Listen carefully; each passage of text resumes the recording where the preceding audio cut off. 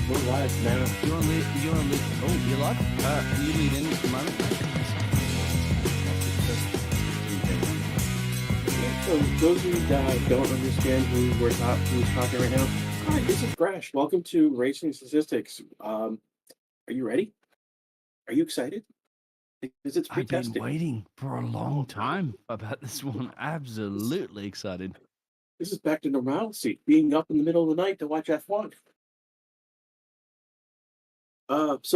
Again, this is Grash. Hello, everyone. Now the resident professor of F1 for Racing Statistics. New job, new position. Hooray! Um, I teach. Yeah, that's what I do for a living. But anyways, back to F1. Yeah, no, we're about like 6 minutes away before the session starts. So for those who are trying to watch what's going to happen today, the only place that I can find that is showing the pre-testing stuff is the F1 TV Pro on their website. I'm not sure if Sky is doing something. Very doubtful. I looked on ESPN Plus. That's where it is in the United States. Nothing on ESPN. So this is pretty much a F1 gather around, join the for this is for the hardcores who are on the F1 TV Pro. Pretty much what it looks like. Got Biggles with me. How you doing, my friend? It's been a long time. Exactly. It's been great. And you mentioned it at the moment. I wouldn't worry about looking about different places you can watch it because it's pre-season testing. It's not something that's generally overly broadcasted or even streamed or even, tuned in on anywhere. So but the great thing at the moment is you can tune in on the Racing Statistics channel that you hear right now and watch along with us because we'll give you the analytics, we'll give you the data, and on top of it, you get to chat to us and you get to chat and provide feedback about who do you think is going to be a strong team.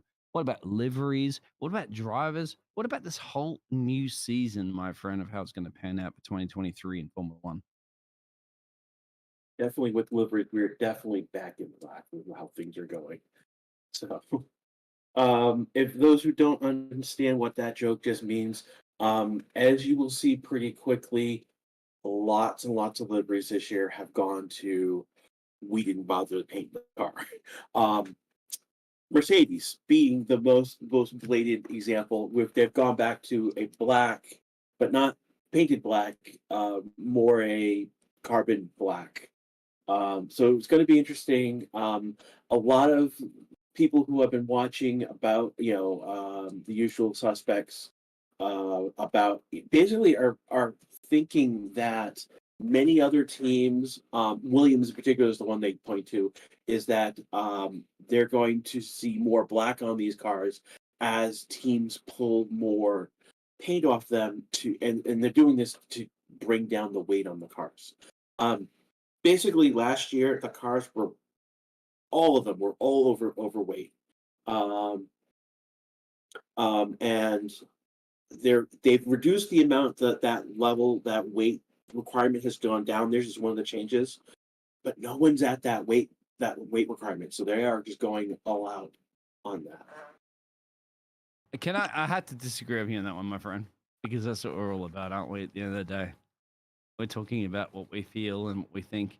Uh, One of the, an Aussie Australian person that I know that takes a lot of photos and goes to every single Formula One track. I won't mention his specifically name on the stream, but he's mentioned about the weight reductions, and he says, well, that's really not correct so much because on a humid day or different weather conditions can actually just like completely change the conditions of a car that much. And we're looking at Formula One, of course, where you're talking about like a lot of very, very reduced weight reduction and so forth. So I'm not quite sure I can really agree with you with that one. But then again, that's my opinion. And if anybody agrees or disagrees with that one, perfectly fine, my friend. It's not that that's wrong. It's just that the scope of what I was talking about is just the pure weight of the car itself. There, like, it just seems that like the assumption right now is that a lot of teams are just going just straight out and was not paint paint the car as much to reduce weight. So if anyone, I'm going to show my agent with this reference. So the American Space Shuttle first launched, and it had a white external tank, and in future shuttle launches, that tank became unpainted and became the orange that is relatively known to be today. So that's it's a tactic to reduce the amount of what you're putting on the car. Again, people are asking in chat right now about how to watch this. And basically, the primary way you are going to watch this is through F1 TV. People are saying there's a way you can try it for 1 week. That will get you through, to this preseason testing session, and then, where you watched it normally last year, it will show up. It's not on, it's not on Sky. It's not on ESPN or ESPN Plus.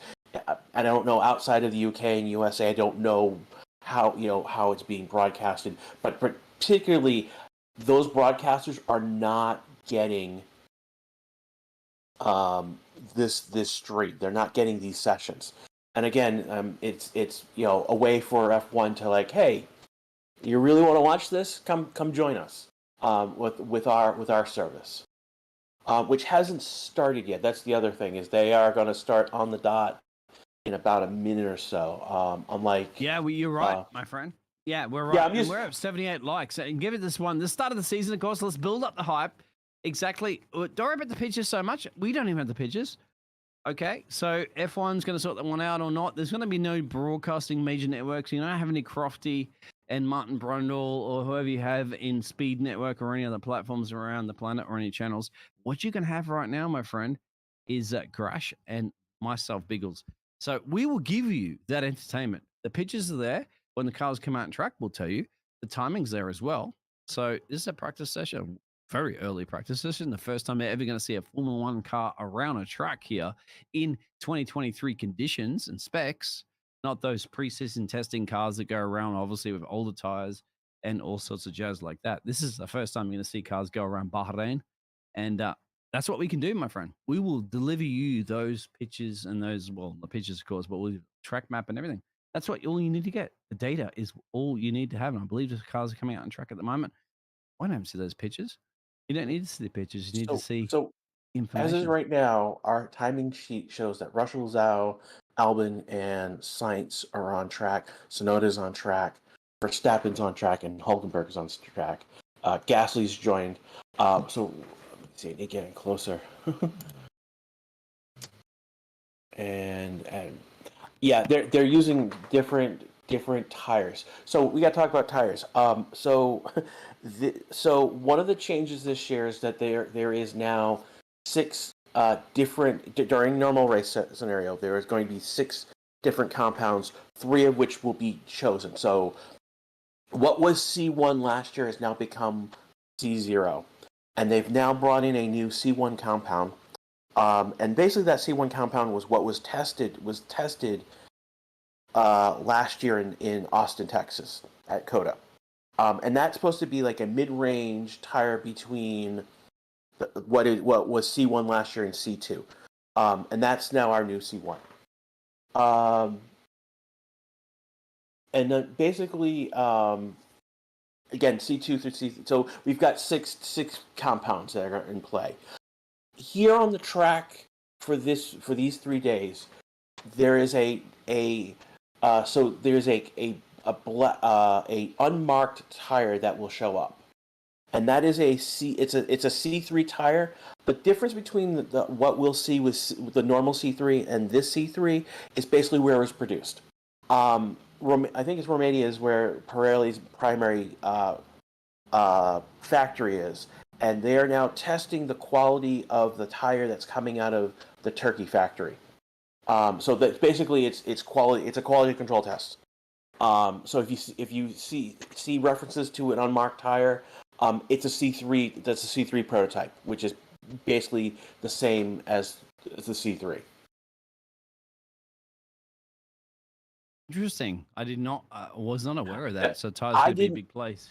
play right I now. found that randomly this like in the last hour looking for things. I do a little bit of research before I come on the air, and that came up like randomly in a like random spot. Yeah, F1 did not mention it at all on their website, so that's interesting. And Hulkenberg is on track. That is correct. New returning driver to F1. Um, Yeah, I believe in the chat at the moment. If you do have the luxury of tuning into the F1 TV, you pay for it wherever you are in the world, etc., etc. There are issues, of course, with that one, but we'll try to guide you through that currently in a moment. If you have it or not, doesn't really matter too much because it's very, very, very early days. Testing day 1, session 1, so you're not missing out too much. We're about 2 likes away from 100. One, who wants to be the lucky 100 there, Gresh? Come on, somebody has to be the lucky one. There it is. Who was it? Racing Statistics, of course, the man behind the scenes, the man that's doing it all. I'm not sure who the 100th person was, but thank you very much. What a way to start the F1 season for 2023.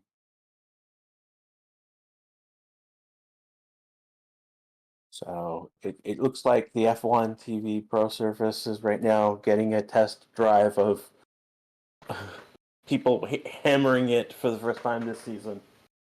That's got to be a good sign, doesn't it, my friend, when the servers can't handle the amount of traffic that's coming in. Goes to show how much are people excited about F1, and this is only just a practice session. This is only a testing session. This is when you get to see basically what you call it, like the, I would have to say, like the little antennas that stick out the side of the cars, of course. That's what they usually generally do, don't they?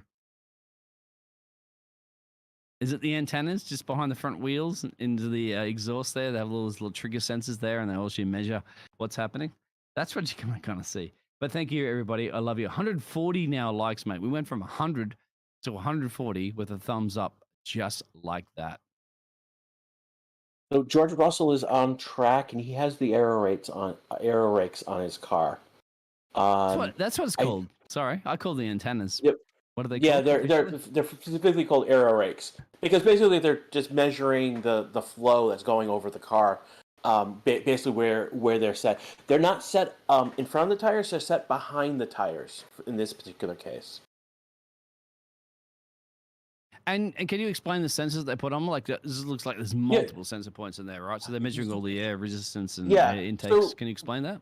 What they're doing is they're trying to, and it looks like Logan Sargent is also out on track with the aero rakes. So basically what the aero rake is basically measuring the airflow going through it. And basically the way they're trying to get more data for their aerodynamics. Is that Pulaski or is that... No, that's Norris. I believe that's Norris on track. So basically, it looks like everyone's pretty much running the aero rakes because basically what they're doing is they've done all these models, they've done the simulations, and now they're trying to see basically if what they've done in the air tunnel, what they've done in the simulation for aerodynamics is actually matching up with now real world conditions. It's going to be nervous for some of these drivers because they've not touched a Formula 1 car since the break, of course. So they probably might come out and do, one lap or so, come back in immediately, get some sort of sensor readings. Any information currently at the moment? I believe that Fernando, Lance Stroll, of course, won't be participating, so it'll be substituted by another driver to do the test runs. I don't know if Aston Martin, again, this is one of the things I was looking for, is that I don't know if Aston Martin has announced if they're going to just run Alonso the whole weekend. What we know, so basically, if those who don't know, earlier this week, Aston Martin announced that Lance Stroll, he was biking, it was a bike session to prep him for, basically, it was a training session on a bike. And I think you got the answer at that. It's Djokovic. Yeah, Djokovic. So he's out of testing this weekend. That's what was announced. and then they were going to basically, Asmar said, we'll update you again about Lance Stroll when coming into the first race next week. The answer is we now know is that Drugovich. So the F2 champion is Felipe Drugovich. He is the reserve driver for Aston Martin. So it looks now that we have our answer. He is now getting onto track. Basically, he's on the track. What's going on with one of the Aston Martins? They've stopped on track. You are correct. It does look like there's a car stopped on track at the moment, and they've got all sorts of gizmos all over that. We're looking at a couple of cars. Somebody is asking what tires was Max on. Unfortunately, at this point, we can't get you any of the information because it's all just popped up on the screen very, very quickly, but we will. For sure. Don't you worry about that. Jose's back. Hello, Jose. We missed you. Or I have missed you, Jose. It's been like a long time so far for our Formula One season. We're back in 2023. Jose's back in 2023. It is Aston Martin stopped on track. But don't you? I mean, that's the reason why you have practice. It's a red flag. That's the reason exactly why you have a practice session, testing session, really, at the end of the day, because it doesn't. You would expect these cars, my friend, to be sitting in basically a container or back in the workshop for many months at the moment. So you expect to get something fired up straight out of the garage. You're going to be problems. But hey, best to have problems here now rather than in the first race of the season. And it is Djokovic as well, too, in the Aston Martin. So his first chance out there, substituting in for Lance Stroll there. And unfortunately, the car's not cooperated with him, and he's had to pull off to the side. So showing a replay of what happened. That's just a breakdown, it looks like, mate, completely. We'll see it Yeah. in a second. Yeah, the car, it's a breakdown. Basically, he was told to pull off the track and stop the car. Yeah, risk breaking up the engine as well, too. As you know, right, when the engineer is saying pull across the side, like when they're saying pull across the side, emergency, or deliberately just shut the engine down, that's because they're trying to protect the engine, right, or gearbox or any of those technical issues. Engine, the whole car right now, basically. Yep. So that is where we stand right now. So basically, we're like 10 minutes into our first session, and we have a red flag. We will have these red flags, everybody, yellow flags. We will have a lot of this stuff. It is a practice. It's a testing session. You're going to expect this. So we will not see yellow flags during this session. If a car, if a car goes off, anything happens, it's going to be a red flag right away. Doubtful that we'll get a yellow flag. It may be a car goes off track and comes back on. That might cause a localized yellow. But if it's going to be a coarse yellow, it will be turned to a red flag.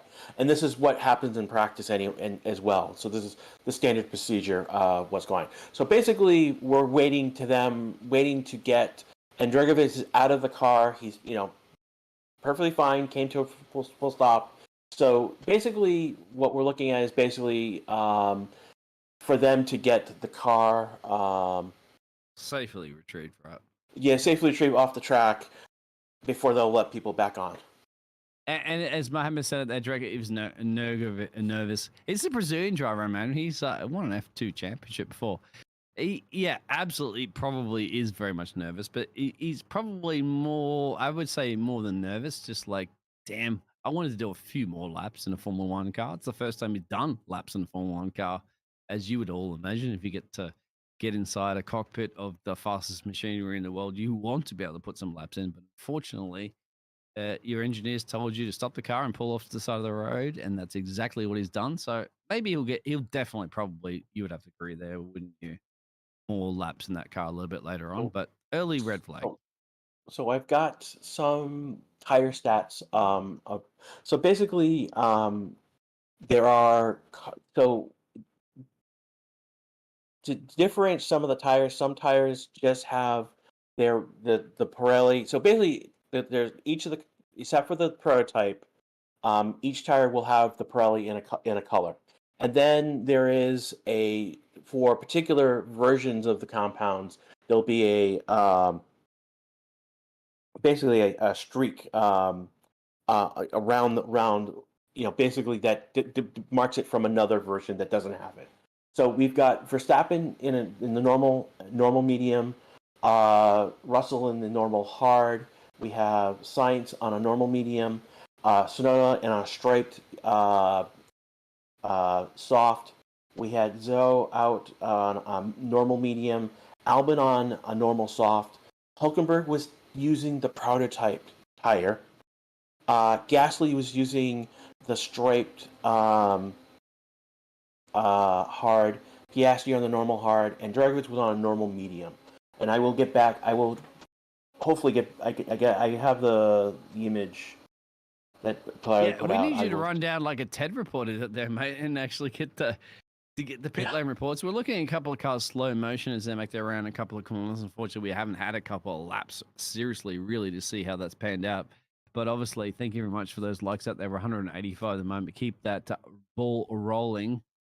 And I was reading the chat there as well, too, as it's scrolling up as everybody's starting to chat in there. I like everybody chatting. And there was some questions about something I was looking at there for a second that I wanted to address. That's right. The poll's up, I believe. Yes. And vote on that poll, because there's a vote currently at the moment and a selection of cars as to who do you think has the best looking livery. And that's just 4 choices currently at the moment. But it'll be the Mercedes, the Alfa Romeo, the Ferrari, and the Haas, as unfortunately Felipe in the Aston Martin substituting in for Lance Stroll, just sitting there looking at his car, unfortunately going, please tow it back to the pit road so I can get back in board that one. Everybody has, as you said, I call them the antennas, but you call them specifically what for the preseason? They're specifically the technical term is they're called aero rakes, and that's what F1. And if you go to the F1 website, that's what they're going to be called. There it is. So we're looking at So there's 4 primary places where those rates are being. I've seen the rakes in front of the tires before. That was particularly for last year. This year, I've seen a lot of them behind the tires and trying to see how the airflow is coming off those front tires into going towards the side pods. They've got rakes that are about in front of the rear tires, and that's trying to see how the airflow is coming over the car, over those side pods. And then Dragovich's car had them and the back of them. So I'm trying to see how the air is flowing out the back, because there's a technical regulation about how the airflow comes off those cars, and that's why we're able to race. But that's why last year's racing was so much better. It's because they were able to race so much closer, because the airflow off those cars were just they were pushing up as opposed to into the back of the person behind you. So you're absolutely correct, my friend, as well, too, because I mean, in a couple of preseason testing I've watched some F1, I haven't really seen the instrumentation behind the rear of the car before. Usually you always see it behind the front wings. That's the reason why you see that. But behind, that is something new, isn't it? I've never seen it in the rear like Dragovich's car has. So that's something. That's the first time I've seen it there. But everyone is running with the aero rakes right now. Yeah, exactly. Because they're the first out on the track for the first time this season. It's about not even just 10 minutes before we had a red flag. So, yeah, I mean, teams aren't concerned, of course. You still have multiple days of testing. You have 3 days of testing. And you have, give it or take, 4 hours of testing today. So, you're not worried as a team, are you? There's two sessions today. There is a 4-hour session, and then there's a 4.5. Then another session with a 4.5 hour. So basically, last year we had a test session in Spain that was 3 days, 8 hours, 8 hours each day. We did not get that this year. We only have the testing here in Bahrain. So to compensate for that, we're getting an extra half hour each day this year.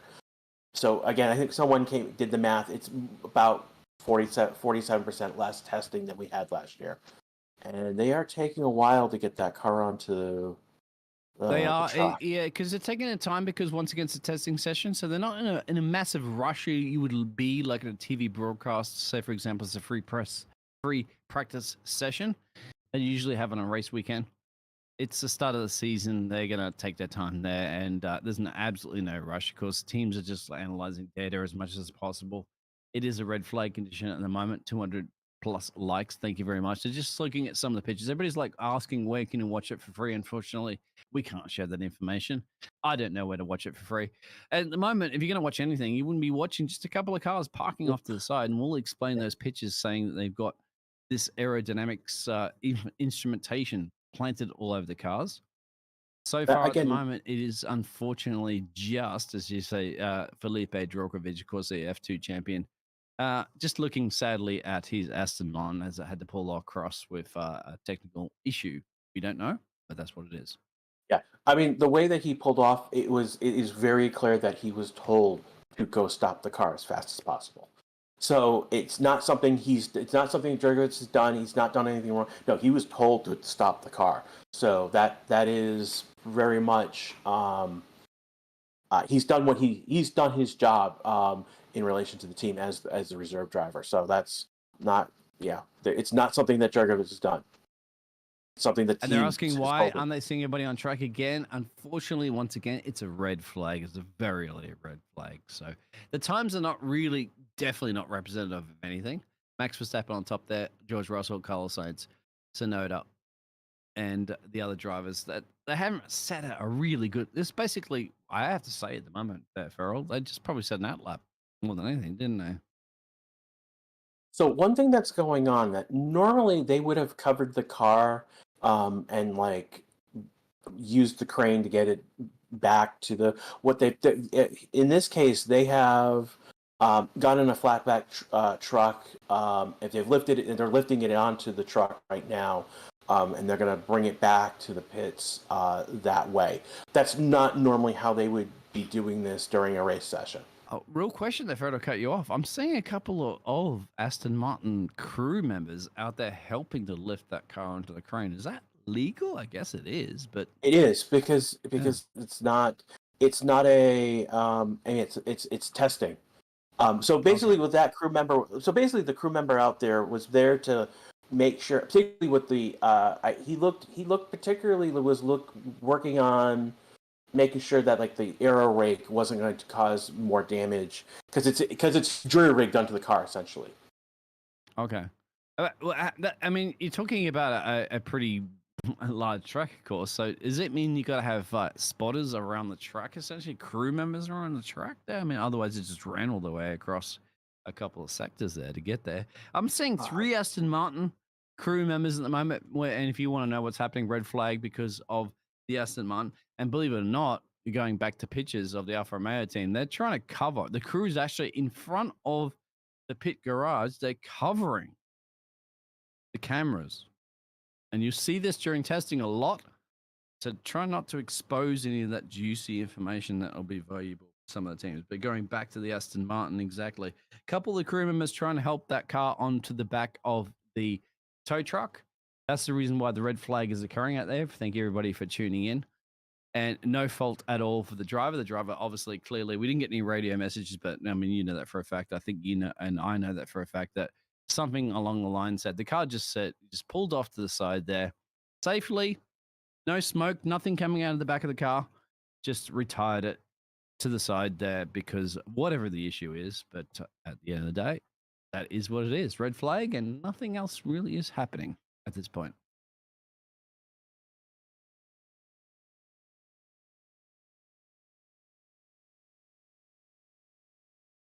Okay, so get back to the tires. I talked about that there were tires with streaks on them.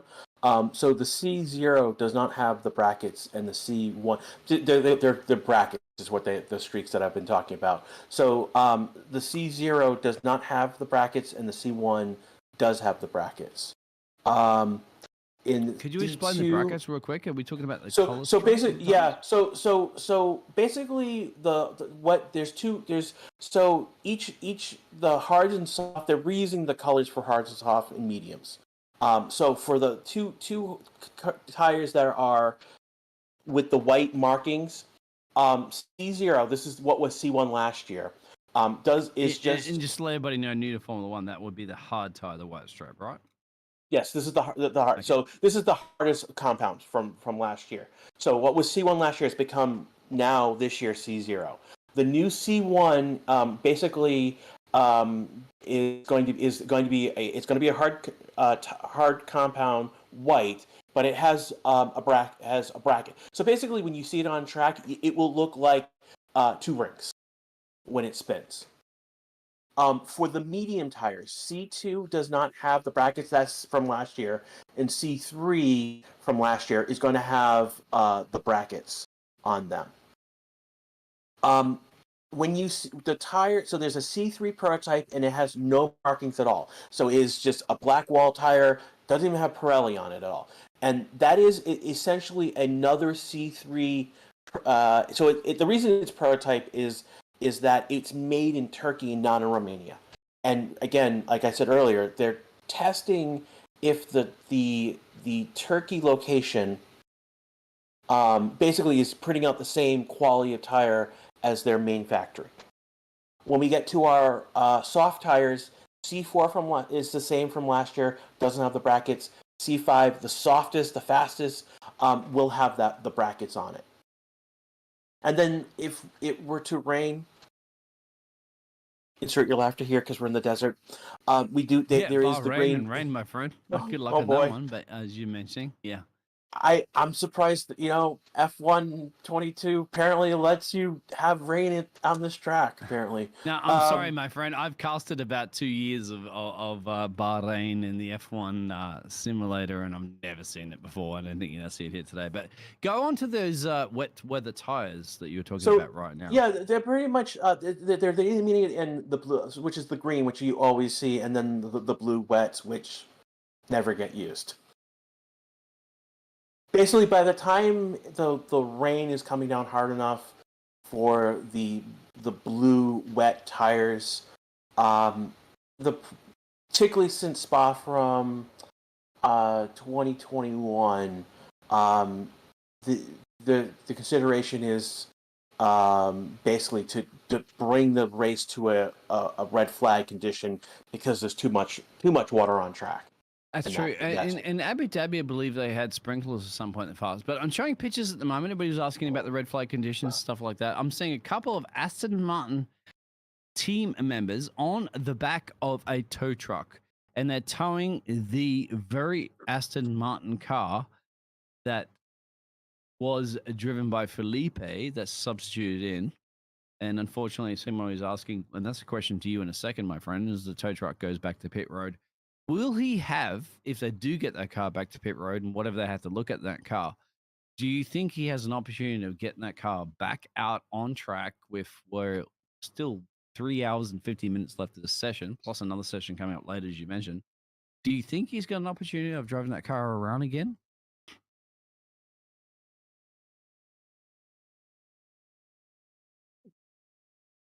So one of the things that they're doing right now is they've got their one of their tech guys pointing out that the suspension on the AlphaTauri is different from the suspension being used on the Red Bull car. So there's a clear difference between those two cars. Okay. Everybody asking about where you see live pictures and stuff like that. Unfortunately, we cannot provide that. All we do here at the moment is provide the telemetry information, as we will all season long here at Racing Statistics. The pictures are copyright and licensed to F1 TV. Now, if you have a way to access that information, you can. But I'll tell you what, right now, we can give you just as much juicy information as you possibly can without the pictures, because unfortunately, at the moment, there really is no pictures. We'll talk about those pictures, won't we, my friend? Because the pit lane is not busy, and as the Aston Martin is being towed all the way back on the racing track, back into pit road, which doesn't happen, as you know, during F1 testing, well, practice sessions, during testing it will. So there you go, to kind of answer that question out there, everybody asking those questions. But yeah, if you want to ask any questions, don't you worry about it, my friend. Jose's out here, Racing Statistics out here, and you're out here, my friend Farrell. You're an F1 walking Wikipedia, aren't you? Farrell's not here, man. Farrell's here. Is he? I'm pretty sure. He is. Oh, It's he's not on the Crashy. screen. Oh, my It's apologies, Crashy. Crashy. I got you all wrong. It's okay. It's okay. Oh, It's gee, okay. you know what? He's At in. least He's. this is why we have He's in. testing sessions, so I make sure I get it right. Sorry, mate. I apologize deeply. He is He is in the back channels that we have for production Oh purposes. yeah, that's why I saw that one. That's Yeah. probably why you're confused. Sorry, Grash. I apologize big time on that It's one. okay. I called you Feral for the whole time. You'll hear from Feral obviously later on during the season. Grash, oh, I feel bad. I really feel bad. It's okay. all right. We got time to talk about that one. It's worse. It could be worse. I'll buy you some flowers with love from the Beagles and from the D. Yeah, I believe it's green flag again, my friend. So they're back out on track. So now we get to see some more cars around Bahrain for the first time this year.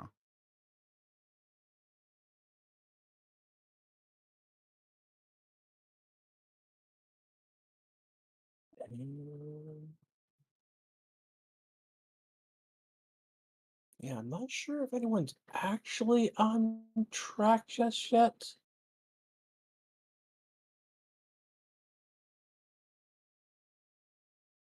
But we do know at the Yeah, moment. Thank you very but much, Jose, but one of the biggest supporters. And so anyway, yep, go yeah, ahead. so right now everyone still is in the pit right now. So no one has actually just. I don't think it's actually a green light just yet, but it's about to. It's about to because they've got that. They're lining up. So they've got Russell lined up and a few others. Get a shot on And, the rest of the just real cars. quick for the pitches, my friend. I once again I call them the antennas, and you know the correct term. But That's right. the Ferrari has like it kind of looks like a rainforest antennas, doesn't it? Like a tree with little angled things. They're not like the square things and everybody is obviously as a fan of Formula One before. You see basically like a rectangle, all right, around the front wing, just behind the front wing on the front And tires. But look at the that's Ferrari. because They got bits and pieces everywhere, mate. Can you explain that? yeah, but because those are made by each team for their particular purpose. So it's not a standardized part that's going on. So they are now coming onto track now. We've got Yeah, Russell. Jose We've says got that the Ferrari rink's Sainz, crazy. It does look like your Christmas tree already. I only guess. I missed Christmas, doesn't they? But Williams. yeah. Sorry, it's an Alfa Romeo and that's an AlphaTauri. So we've got several cars onto track already. How would you Yeah, feel driving these cars around? I mean, it does look weird. I know that everybody's asking about pictures and where you can watch it and stuff like that. Yeah, you'll see it. In a practice testing session, it's cool. But trust me, you just Google right now F1 car, testing, and you're going to see the antennas and all sorts of jazz picking off those cars. It looks kind of crazy, but it is what it is because they're trying to get a little bit of data, as we're also looking at another picture there of in the fantastic back behind the garages here. In fact, a lot of people have said this is one of the best tracks to have exposure behind the scenes there of the paddock area. And at the moment, there's a bit of an interview going on with Kevin himself. Kevin Mag, yep. We all love Kevin Mag. And he's having a bit of a chat to one of the reporters. But at the moment, some of the cars are out on track, and there's a few cars out on track at the moment. I believe we have a Red Bull, we have a Ferrari. And once again, it's just a testing session. So in those times that you see up on the board there, don't say that they're going to be the fastest car on the track early in the season because there's plenty of time to go. Yeah, and again, right now, this is I kind of expected. Every team's got the aero rig on, so they've got extra weight on that car because they're testing different things. They're not testing anything related to. They're not doing race runs. They're not doing quali runs. They're not doing long runs. They're just doing aerodynamic work right now. Oh, I cut you off there, my friend. I just saw live pictures of the Red Bull. They don't have anything on that car. Max is in it, but nothing in that car. Can you see the tires? I did not see the tires. I'm trying to see. It's a red stripe and it's a blue stripe. They're going back to the Alfa Romeo, returning that car back to pit road. So on the timing sheet from F1, let me just see. Yeah, Jose said it. There's no aero. So Max is on rig. a medium C3 tire. Okay. He's got the front wing up. It looks like Verstappen's on a fly, and why not? The man's won 2 championships in a row. I think he's out there. I think it's Red. Is this a Red Bull little? Hey, Yeah, no. I think we're comfortable with our car right now without testing the aero rig or not. We'll see. Yeah, I guess they're fine without doing any more. They don't. I guess they're doing a different type of testing then. So Max is out on a medium. So he's on a C3, not the compound, the prototype, but the regular C3. So when you see the ones that have the brackets, the ring kind of flashes. Now that I've seen the pictures, we'll have to explain it to them at the moment. Yeah, exactly. I'm just saying. Yeah, for those who so when you see one of the tires that has the brackets on it, it has a bit of a flashing effect as it rotates around, which is interesting. So That's he's so on confusing, the isn't it? Yeah. It's well, again, we've got 7 compounds in play this weekend, not counting the two wet versions. But he's on a C3 right now. He's flying. He's absolutely flying. And you see on the track map, maybe you'll see on the track map, maybe you see Russell on the track map, we'll see Carlos Sainz on the track map. We'll get that one sorted at the moment. But remember, I think Max is going to come out here and try to set a statement here to say, I'm the world champion. I don't think Hülkenberg goes fastest, but I think Max Verstappen is going to steal this one away in a heartbeat, my friend. And he doesn't have, once again, all that aero testing equipment attached to the car, which will definitely slow you down. A couple of lockups into turn 1. Max is going to cross the line. Bang! Max is on top, my friend. Setting a statement, 135.6 in early testing. So other times have been set. Hülkenberg is on a 137. He's on the prototype medium. Gasly just jumped to P2 at 137. He's on the C2, so a slightly faster compound than what Max is on. Russell's on some of the cars. Oh, yeah, wow. Russell is on the C1 hard. So this is the new compound that was tested. So this was the compound that was tested in Texas last year. He just did a 138. Sainz did a 138.4 on the C3, which is the same compound that Max is on. And Tsunoda's out there on a C5 red soft. So this is the fastest tire. And then the only one... Haas the Hülkenberg's out there without any of, once again, the antenna equipment, once again, or any of that testing rigs. Same thing as Max Verstappen, just give everybody in the pictures out there. None of that. Max went out in a flyer. I don't know why that is.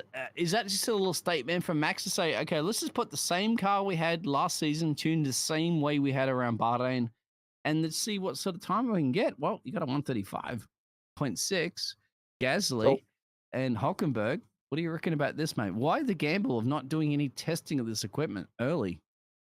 Well, it depends on the team, basically, where they are at. I guess Red Bull and Haas don't need to be doing that aerodynamic data.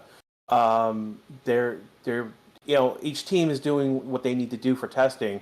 They're finally pushing that Aston Martin into the pit garage with their team members. But again, the Hülkenberg. What's interesting about what Hülkenberg's doing right now? He's on a C3 that's not produced. It was produced in the Turkey factory. That's why that tire right now is listed as the unmarked prototype tire.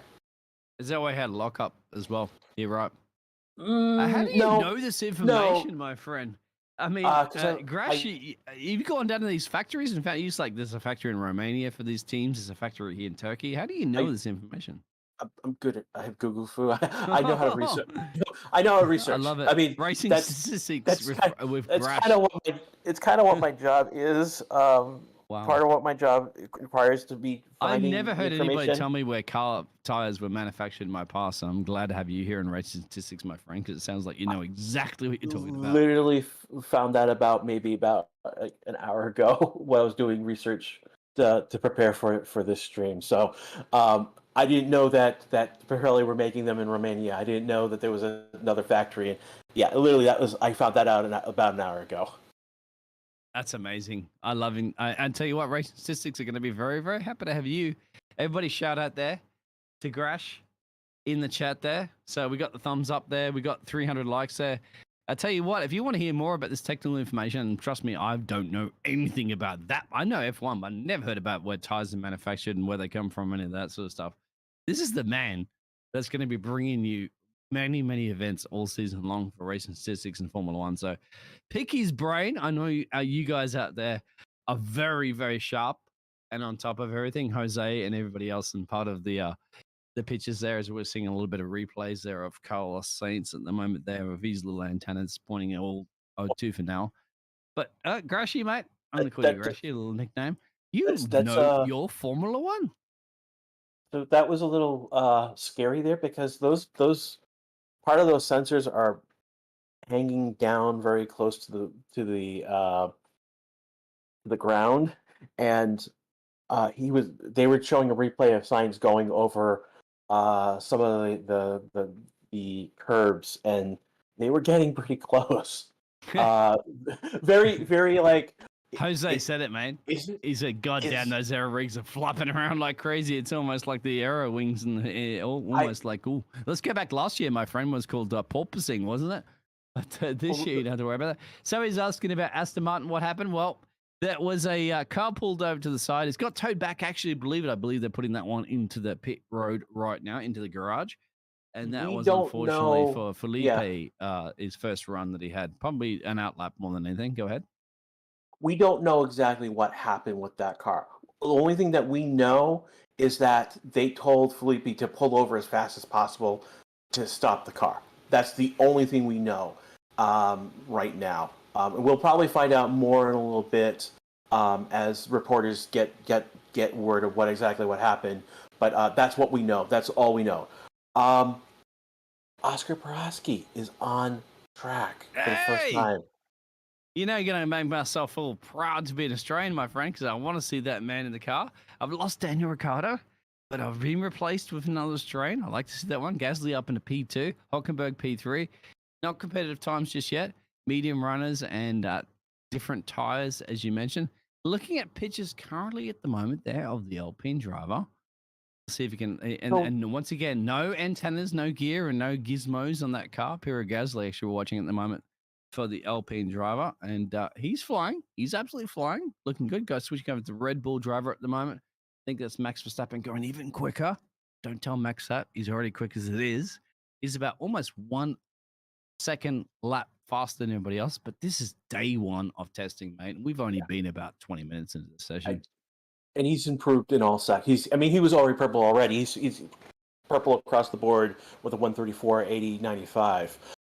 So there's questions about porpoising, and right now, I don't see that happening in any of the cars. And one of the things that has happened from last year to this year, one of the rule changes was that one of the ride height of the cars has been raised. I think 15 million. I have to go look at the exact specification. But what that means is that because they've raised the rise height, the chance for porpoising is greatly reduced. And basically what was causing is that as those cars were getting closer, like the ride height were getting closer to the ground, as the ground effect on the cars were pulling it in, it was pulling the car down, and then they would lose that ground effect, and then it would bounce back up, and then it would go into that cycle of come up, come down, come up, come down. And so when you raise the rise height, it reduces that the possibility of that happening.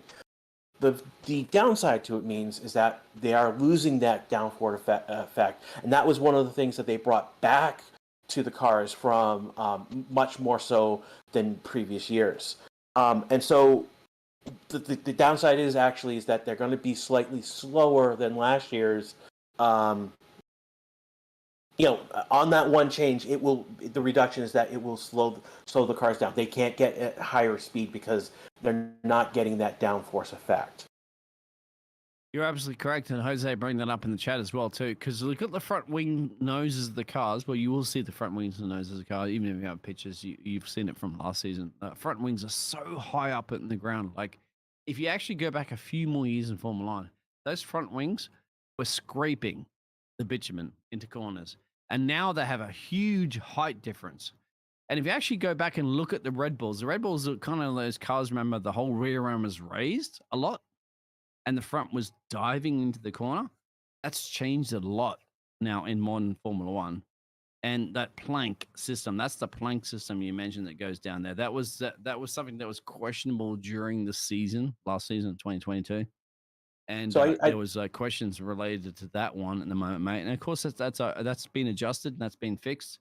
And now you don't have that porpoising effect. But then again, who's going to get that downforce? Because that's where that downforce is key, isn't it? Planks on the bottom of the car. and that's something that's also been changed. The stiffness and the flexibility of the floors. The rules related to that. That's another one of the changes that's come into place because of the porpoising. So there looks like there is some bouncing on that AlphaTauri. I think you're picking a little bit on that one, my friend. Not that bad. Yeah. Considering this preseason testing last year, I even made a little video of this car's bouncing around as a joke, but this time around, they are. Yeah. right on the money. I see some, but I don't, and I'm wondering if it's the error rate is part of what's. I can see it, but the error rate is also on the car, so that may be one of the things that's affecting how the car is behaving at the moment. As to a driver as well. Because you got to remember, you're looking at these little, aero antennas and stuff. That's real. And another crucial part, remember, this year, and that's Groshy in the casting booth with me. Welcome along, Groshy, in the trailer on the just parked down the road here in the preseason testing for Racing Statistic. Thank you, everybody, for 327 plus likes at the moment. We're still going strong. Is the fact that the mirrors are stretched, aren't they? A little wider and a little bit more visibility this season. Yep, that's again another one of the changes. Safety, they're a little bit bigger. Ooh, that was a big spark from Verstappen's. Looks like he went over one of the curbs. Still doesn't have any of the area packages on that car whatsoever. Yeah, they're testing. It looks like they're testing something else. They're not testing aerodynamics. Is that like throwing a dummy to the rest of the teams going, you can put all the gizmos you want in a car right now. We are still the fastest, and we were the fastest last season, and we're the fastest again. That's a little bit of a statement early, isn't it? And certainly with your double world champion in control of that vehicle early, and he's the first person out on the track for the Red Bull, the only Red Bull driver at the moment, setting blistering laps on the medium tires. And so, once again, it's not the absolute quickest tires, but Maxi, mate, I think Maxi's hungry. He was like, I think he was missing his Red Bull, didn't he, in the off season? Because he's loving it right now. It's a smooth. Look, they're showing him on F1 TV, and it's just a smooth, buttery ride going through the curves right now. I know. Looking at this really early in the session at the moment, it's to say, well, if you got to predict an early championship car winner, you have all your money right now on Red Bull, but unfortunately, we haven't seen all the cars yet on the track. We haven't really seen the Mercedes. We haven't really seen the Ferraris. We haven't really seen too much of even the Mercedes. But I'll tell you what, Max, at the moment, if I had to predict right now, in this moment, what manufacturer win the championship, I have to put my money on Red Bull. They're looking great.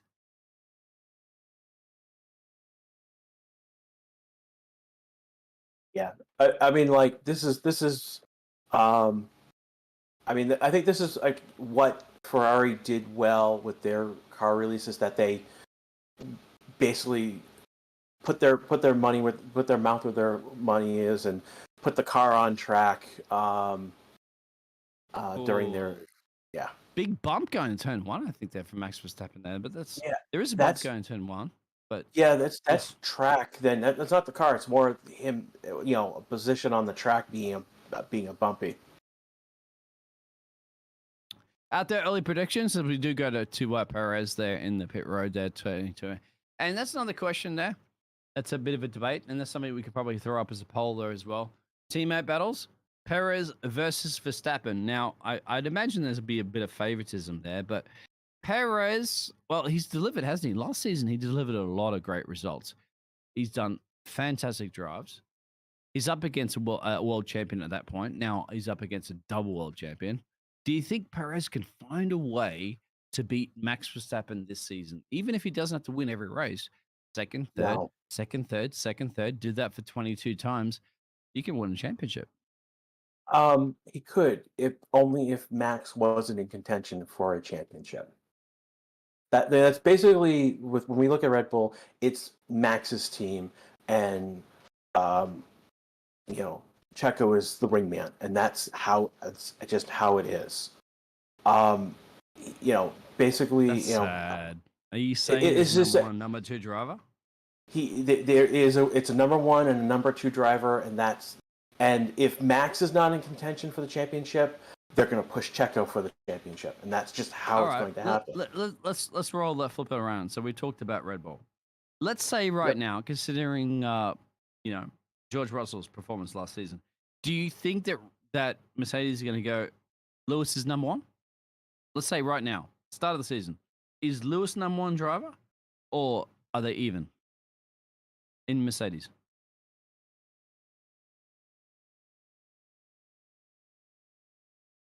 That's a question for everybody in the chat as well.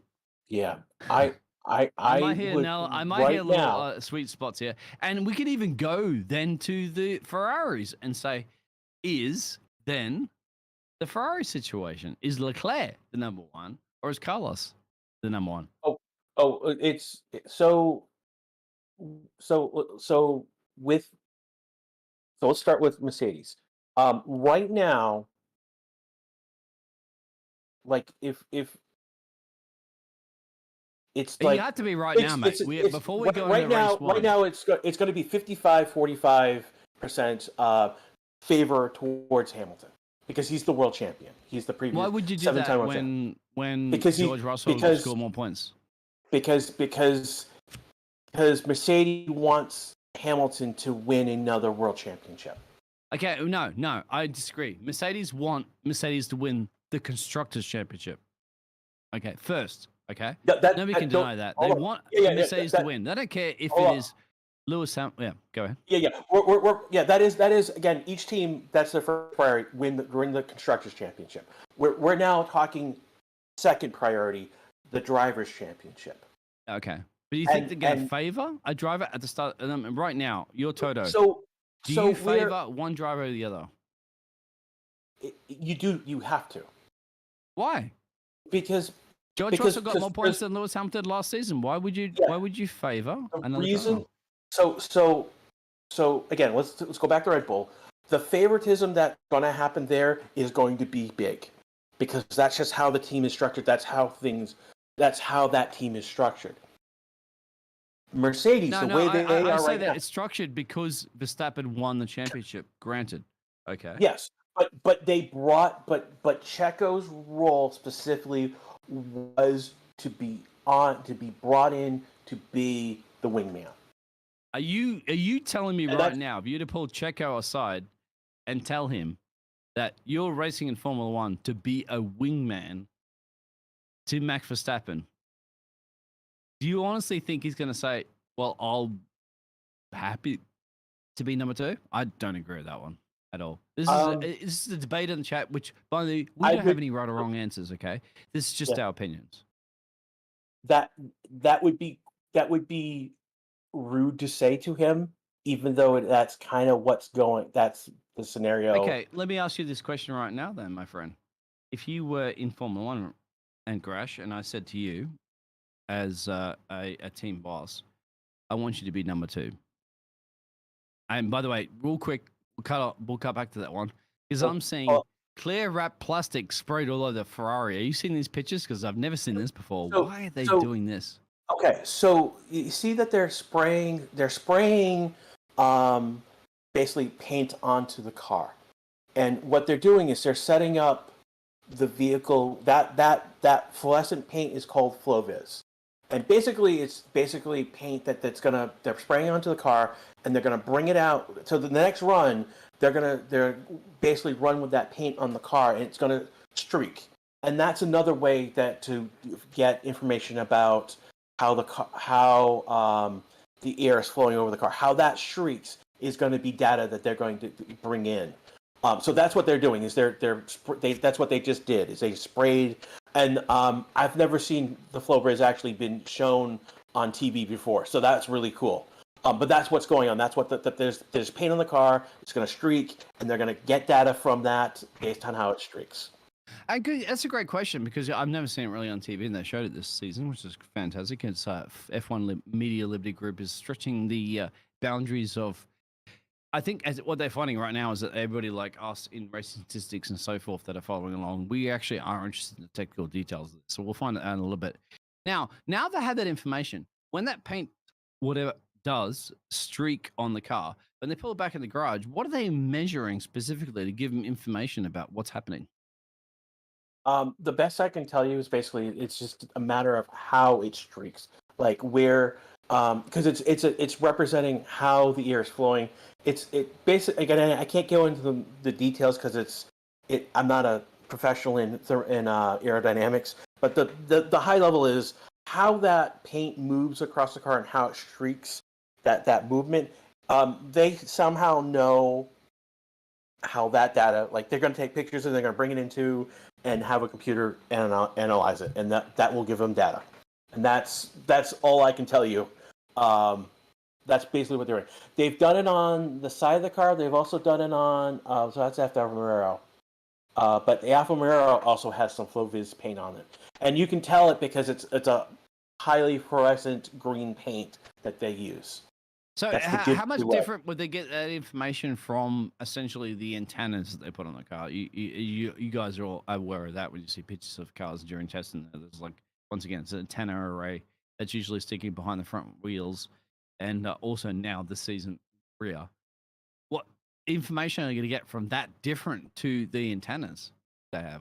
So the air wake is measuring the air, think of it in 3D space around the car, and the flow is basically a visualization of how the air is flowing on the surface of the car itself. Okay. Oh, but then when the car moves around corners, how would you go? Are they taking photos and saying, okay, well, in turn 1 it was like this, in turn 3? No. Like basically, they're gonna they spray it onto the car. They send it on track for maybe about a lap or two, and it's gonna, like, right now we're looking at Joe in his Alfa Romeo. Alfa Romeo. Basically, he's going to come back in the pits in like 1 or 2 laps. Okay, and we're looking right now at the aero actually of Carlos Sainz. So I'm sorry you can't provide the pictures to you, but there is it looks like the intake, isn't it, on the very front right of the car? Are they judging by the and that's your angle of performance, of course, of your steering and stuff like that? Is that also looking at the brake intake?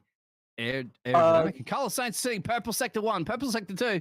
I think Carlos at the moment doesn't really worry about the aero paint. He's saying, Max Verstappen, have you forgotten about the Ferraris? Because the Ferraris maybe were setting a statement here of being he's almost a second quicker than everybody else on the track at the moment. Well, it's just testing. But once again, there's a little bit of bragging rights, isn't there, for drivers as they can get the fastest time.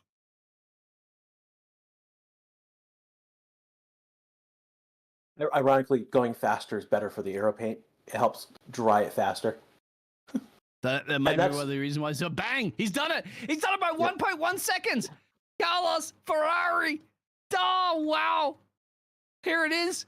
And I like to see it because we want to see a battle, don't we? We want to see cars. People questioning Ferrari this season.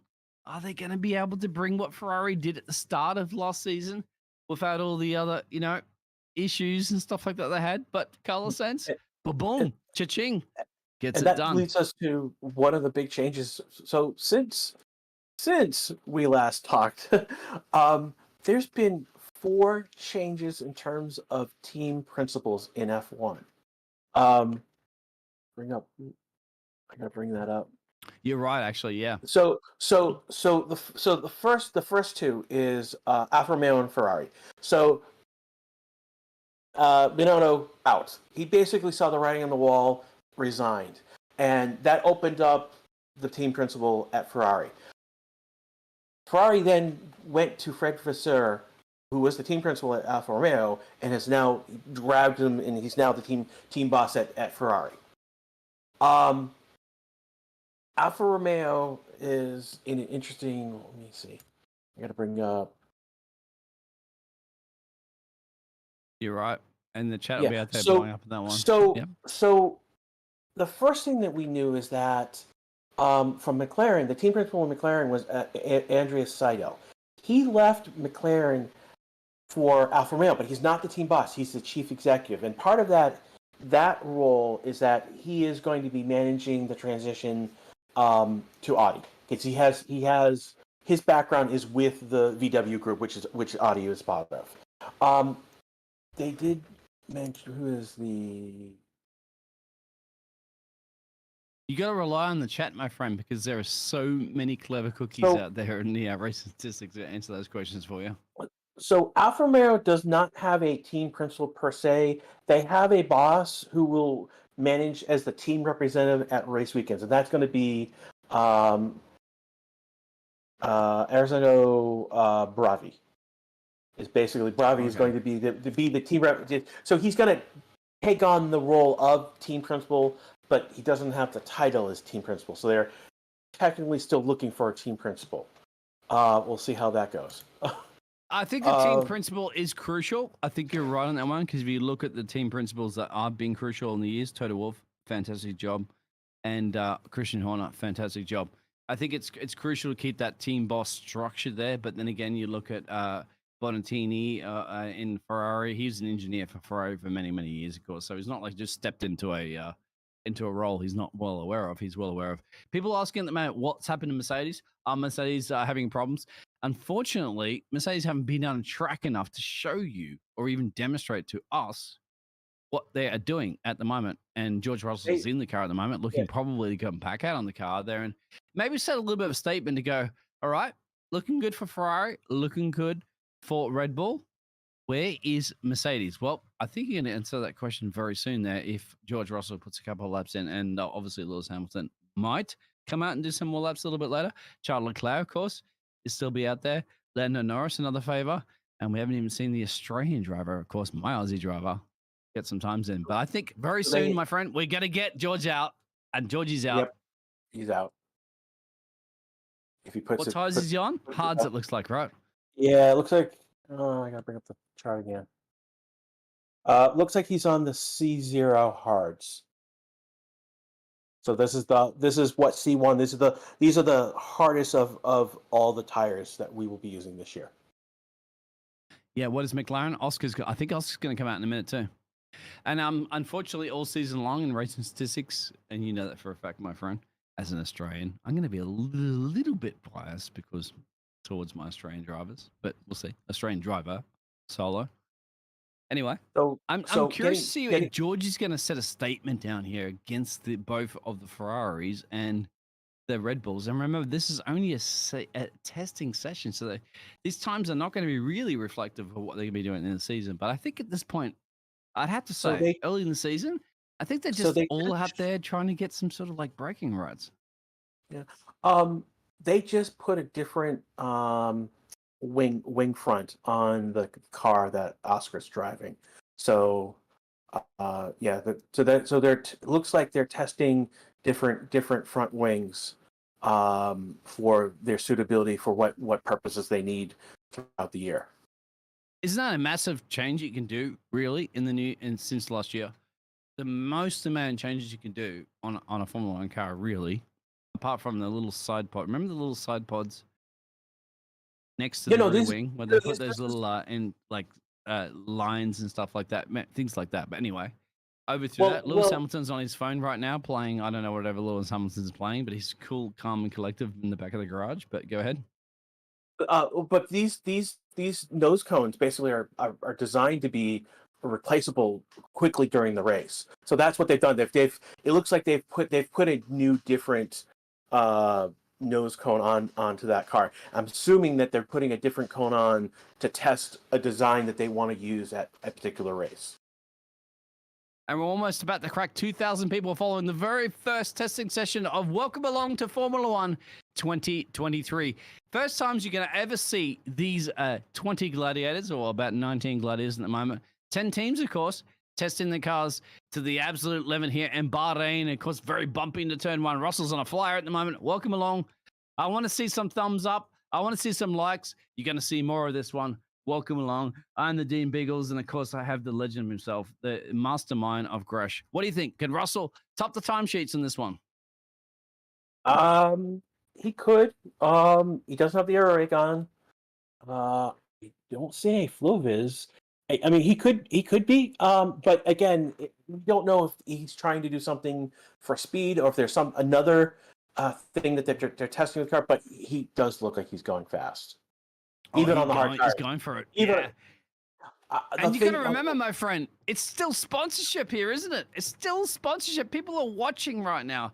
Replay. That bump down in turn one, my friend, is really catching some drivers off. Even Carlos was bumping. But I'll tell you what, the Red Bulls were, well, I say porpoising more than anything at the moment, isn't it? They porpoise over, I think it's about 100-meter marker or even 150 marker into turn one.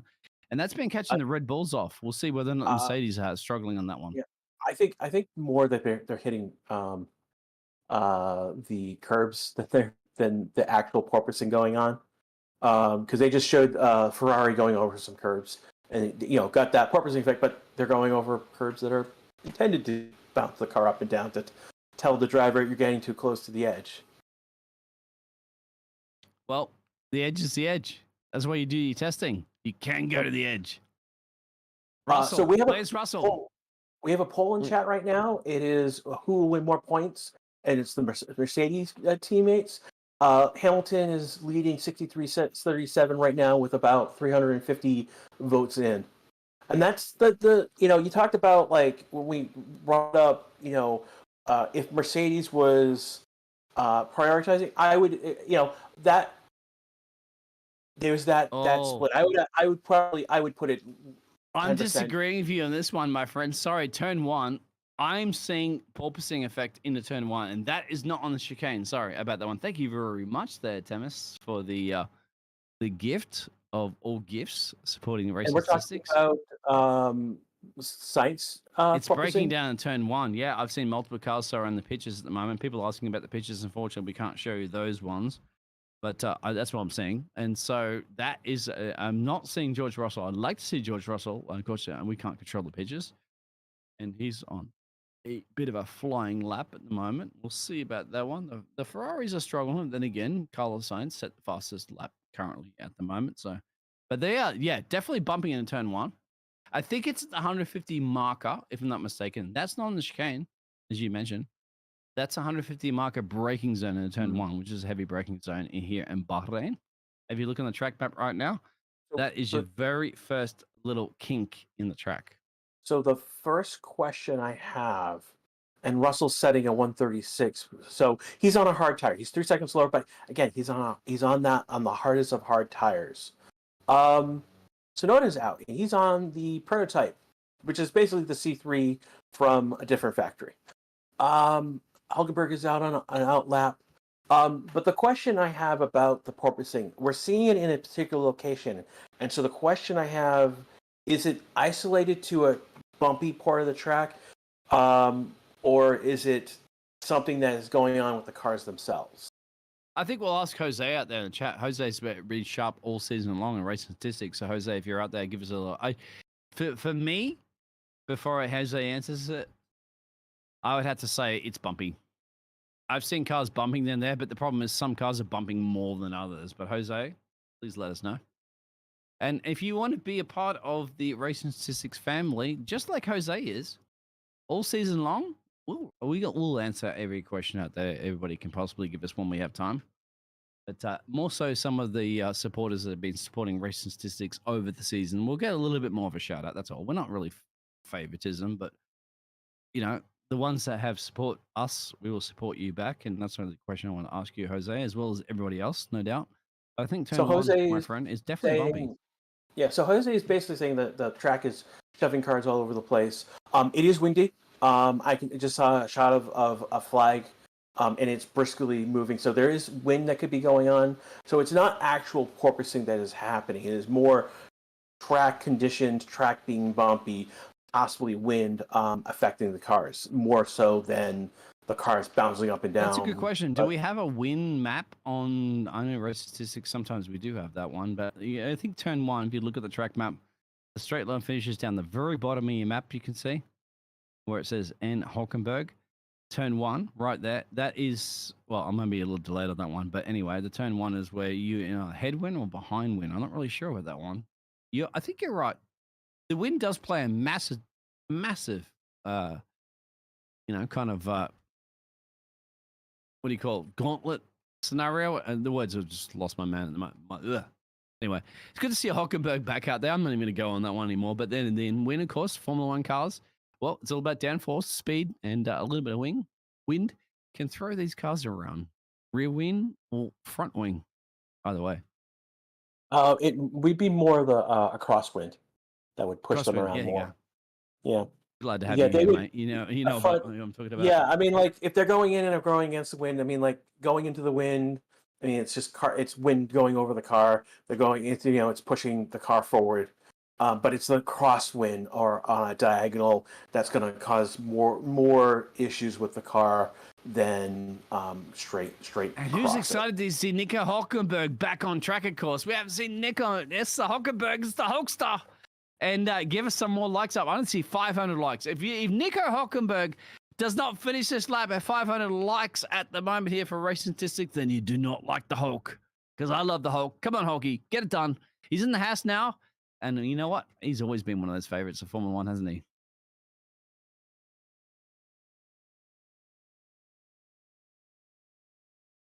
I'm just enjoying just watching him drive right now, because this is literally for me as a fan, seeing him on track literally for the first time.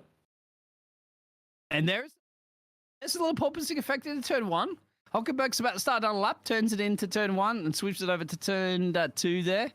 Hulky's on track. Here he is. This man can jump into any motor vehicle, anytime, anywhere in the world, and make it go fast.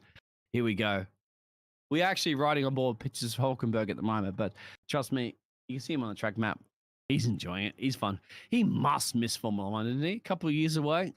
You never get away from the sport. You love it. It's in your blood.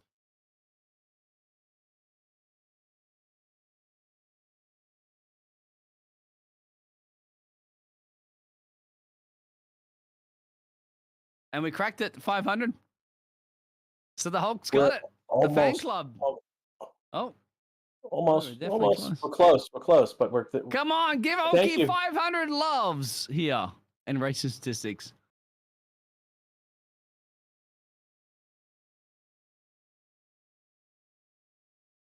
He's coming up on sector 2. He's 2.2 seconds slower. But he's on again. He is. Again, back in the car, completely different car than he's ever driven previously, because the car's changed last year.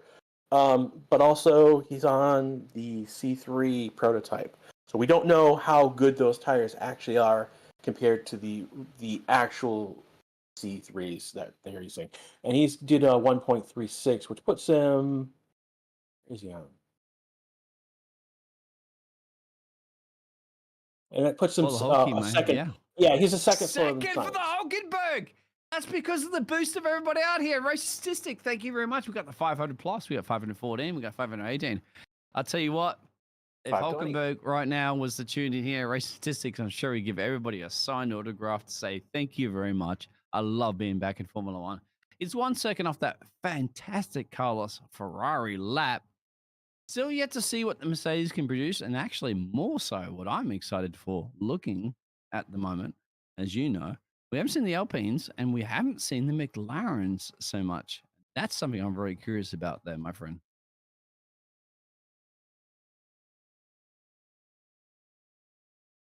So again, we're coming up to about 3 hours left in this first session on day 1. Again, want to thank everyone for coming to Racing Statistics. Glad to see you all back, all 2,000 plus of you that are watching right now. Again, this is Grash that you're hearing right now. Back in black, as it seems, with all the liveries. With me is Biggles, helping me stay awake as I'm in the midnight. The grave. Yeah, it's a grave. For me, it's 2:12 a.m. in the morning here If in the United Formula One States, does not etc. wake you up, mate, you're not a lover of Formula One. But I appreciate you being here. Yeah, this is. Don't get me wrong. I mean, this may be testing, but I got the adrenaline going just watching these guys. I'm And excited. yes, Are you not hearing my voice? I'm oh absolutely yeah, Esteban's stoked. back out on. Esteban's back Yes, on yes, track. Esteban's back out. And who's in control of that? Who's piloting that vehicle? Drovovic. Yes. Now, in Drovovic case is everybody the- just tuned in, within 10 minutes of the very first session of the testing, something went wrong. Engineers said, pull that car off, Felipe. Pull it off. Don't risk it for the biscuit. He did. And guess what? They got it towed all the way back to pit road. They put that car, whatever that is, looked over it, and he's back on track. And it's good to see, isn't it? This is the first time he's ever driven a Formula One car. And I tell you what, he was devastated, wasn't he, when that car was parked on the side of the road? And he's looked at that car going, please, I want to be in control of it. He's in control of it right now. Let's see what sort of the Brazilian mastermind can do in the Aston Martin. So, Peter, they're talking about names that are on the chart. I'm not sure why Hulkenberg is capitalized because he is driving for Haas this year. Same with Albon and Sargent and Pulaski. They're all on the grid this year. The one who should be in that should be Drogovic because he's in right now for Ronald Stroll, who is currently injured after a biking accident. That was a training segment for preparation for this year. It reminds me of Mark Webber when he did one of those tournaments of Tasmania or whatever, and he hurt himself big time during one of those events. It's kind of like, I tell you what, if I was a Formula One boss, I wouldn't let any of my drivers bike in the off season, but it is what it is. It's good to see Djokovic out there putting some times in. Oscar's actually put a time on the board, but I you know what? I'm really, really excited for. I hope everybody can hype it up if it does happen. Grashy. First time we've had a US driver in Formula One. I really can't wait to see what Logan Sargent can do. Because it's been a long time in the making, hasn't it? We had a US driver in F1. It's been a long time. The problem is he's in a Williams, so he's doesn't gonna matter. be. He's got to beat his teammate, doesn't he? Yeah. See. This is one of those in terms of teammate battle. Albon's gonna beat him because Albon is an experienced driver. He's been with the team already a year. This is the first time Sargent is now driving these tracks in the F1 car. And some of these tracks he's not driven before because Williams using an orange Floviz paint on their car. Right. That's like, interesting. I was surprised. Look, is this a multicolored Williams? No, it's not. It's that flow paint. I thought for a moment I thought it was I thought it was a McLaren for a second. It's so orange at the front. He set the fastest first sector too, Alex.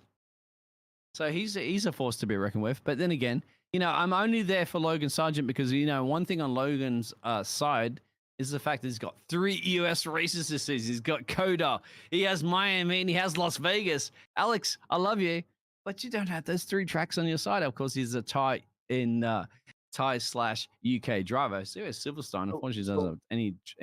But Albon's going quick, man! Wow, flying, absolutely. This is a Williams, everybody. Welcome along to testing day 1. 2 hours and 58 minutes to go. Don't talk to Alex Albon about this one. He is blisteringly quick around Bahrain. He's coming up to Sector 2 right now. And it's also a 0.275 faster than Sainz in by Sector 2. So he's got it. He's got to have it. Alex has got to have it. He's going for it. He's just gunning it. He's got it, Alex. Could you believe it? What a statement. And none of that. Just a little fluoro paint, my friend. The line.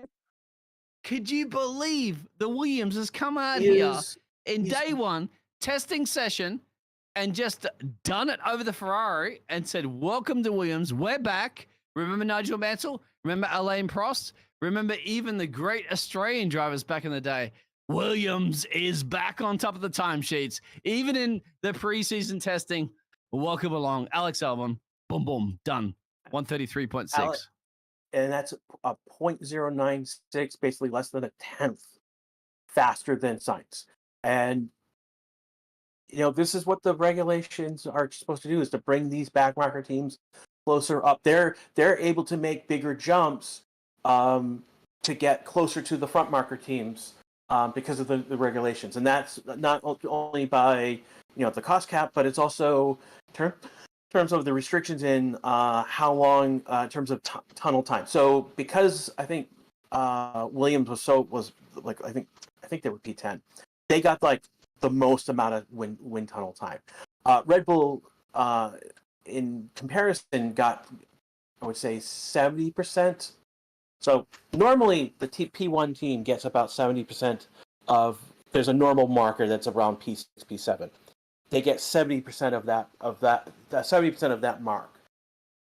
We do have to count, though, that Red Bull's got to get another 10% off, so they're only going to get about 63% because they breached the cost cap last year.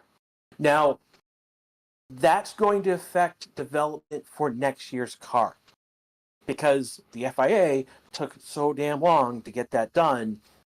By the time that came into effect, they established they had breached the cost cap.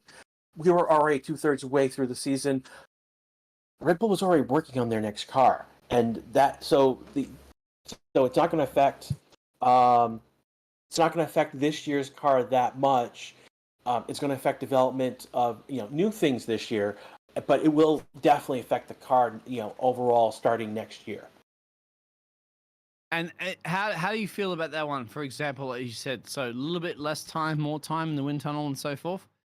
How do you think that Williams right now as a team would go, Alex just topped the timesheets and practically, in a real couple laps. Now, granted, yes, he's on the soft tire compound, right? And that will make a little bit of a difference. But how's that elated. A boost for the team? Oh, that's huge. That's huge for the team right now. Just this one moment right now, it looks like some piece of something has fallen off a car. I don't know. What are they talking? Oh, yeah, I'm sorry. I forgot to pick up my lunch thing. Yeah, anyway, no, I don't even know what that is, actually. There's a little bit of pitch or something on track. There may be a red flag in this case at the moment if that is going to continue on track. Whether it be deemed it's off the racing line, but it depends on how many cars are on track. They will red flag it so they can put a marshal out safely retrieve Is that something that fell off the Williams? I don't know. We're looking at a replay right now of Alex's ballista really quick. Wow! Alex has just annihilated this. I think there's something snapped off the back of the car. Go on the ripple strip. I'm sorry we can't show the pictures, but believe me, we're looking at them tooth and nail, analyzing it. But I don't see anything at this point. Yeah. No, I don't. Yeah, who knows where that came from? But I think they're just replaying that because everybody's hyped. And yes, everybody at the moment. Why am I shouting? I'm hyped because you don't see it. Williams at the top of the timesheet of a practice, a testing session, and you got to grant it. And this is no reflection. This is the team that finishes essentially last, expected to finish last in the championship, and Alex comes out and just boom, boom. I'm the quickest car on the track. Got to give him credit for that at least. Even if this is maybe the only time he's going to finish P1. I know some people in here are saying it's testing, it's just practice. But dude, we haven't seen cars on track in months. And here's Alex pushing his car right away, almost off the track on one of the turns already. It looks freaking awesome. And let us have our moment of excitement. Oh, Alex's moment to shine, of course. Absolutely. And Nico Hülkenberg, of course, not Hosberg, is right up there. Carlos set that blistering lap very early. No, I'm a little scary about that Ferrari pace because they're very, very good. Max Verstappen set one of the fastest lap pretty much in the very early testing stages of this. Haven't seen the big guns. We haven't seen Norris. We haven't seen Alonso. We haven't seen Leclerc. We haven't seen Hamilton. And we haven't seen Bottas. So remember, we are still like half a field today. Down. Oh, we won't. Okay. Yeah, we won't. Yeah, we won't see Sargent. We won't see because for the most part, like for this session right now, basically from 11th down, we won't see on track today. It's only the 10 above, the first 10 that we see is where those are the ones who are doing the driving in this session. So. What about the McLaren spot? I get to see. Oh, here we go. So the Aussie driver's out. Here he is. P9. Look at the timesheets at the moment. It's not even showing. Yeah, here he is. Pastri's out there, so we'll he's see. on an out lap. This is a spotlight for this young man, of course. Remember, he was the F2 champion, but not the F2 champion last year. He's been away 2 a years ago. year away from Formula One or from Rona racing. I was scared about that one. I was really scared about Oscar being a year away from motor racing because in motor racing everything can happen within a year, and that's the only thing I'm worried. So I need Oscar to perform great here. I'm not expecting him to necessarily beat Lando in the championship. Lando's handled that McLaren for a couple of years now, but Oscar's got a lot to prove here, and it's a lot on the young gun's shoulder, the Australian shoulder, and he has to really just put a good performance in. Now he's on track. I'm just curious, what do you think Oscar can do? Do you think Oscar can get himself in the top 3 here or something? He doesn't have the air brake on. I can't see what tires he's on at the moment. Let me just check. He's on the hards. So he's probably going to do something around what Hulkenberg or Gasly. He's on flying lap, mate. So let's see if he can do it. A little bit of bumpiness into turn 1. We saw a couple of cars doing, but he's okay. He's holds that one. So the thing with Oscar that we have to talk about Oscar, because how he got his seat is a bit controversial. What do you mean, winning an F2 championship? Oh, no. That was 2001. It's so basically we got to go look at what happened with the silly season in the market. Vettel retired, and then the next thing we know, Fernando. So Vettel says he's retired. It's Thursday. Says he's going to retire. We have a race. It goes into we're going into the summer break, and the money of that break. Alonso says he's jumping ship from Alpine to Aston Martin. So Alpine's now in a scenario where they have an opening and they need to figure out, and they basically they've just lost their world champion driver. So Alpine goes and announces that they are going to elevate. That's how the wording was: is that they were going to elevate Oscar to the F1 to their seat. And within hours of that being posted, Oscar posts. He backed off anyway, mate. He had a bad middle sector, but yeah, continue. And he's gone into the pits as well. Yeah, he backed off the middle sector. But still, they're probably testing things, or there's probably something that they want to maybe adjust wings or things they want to do to the car. This is one for a poll out there. So will Oscar beat Norris, Lando, in his first season of Formula? Who will be the one with the most points, Lando or Oscar? Looking at some replays, it's still definitely on track. So if Oscar beats Lando in points, that would be an incredible rookie season, and that would put the fireworks would be going off. Oh, and it's from the Haas, it looks like. You mean you got to look back at the fact that, so we're just looking Max at the piece that's on. Yeah. Oh, this is the piece. So it came off the back of the Haas. Was it correct? Yeah. It looks like it came off the Haas. So if Oscar were to beat Lando, that would put extreme pressure on Lando. And I need to keep telling the story, because what's going on with McLaren is bigger than just what Oscar did. So Oscar put out the tweet saying that that's not true. That was put out without my permission, and I'm not driving for them. And for those who are following IndyCar, you know that a month earlier, the IndyCar champion Alex Palou did the same thing. And what's the connection between these? Basically, McLaren. Alex Palou was trying to go from I forget which team he's on, but he was going from the team he's on to McLaren. He had a year left, and the team had said that we were going to pick up his last year on his contract. Ultimately, Palou is going to stay with his team, but in the case of Oscar, he actually had a valid contract with McLaren, and it went through the arbitration board, and they ruled in the fact that it was a valid contract. And so Alpine lost their world champion driver, lost their future driver, and looked really stupid in the process. And so the fact that And Max Verstappen's quickest at the moment, middle sector. Keep going. Sorry. And he's also on with Flovis on. There was someone Flovis on the side of his car as well. Not a fast first sector, but a fast second sector. But the fact that Alex, who came up through the Alpine family, was able to jump ship the way he did to McLaren. That's Maxi gets it. You're right. Yeah, but that's it. Talking about that one, you can talk about that one to your blue and red in the face or whatever, or Red Bull in the face, because Max just goes almost 1 temp quicker. But yeah, real quick, going back to that one. I mean, Daniel Ricciardo caused a jumping ship on Red Bull, but go ahead. Well, that Daniel Ricciardo jumping ship for Red Bull is a different reason.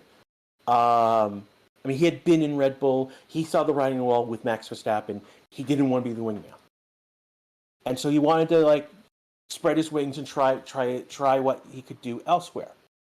And we've seen the results. But the this issue is what I don't like, my friend. Go ahead. Sorry. So let me get back to what's going on with McLaren, because the situation with McLaren is that they've signed multiple drivers. There's multiple drivers that could be that. So not only do they have their reserve drivers, but McLaren has their IndyCar drivers. They can't get the racing points for the license spot. But I mean, what they've got Pato Award over. Doesn't in matter. He IndyCar. doesn't have the racing points. I'm sorry. That's the reason why I know. Logan just got the racing points. Yes, but McLaren has many drivers underneath their wing. So not just from IndyCar, but also coming up through F2. So more so than other teams. There's actually more drivers interested, willing to work with McLaren than you realize. I didn't see the point you're getting at in this one. What was that? What's the point you're getting at? That's the pressure, because it's basically if let's say Oscar does not perform. Let's say Oscar crushes Lando. That puts now pressure on Lando because there are other people in the pipeline. Yeah, so there's more drivers than there are seats with McLaren right now. Is the issue that we're dealing with. I ended up interrupting you a few times. Apologies about that one. No worries. Chat. Go ahead. There's a lot going on, and a lot happened as I was going through this. Russell is on track right now. Not a particular fastest first sector, but we'll see how he comes with his second sector in a moment. We've got Sainz on track as well. He's coming halfway through the first sector. Turn 2, turn into turn 3. The only reason why I touched on... Go ahead. Yeah, then that's, you bring up Daniel Ricciardo. He's gone back to Red Bull, which brings up an interesting scenario. There was some drama with Checo at the end of the Carlos is season. super fast, man. I had to interrupt you because he's blisteringly through the first sector. Whoa. Oh, that is a purple sector. Yeah. So let's talk about Carlos Sainz at the moment there. Bring it to Charles Leclerc, because he's in the car, of course, for the testing at the moment there. But wow. None of this gear is in the car. I didn't even see any flow paint at the moment, but Carlos Sainz at the moment, he's going to say, Max Verstappen, you won the championship, but I wanted to dethrone you. I think this is a 109. Maybe. This is going to be a blistering lap up. We'll see if he gets purple sector 2. 2/10 lower after sector 2. So he's on the 109 bubble.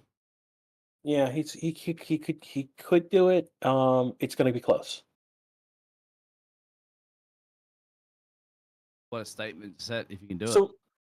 So ultimately with Ferrari and Mercedes in terms of their drivers in terms of they're going to lean in one way.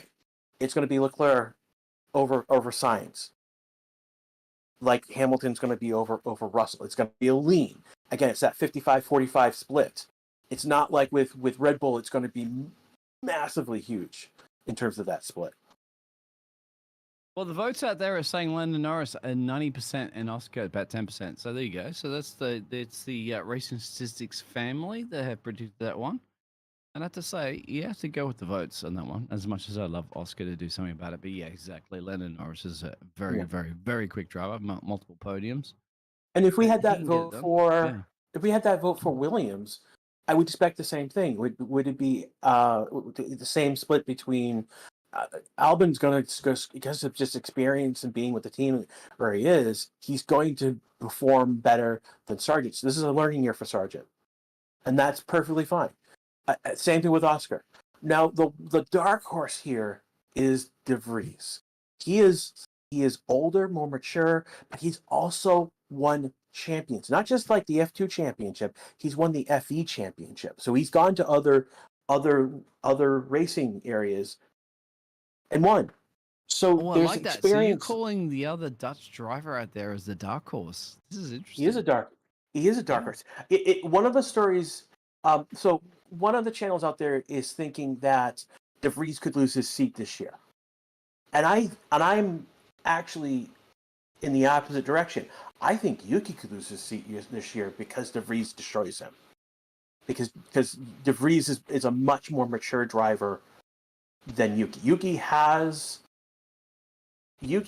experience in the car and on the tracks, but De Vries has an overall more rounded global experience that he's going to bring to the car. And literally, he scored points in his first time out in Monza, and that was amazing to watch. That was one of the amazing stories that came out last year. That how De Vries had to jump in for Albon, and in that car in the Williams scored 2 points. So that's why he's someone to, for me, is someone to watch this year, because he will be sneakily. He could be in the top 10 in the constructors champion this year. Oh, there we go. Quote you to that, Grashy, for sure. Yeah, I have a feeling. Honestly, mate, I probably totally agree with you on that one. He's an absolutely brilliant driver there, and lots of experience, and definitely can deliver results, and has experience, of course, behind a Formula 1 car. So we'll see how that pans out.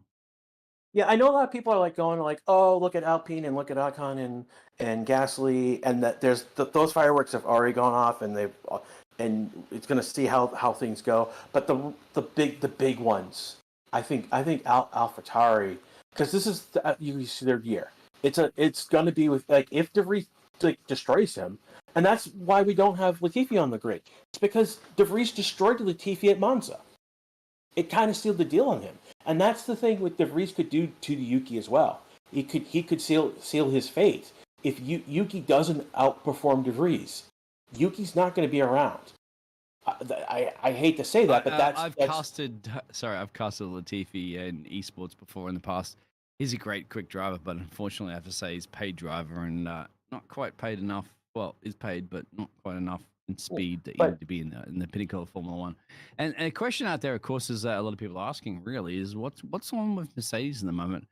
The old sandbag questions pulled out there. You know that Russell pulled a couple of those laps out on hard tires. How are you thinking right now in the testing session that we're in? How's Mercedes looking? If you're talking about on pure speed, yes, Mercedes is sandbagging because they're on the hardest of the hards tires. They're not on if they were on a soft tire, on a medium tire and doing this, I would be concerned. I'm not concerned right now because they've been only on a hard tire, as opposed to, like, again, Sainz is on the regular medium tire. Zhou right now on track on a medium tire. Let me see. Albon, when he put his lap in, he was on a soft tire. So I'm not too concerned that Russell's 7th when the other teams have been using softer tires.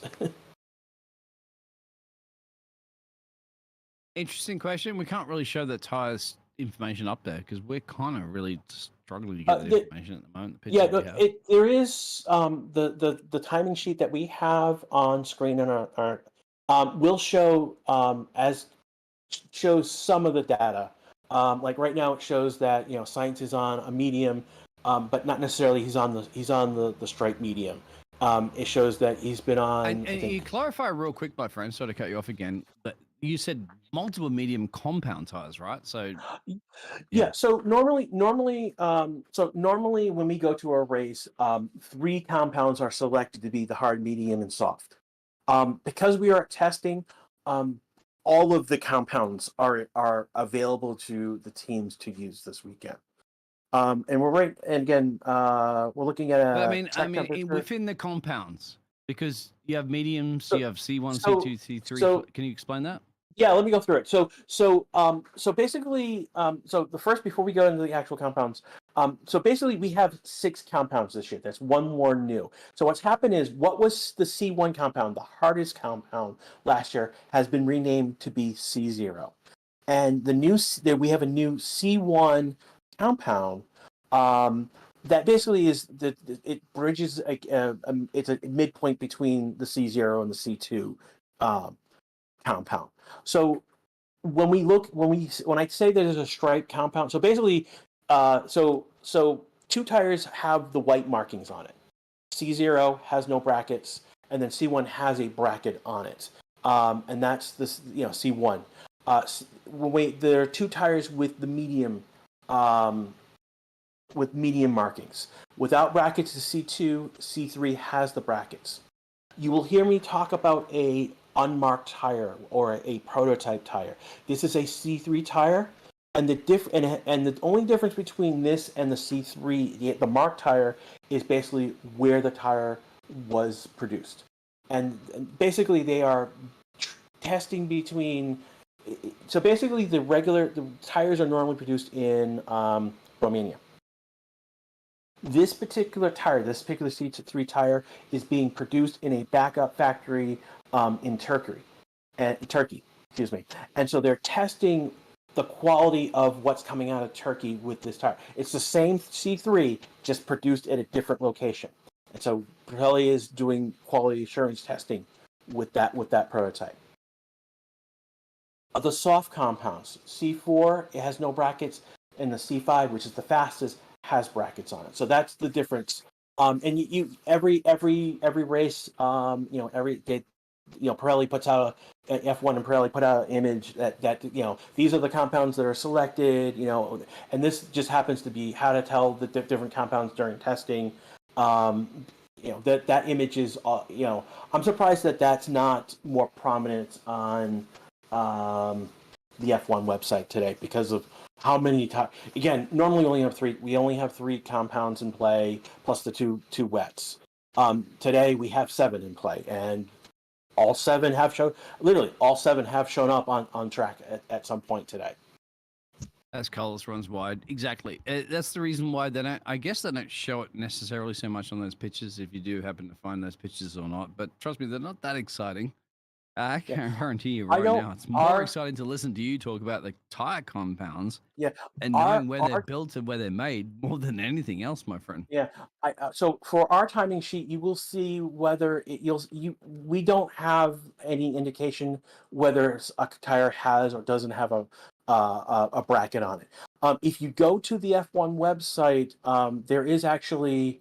I'm actually looking at the F1's timing sheet right now, and they do have those markings on whether a tire is with brackets or without brackets. They have those markings on. So I'm looking at another source to tell you give you more detail that we don't have available on our timing sheet. And just to bring into play for somebody who doesn't really understand necessarily what tires are going to be using this season. Are these just testing tires? Are they going to be locked into a certain amount of compound tire they're going to use during this session? Is this the testing determining what they're going to use, or what? No. So when we're talking about testing, we're talking about that prototype tire, and that's, again, quality assurance. The compound, when we take that out, there are 6 compounds. Because we're at testing, teams have access to all of the compounds.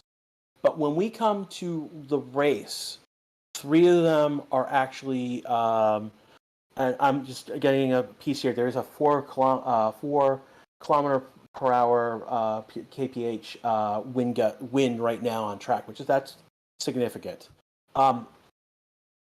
But when we come to a race, 3 of them are selected by Pirelli for that race. So I know for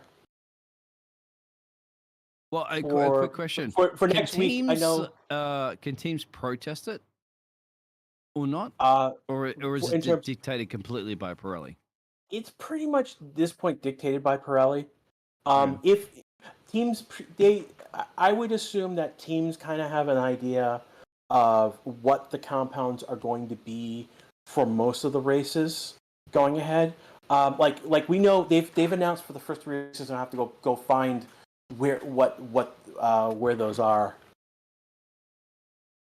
So would you, as a team right now, if you know essentially the compounds are going to choose by Pirelli, you wouldn't ever really run a testing session on a tire that you wouldn't expect in the first race of the season?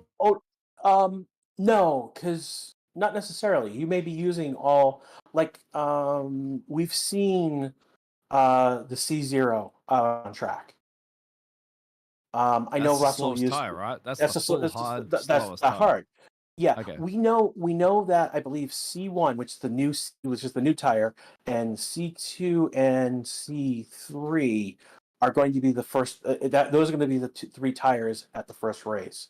I believe the next 2 races, I think Melbourne, and basically it's going to be a C2, C3, C4 style race.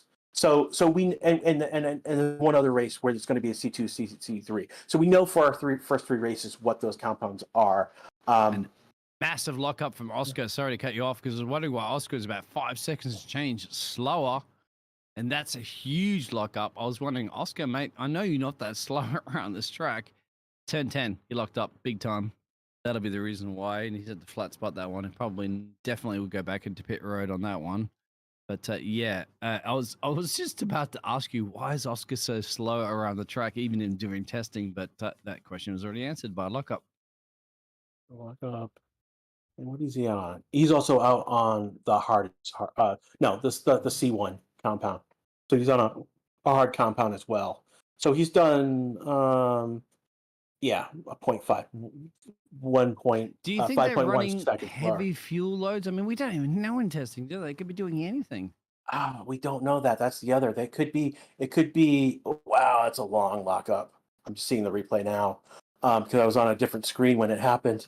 But yeah, basically, we don't know what the fuel loads are in those cars right now. It could be. Yeah, I mean, like I don't know. We haven't seen anyone just do lap after lap, pound the car on laps just yet. We've seen them go out, do something, come back in, go out, come out, do something. And so they're more focused on a particular, this is what we're doing type scenario. So here's a question for you. Why? And this is, I'm talking, of course, to Grosh at the moment, the fantastic commentator here for our first ever Formula One cars for a free practice session. Why would Carlos Sainz and Max Verstappen go out there and do blistering laps on, a softer content tire and only a couple of laps? So I presume they're probably fueled a little lighter. Presumed, of course, is a key word. And then set a little statement. Why is that reason? Because that doesn't seem to me like a testing scenario. That's more like a bragging scenario. No, there's definitely test scenarios where the car needs to be light on a particular compound, and lately they've been on medium compounds. So these are definitely maybe a qualification. Could be there, and then there's many. There's don't get me wrong. Is it psychological? Are you trying to tell a team as well to go, well, we can do these times? And all of a sudden the team goes, oh. I mean, I'm just asking this question because that's what people are also asking in the chat as well, too. They need to know. Are people sandbagging? Purposely sandbagging? No. Doing again, when you're testing for something, there is a certain scenario that you are testing, and it may not be a race. It could be. It's not a race, not necessarily a race scenario type for testing. It could be something about. It could be something about the car that they're trying to find out. about. We want to, and it may be that, and part of it is that, part of the sandbagging is that, okay, we go out and you do a lap, and you set a time. And literally, and then we do a change to the car, and we tell the driver, do that lap time again. Don't set a time where you're not pushing the car. You're pushing the car, but not to the limit. You're not in a race. Okay, let me rephrase the question as well too, because Nico Hosberg, it's been quick on the medium tires, came out 4 seconds slower than everybody else on the track. It looks like he did a good lap. It didn't look like he did any mistakes. Would you be doing it as looking at that car, going, well, as you can see, right, and we probably see some pictures right on Gunter. Gunter's face isn't going to show anything about Nico Hülkenberg's pace, but you crossed the line there, and you're like 4 seconds down the road from everybody else. What testing would he be doing at that point? That could be how the car is performing on a high load of fuel. I mean, if the question now, we're looking at Hülkenberg and his time right now, and it's a 4.5 second lap. But he's on the medium tire. He could be weighted down with a lot of fuel, and it could very easily be he's out there now. Like here's the first flying lap, but he could be out there to pound 10 laps, 15 laps to get a feel how the car is going to perform over multiple laps. So this could be a reliability check that you're trying to do. So there's again, we're excited about seeing cars going fast, but there are reasons why the cars may not be going as fast as we would want them to be. Good question. That's a good point. So, and on top of that, everybody to know the reason why you're not seeing the likes of Logan, Norris, Alonso, I gotta stop you one moment. I gotta stop. Hey, just so those who are in chat right now, I just want to be straightforward about how you can watch this. Pretty much, F1 has pretty much locked in the F1 TV to watch this preseason testing. You're not going to really see it on Sky. You're not going to see it. ESPN doesn't have it. ESPN Plus doesn't have anything set up for it. Did you right? We have it here. Yeah, but because they've done that, people are going to go and are the Pirates. I'm sorry, please do not share those links in chat. We cannot have you sharing those. It puts our stream at risk when you do so. And so expect to be moderated appropriately when you do so. Of course, yeah, because if it's illegal. But Drogovic, remember at the very start of the show, he got a lap or so in before he was told by the Aston Martin team, pull over. He's about 1.6 seconds and change down there on the first sector. You got to remember, the young Brazilian driver hasn't had many laps here in the Formula 1 car, and he's actually had the opportunity because Lance Stroll, unfortunately, cannot be piloting that machine. So I'm looking forward to see how he can pull it in, and I think it's a bit of maybe more of an outlap than anything. We'll see what he can handle. Thank you very much for pointing that one out. Of course, everybody's going to keep asking about where can I watch it? Where can I watch it? Unfortunately, not many places, but don't worry about it. If you can listen to us, we'll try to bring you the pictures. There's not a lot, of course, because there's not cars side by side, wheel to wheel action racing. It's more of a car going around the track. And I do want to ask the questions. We'll answer you. I do want to say about Drogovic that he has had some laps previous today because he has tested for Aston Martin. He is there. He is the reserve driver for Aston Martin. I'm trying to remember. Van Dorn is the other reserve driver, but he's not here this weekend because he's got an FE race this weekend. So it's and also Drogovic is last year's F2 champion. So the fact that Stroll isn't here and you can get time on your reserve driver who's an up and coming talent, it just kind of that sucks that Stroll's not here and he's injured. You see, is there any opportunity to get inside a car? Exactly. Any time of the week. Yeah. I mean, we're seeing pictures of drivers. Just explain to everybody at the moment the reason why you're seeing half the grid not driving. Because they can't, right? Basically, yeah, this is just how it's scheduled. Basically, it's testing only for the teams that they've basically only one. They only have I think they're only allowed one car onto the track at a time. So there's only one car at testing. And so basically the expectation is that you're going to see about half of them on grid at only half of the time. It's just how testing is set up. Yeah, first testing, of course, day one. We have multiple. And you said there's another testing session a little bit after this one. We still have about 2 hours. Yeah. So and a half change. over the course of the day, it's 8.5 hours over one day, and it's split between a 4-hour session and a 4.5-hour session. Basically, lunchtime for at some Jose point. knows out there in the chat, mate. Right on top Yeah, of that one, Jose. Great job. Again, because it's testing, they don't. It'd be too crowded for testing if everyone's out there. So half of the grid, for this purpose. And you actually see, believe it or not, if you got a really sharp eyes on this one, and I'm actually curious to see if you're going to see it from Djokovic. It should be a blue. Well, it's not a blue light, but it's not a red light in the back of that car. What color is it? Is Nick is just on the sideline at the moment? Some pictures just doing something that Nicky's. I call him Nicky, but whatever Nicky's doing. But yeah, if you are sharp on that one, if there's a green light flashing in the back of the car rather than a red light, that means that you are a rookie. Alex is going a little bit too deep into turn, final turn actually. Oversteer moment, keeps it on the track there. You knew about that one, didn't you there, Crushy? No, I did not know that. There's a lot on this car. Yeah. Flashing lights in the back of the car? Rookies have to have different color. Yeah, I'm sure Jose knew that one.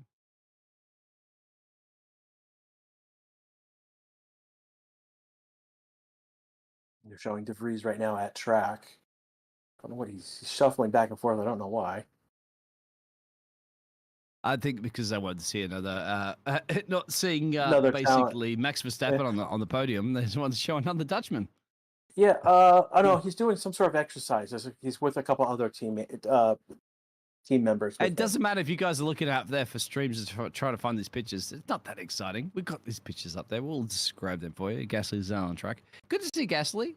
Haven't seen too much of the Frenchman. Now driving, obviously, for the French team. And we'll see how it's going to pan out. Who do you think will be the mighty French drivers? Gasly versus Alonso for the French Alpine team. That'll be a crucial one. Williams is out with Floviz, but in a different area this time, which is interesting. The other thing I want to mention, now that I've seen the livery up close with the driver's view, one of the cool things that they've done, we saw the Duracell on the intake, and that was a cool thing. I love that. Isn't that was great? Awesome. They did do that last year, so it's not new. But what is new this year is on the halo on the sides, you've got the black and the bronze of the Duracell looking like a Duracell battery on the sides of the halo, and that is pretty cool. And that's kudos to Duracell for getting that level of. That's going to be the best advertising I've ever seen. You know why? Because we're talking about it, isn't it? Already, Think about all the other advertising in the teams, and that's the first thing that comes to your mind. Duracell. Yeah, that's gonna be, and it looks cool. People asking once again about Mercedes, mate. Can you explain to them a reason why Mercedes aren't really putting out some banker laps on the track right now? Because they've been on hard tires, and the testing programs that they've run doesn't need them to be doing banger laps right now. That's the only two reasons why. It's not that the car we're not going to see. So what's going to be interesting is not in this session, but in the second session of each day. At the end of the end of the day is when we're going to see the really crazy flying laps, because that's when the track is going to be more. Temperature and track are going to be more like the race conditions. Really, what we're looking at right now is they're putting down rubber like they would over practice session. They're putting the track is they're getting the track rubbered up, and we're going to get better times when that track evolution really hits on that third day. We're going to see some really awesome glory laps and times on that. Do we know last the session. local time at the moment? Because it's definitely in the middle of the day here. I don't know the local time specifically. It's about 26 degrees Celsius air temperature. But yeah, So track so temperature. yeah, there's 27 degrees track temperature from That's not the track temperature, mate. That's air temperature. There's no way it's 26 oh sorry. track. Okay, track is 39 degrees Yep, Celsius. there you go. And the air temperature is 28. And it is currently just 2 minutes to noon at Sakir. And 2 minutes Alex to Albon 3 just a.m. lost where I'm at. 1.6 seconds in the first sector, and he was flying. I don't. Well, that's got to be heavy fuel load. I'm looking at the tires at the moment. They're mediums, so Yeah. whatever they're trying. Oh, there Yeah. it's testing. Well, he's on an out lap. Okay. That's why.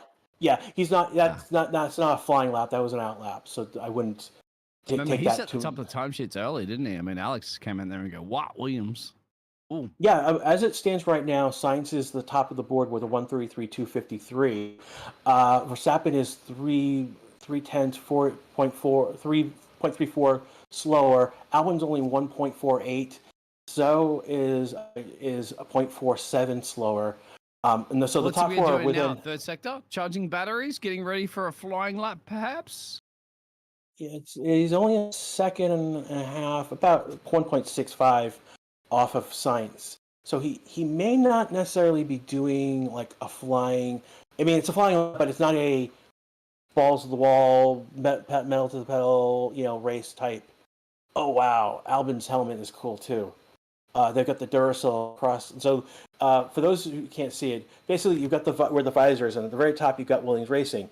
But if you keep extending it out, you've got the Duracell branding on the side, like on the halo on the intake. So that's again, kudos to Duracell for getting that branding in that particular way, for being cool. So Albert he's 0.37 slower, so he must be doing not a program that requires all out speed. Traffic in the way as he goes flying around the corner at the moment. I think that was definitely an Alpine in the way. Well, nothing you need to worry about too much in the pictures, but he's flying. Alex is absolutely flying. We didn't even have pictures on Alex at the moment. Trust me, we don't see it. Yeah, it was an Alpine in the way. Yeah. Did it cost him? Yeah. So, looking at the car, I did see some Flovis paint on the insides of the car. So they don't need to go completely all out fast. They're going pretty fast as it is, but they're not going super. Yeah, I don't know what the pictures are showing the Alpine right now. They should be showing us Alex. Even Jose mentioned that. Oh, that was close. Yeah, sometimes we don't have any control of the pictures, of course. But then again, the sponsorships, they have to provide this in the F1 media. Sometimes when you sit down watching a race going, why aren't you switching it to this car?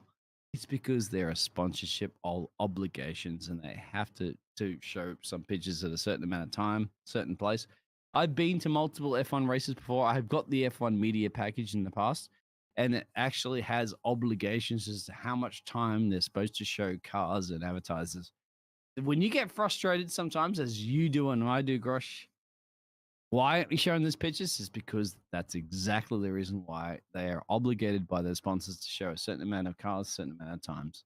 But as much as it's not happy for us, but hey, they pay the bills, all right? They bring us entertainment, so you can't blame them. It's how they pay the bills. That's exactly what it is.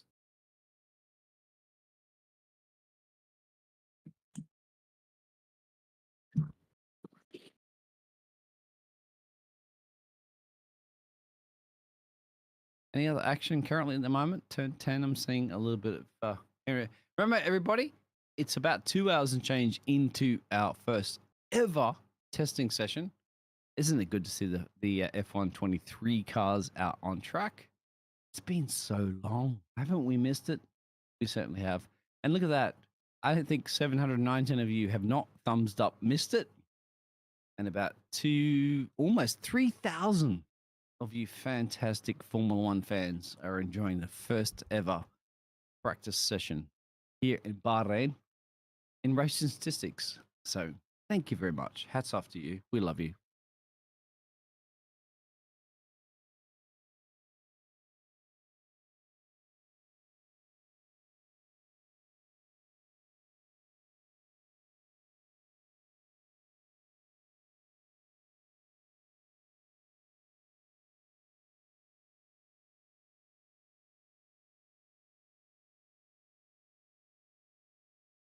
Can anybody explain what's happening with the Ferrari nose? Well, I'll tell you what, I need my mastermind, Grashy. He has to step away for a minute. All right. Jose, can I give it to you? Because Jose's sharp. He's as sharp as tall as shed. Jose, can you, because I now have to allow it to you, my friend, because Grashy had to step away for a second. Jose, do you know what's happening at the moment there with exactly that question? With the front wing? He's asking, give me what? I'm going to scroll up this for a second. There's so many scrolling to go. There was a question that was very, very... Yeah, there we go. OP Gaming asked, hey, what's happening with the Ferrari nose? I don't even know what's happening with the Ferrari nose. Jose, do you know what's going on with the Ferrari nose? Or anybody else in the chat? Not just Jose. Everybody's welcome.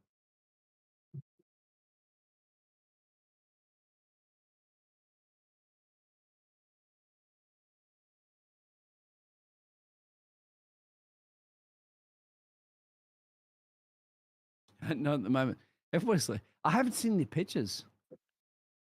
Is this something we've missed? The Ferrari's got some sneaky nose moment. I'm seeing the Alfa Romeo, but I haven't seen too much at the moment. 1.6 seconds down in change there from our Chinese driver. Trying to bring it. As I say, it's looking pretty good there for the Alfa Romeo team. He's in the medium tires. So representative time that may be improving or not. We're sitting around this currently P4 position, looking good. Just ahead of Hulkenberg. Have some winglets.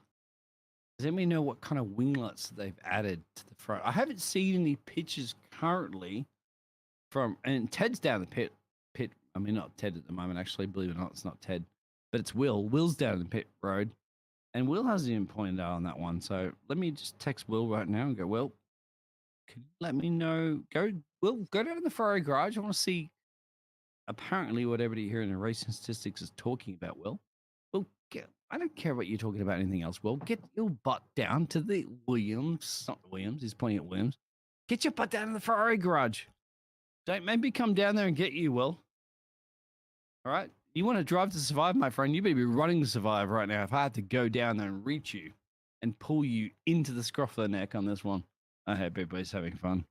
I'm just messing around at the moment. Ferrari on top of the testing, but it's very, very early days. Verstappen in P2, Alex is P3, Alfa Romeo P4, Haas P5.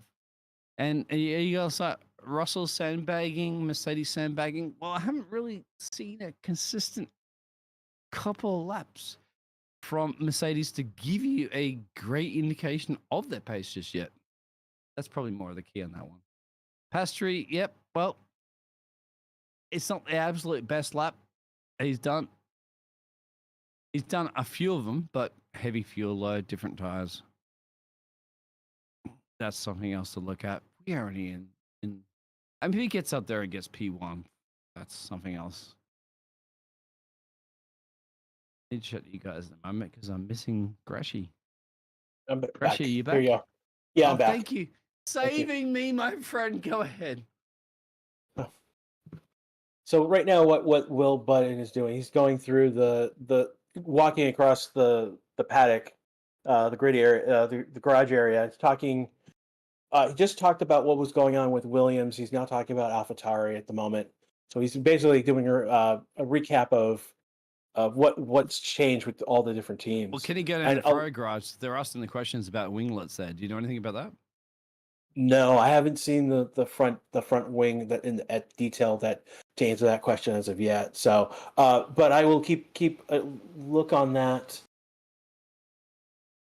Well, send Will down there, mate. That's his job. Will, come on, mate.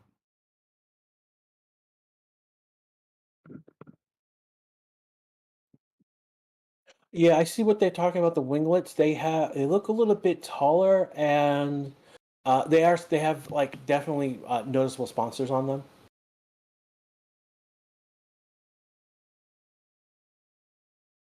Yeah, the winglet rules did change slightly, and I have to go look up the documentation where they changed. It's one of the things that think it was Aston Martin did something with winglets and And things Gresh, I thought on you the had this wing. printed out, mate, on I your don't wall. have it printed out. No, I've like it's all digital documents for me, man.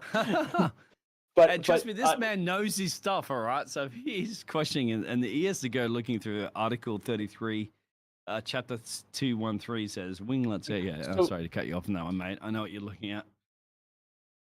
yeah, so what basically I know one of the things that was going on with the wings and winglets, Aston Martin had winglets. No, they were on the back wing. That's what they did. They did something with the back wing with winglets. That's why I'm being confused. And the issue with that is, were they basically blowing the air straight back into there was a question about the winglets. Um, and I have to go back and look at the documentation because it's very again we're talking about is very technical, and I don't. It's been a few months since I last read that. So Come on, this is your job. I'm sorry, I'm picking on him. wait, Not his you're job. picking on me. This is my job. I love you, mate. Ooh, Ferrari getting a nice few Yeah, a sparks little from the silly turds. boy. People are still asking about Mercedes, mate. Why? Because they're Mercedes fans. Because Russell's only fifth. Again, Russell's been doing. He's been on the hard tires. He's been on. He's been on one of the mediums, but he hasn't done. And we don't know how the car is loaded. It could be loaded with a lot of fuel. And ultimately, I mean, they may not be testing things, race or quali scenarios. They may be testing reliability on something. Maybe they've gone out a couple times with FlowViz on it. So that's we're only in the first day, in the first session. The times that you want to be, the times that you want to be concerned about, if you want to see about actual times, it's going to be at the end of the day. Track evolution is going to take in because they've been driving all day long, but also the track temperature is going to be more related to race related scenarios. So again, and in it saying came up that, real quick to cut you off on that one, is that because it gets cooler? Because remember, in Bahrain they don't race in these middle. No, it's going to be warmer. As the day goes on, it's going to get warmer, and you're basically it's going to race basically Bahrain in these typical yeah testing yeah conditions. yeah they're not going to yeah. So well, I could be very wrong about it being warmer, but I know at the end of the day that is the same time approximately when the race is going to happen next weekend. So you're going to see more teams do those types of speed, getting laps in, flying laps for lap times at the end of the day, and those times are gonna get improved over today to tomorrow to the next day.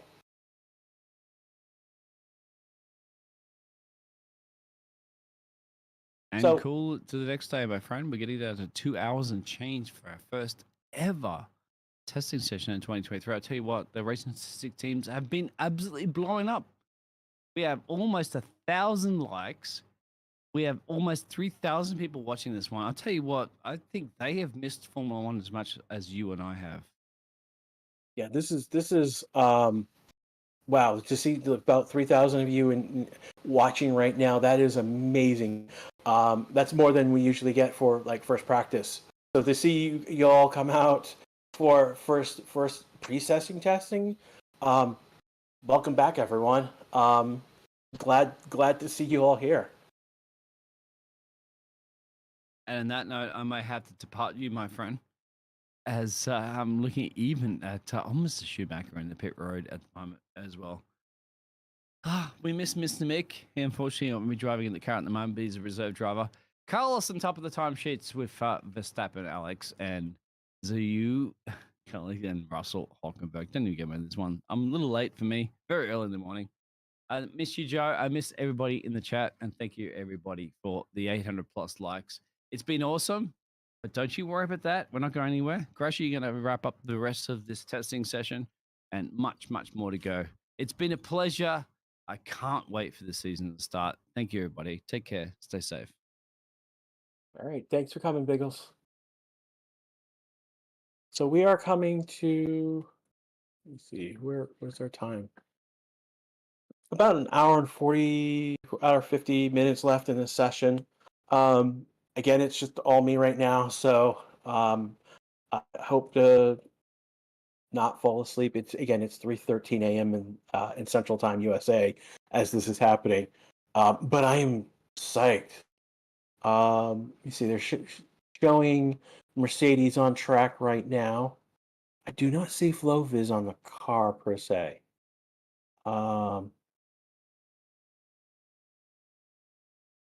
Yeah, I'm not sure what they're testing. Let's just take a look at the tires for Russell.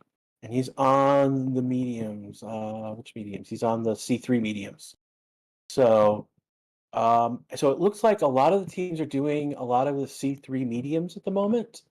And that may be to get some data on those mediums. So these could be Pirelli things they're doing for Pirelli to test the tires. And these are the C3, not the prototype C3.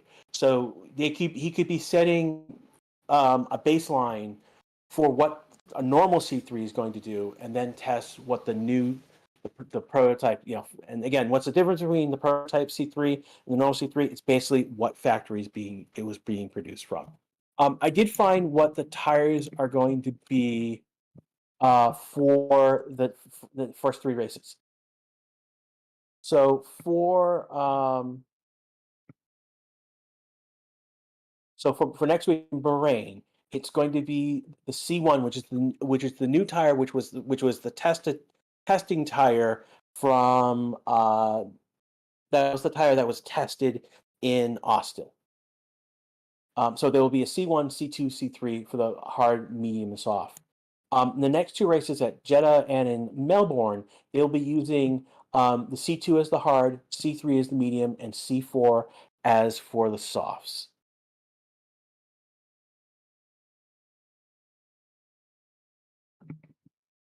And let's see, what else going. There's a lot has changed. I had early on talked about how team principals had changed. First one, the drop was Binotto, gone from Ferrari. Fred Vasseur in. He was at Alfa Romeo. And what's happened with Alfa Romeo is that they've brought in Seidel from McLaren, but he's going to be an executive. He's a chief executive, not the team principal. And they're going to use Bravi. Alessandro Bravi is going to be the team representative, foregoing a traditional team principal in this case. So that's how they're going to.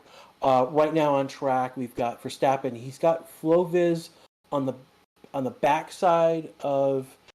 So on one side, they've got it on the outside and the back of the side pod, and then on the other side is on the inside. I'm trying to. They give it a shot. I can see that again. They're in different spots on different parts of the car, depending on which side you're looking at, and that's because they're testing some sort of aerodynamic on the car with that FlowViz paint.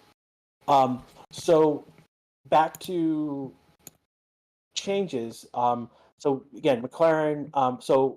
McLaren lost Seidel, and they replaced him with Andreas Stella, which is a promotion inside the team. The last thing is that Josh Capo is out at Williams, and they've brought over James Voles from Mercedes to be the team principal.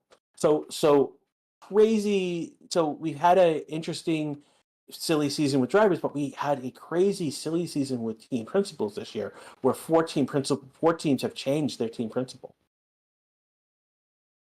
Again, 6 teams have new driver pairings. Gasly joins Ocon at Alpine. Haraski, his contract with McLaren is valid, joins Lando Norris. Fernando skipped Alpine, has joined Lance Stroll at Aston Martin.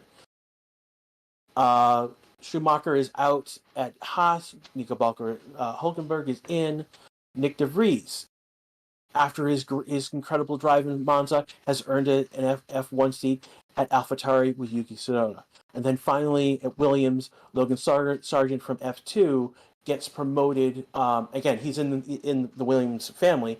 Got promoted from F2 to F1 and joins Alex Albon at Williams.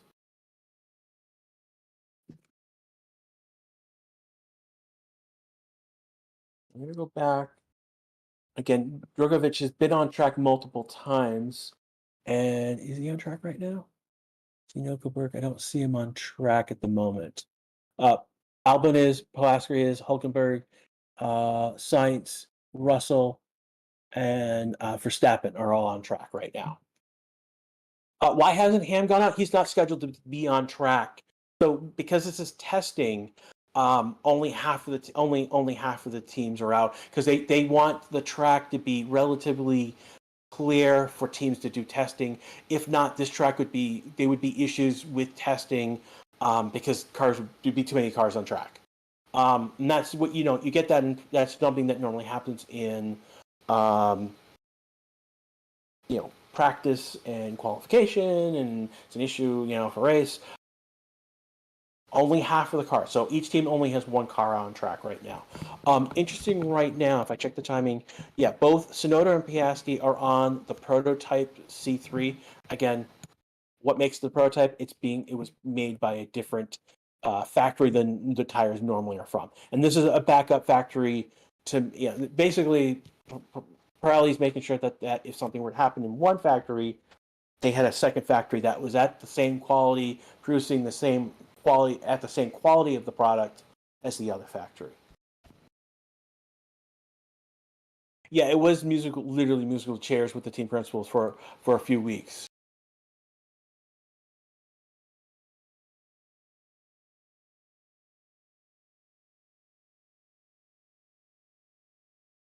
I'm just looking through any questions. If you got any questions, I will be looking at chat a lot more. So again, which site to look at, please? Right here, YouTube. Again, they're showing the streaking of the FlowViz on. I believe this is Max's car. So they're showing how the FlowViz is streaking across that car to show, basically to show what that FlowViz, the purpose of that paint, and again, is to streak to see how the air is flowing across that car. And where you get those longer streaks, that's you're going to take into account. That's where air is flowing across the surface of the car. If you're looking to watch this, the only particular way to do it right now is with F1 TV Pro. It is not on. There is I've been told that there is basically a free trial for 1 week. That will get you through the pre-testing, and then what you want to do. We can't help you find where F1 is on some other site. Probably illegal.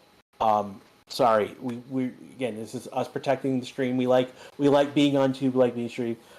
We can't help you be a pirate and basically get to get this illegally. So my apologies. Not really apologies.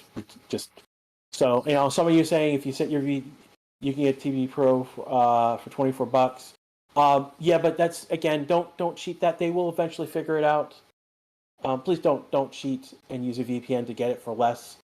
Yeah, I mean, basically, again, someone's watching on Dazn. Apparently, and it's all in Chinese. I mean, sorry, it's on Japanese. My apologies. So apparently there is some places where you can find, but we're not that kind of channel. We're not here to help you find it illegally. We're a watch-along channel. All right, we're here showing you the data on screen. We have a map on screen for you to see. Questions here in chat, but we are expecting you to be watching this. If you, for the most part, listening to us talk about it, but also watching it alongside. Again, we are a watch-along channel, not we are a pirate channel. Again, coming up again, any news on Mercedes? Not much. I mean, they're doing programs with Russell right now. Where is Russell? Yeah, he's on track. He's doing programs right now, but he's not doing anything that's like blazingly fast, and that's intentional. They're not bouncing. That's one of the things we're seeing places of the track where it is bumpy, but we're not seeing a consistent porpoising like we saw last year. Again, Hamilton, Norris, Leclerc, not going to be. You're not going to see again. Sargent, Norris, Alonso, Leclerc, Magnussen, De Vries, Ocon, Hamilton, Bottas. We're not going to see them in this session. They're not scheduled to be on track, and that's because again, teams are allowed only one car because it is testing.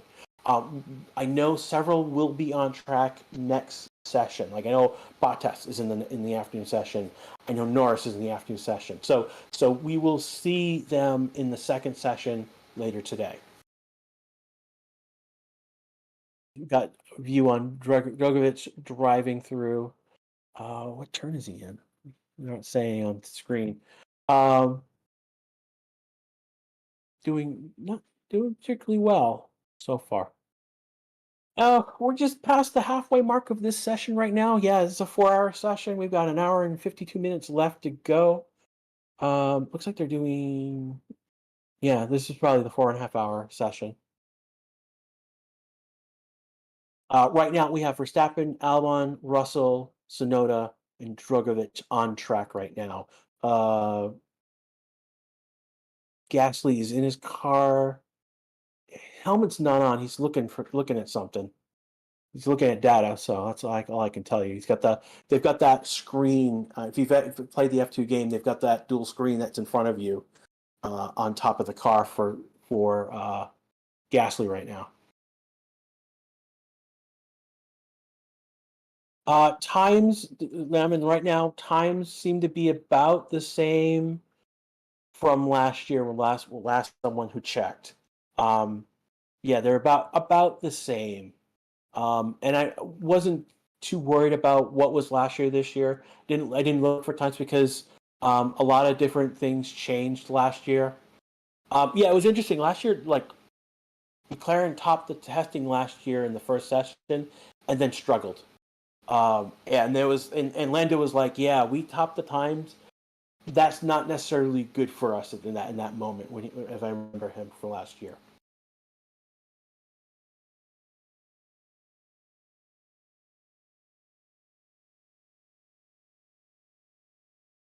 Science is coming across for another lap, and this again, he just did a 6 seconds slower than Science fastest lap, and they're not testing something. They're not testing for absolute speed, like for race. There's things that they are looking for, and what they are, we just don't know.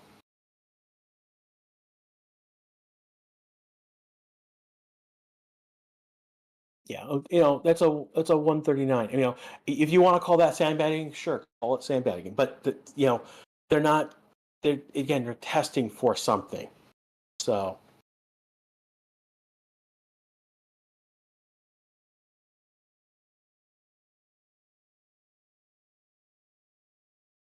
I know someone's going after Drogovic for putting in slowest lap after all.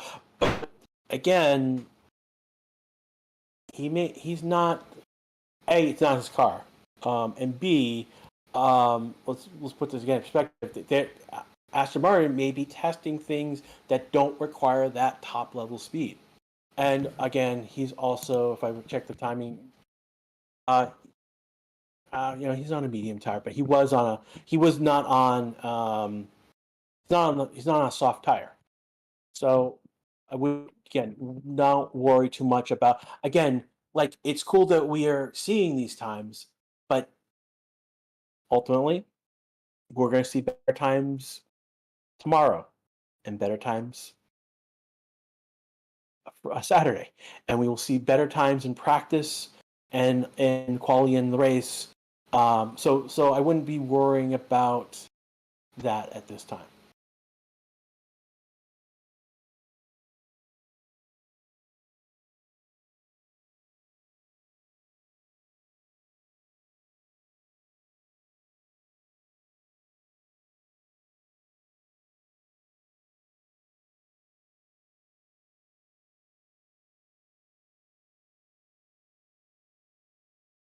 No, I wouldn't say that. No, they have improved the car. I just again, and Russell, he's actually better. His best time is actually better than it was earlier in the session. So, but again, we don't know why what they're testing for right now. Why? And so we're looking at it from it without knowing that information.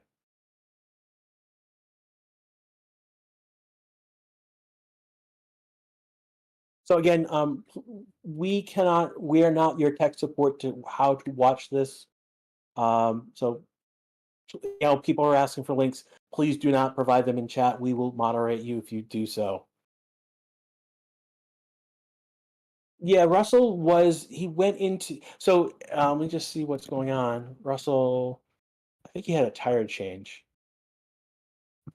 Yeah, he was in the pits.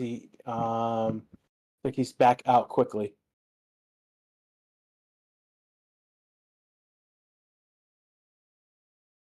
Hello, And hello, and introduce yourself to we are live. JS. My name is JS. How are you? I'm doing well, JS. How are you doing today? Welcome Good. to. So where are you? Where I have not streamed with you before. So where are you from, my friend? Just real I'm quick, from- sorry, I bring JS. He's from Australia, my friend, and he loves Formula One, Okay. and he knows very much about Formula One. Sorry about that one to throw you in the spanner in the mix there, but JS, mate, answer that question, of course, from. Yep. So I'm JS from Sydney, Australia, and yeah, just watching preseason testing. And looking good so far.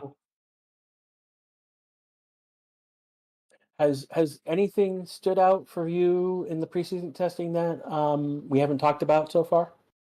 I haven't been watching, to be honest. I've got a few notes from what I've seen. Look, not a lot, to be honest, but overall the cars are looking like a lot more compliant, I guess. So not so stiff as they were the previous years. But I mean, there's not a lot we can tell from at the moment. Yeah, and yeah. that is one of the that's one of the changes in the regulation is that last year's cars were really stiff because they were going hard on that downforce, and this year the regulations forcing the cars to be relaxed a little bit more on that to prevent porpoising. Yeah, 100%. So, yeah, they I think they look better as they are a bit raised. That 15 mil or whatever it is. But yeah, they're looking good, and I'm a Mercedes fan, so I really like the livery of the car, and it's looking good so far. What about you guys? What have you kind of picked up from it all? Williams looks good. Yeah. Alfa Romeo has looked good today. In fact, Ferrari, Red Bull, Williams, and Alfa Romeo are the only other ones that are under half a second of the top, and then Mercedes being 1 second off, about 1 second off, being the top five. Not sure what's going on with Hulkenberg. He's looked good on track, hasn't made any mistakes. Sonoda's been on track, it's looked good, hasn't made mistakes. Piastri, Djurkovic, basically, we're really seeing them for the first time in these cars, and we're not really. And again, they may be the slowest, but we're not sure why they're the slowest. That's the problem. There's a lot of black box of what we're not seeing. Looks like Max is back out with another set of Flovis paint, or they just didn't bother to clean his car the last time he went out because it looks the same. And I noticed on their commentary that they were saying that there was a Flovis paint. It was like just to the right of the car, and it was like just a strip of it, like under a bit of the floor. I think they were saying. Yeah, there was. Um, So I think on the left. So I think that'd be the left side of the car where that streak came. The right side of the car. It's over the basically over the side pod. The back of the side pod is where the flow yeah, grease paint is. So they're basically trying to target how the air is flowing over the car. yeah, yeah, yeah, exactly. Um, yeah, no, it's all looking pretty good. But Real quick, as there you had notes there coming in there, JS. Like, what were the notes you got from the 3 hours and change so far of the first testing session? oh, I hadn't been watching. I hadn't been watching it for 3 hours straight. But one of the main ones was the Ferrari strategist. He moved roles, I believe. I think he was one of the main strategists. Are you talking about Benito out and Fred in as the team boss? No, no, no. There's a Oh, Ferrari strategist change.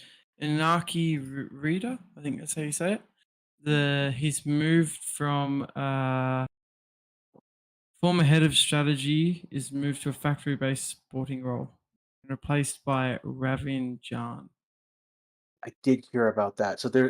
Again, that's one of the things that's happened since Nasur has come in is that they have actually started moving, pulled people out of different roles and put in new. So yeah, strategy was one of them. I did hear about that, and I should have marked Yeah. that down. I should have marked that down. That's important. So Oh, so Greshi, are so you letting the team down? What's happened here? Go ahead, mate. uh, do you don't know what my Tuesdays look like? So don't. I'll tell you later what my Tuesdays look like and why I'm not exactly on my game. Also, it is 3:30 in the morning where I'm at, so um, I can have those memory lapses. And another note that I 3:30 in saw, the morning. Yeah, and JB, where are you? You're in Australia, mate. So I'm pretty sure you're in a different time zone too. yeah, 8:30 p.m. It's great. There you go. Oh, that's perfect. Adrian Newey said that the three challenges he was looking that they were kind of assessing were Ferrari, Mercedes, and Aston Martin, which I found very weird. I don't know why, because I as long as It's a lot of because people would say because um, Alpine. so the reason you do that is to screw with Aston Martin. That's the only reason you do it. It's not. No. It's not. Yes. The first two is obvious. It is Mercedes. It is Ferrari. But Yeah, Aston Martin is not. They were like sixth or seventh. Um, exactly. either he knows something is going on with that team. Basically, when you do that, you raise the expectation for that team, and so when they don't meet that expectation, it crushes them harder. It's a It's almost like a psychological big game. bluff. Yeah. Mm. Yeah, yeah. And also, if you had a chance to screw with Aston Martin, why wouldn't you take the chance to screw with them? Oh, 100%. Yeah. The big thing with Aston Martin that why he may say that there are things coming down the pike for Aston Martin, and the big one is they have a new team factory for the F1 team where they're going to bring everyone together. The new wind tunnel is going to be so everything F1 related for the team is going to be at that one factory, and it's going to be a state of the art new brand spanking new everything, and um, that will help the team develop, refine, and perform better because of that many times it's been called a game changer many times by a lot of different people. It's to see that that's the actual case. But that's why he may be pointing to Aston Martin because he may be seeing that and be like, yeah, that's actually a big deal. So that's something you know.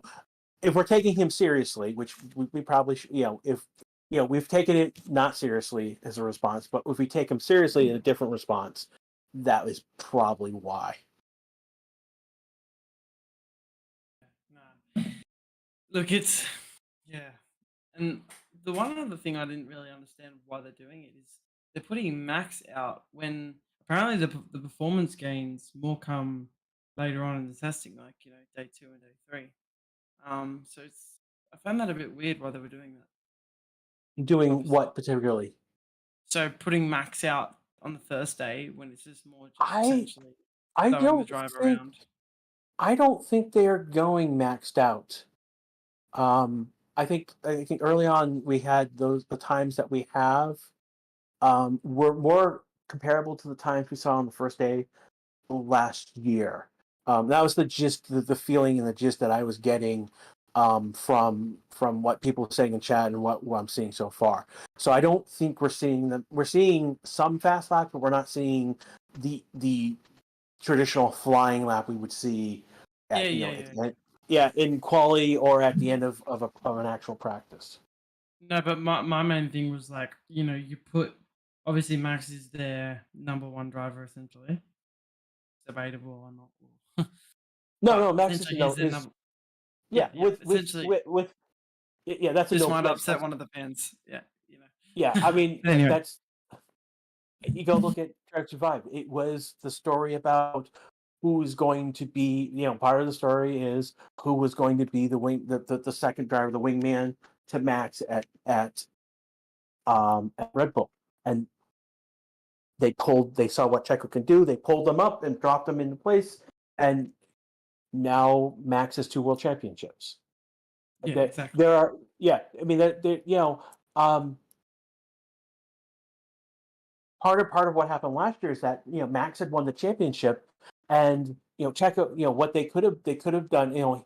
It was more like on track. It was more of a scenario where like Max could have helped Checo get more points. And those and in the moment it was like those points were huge because there was a small gap between him and Leclerc.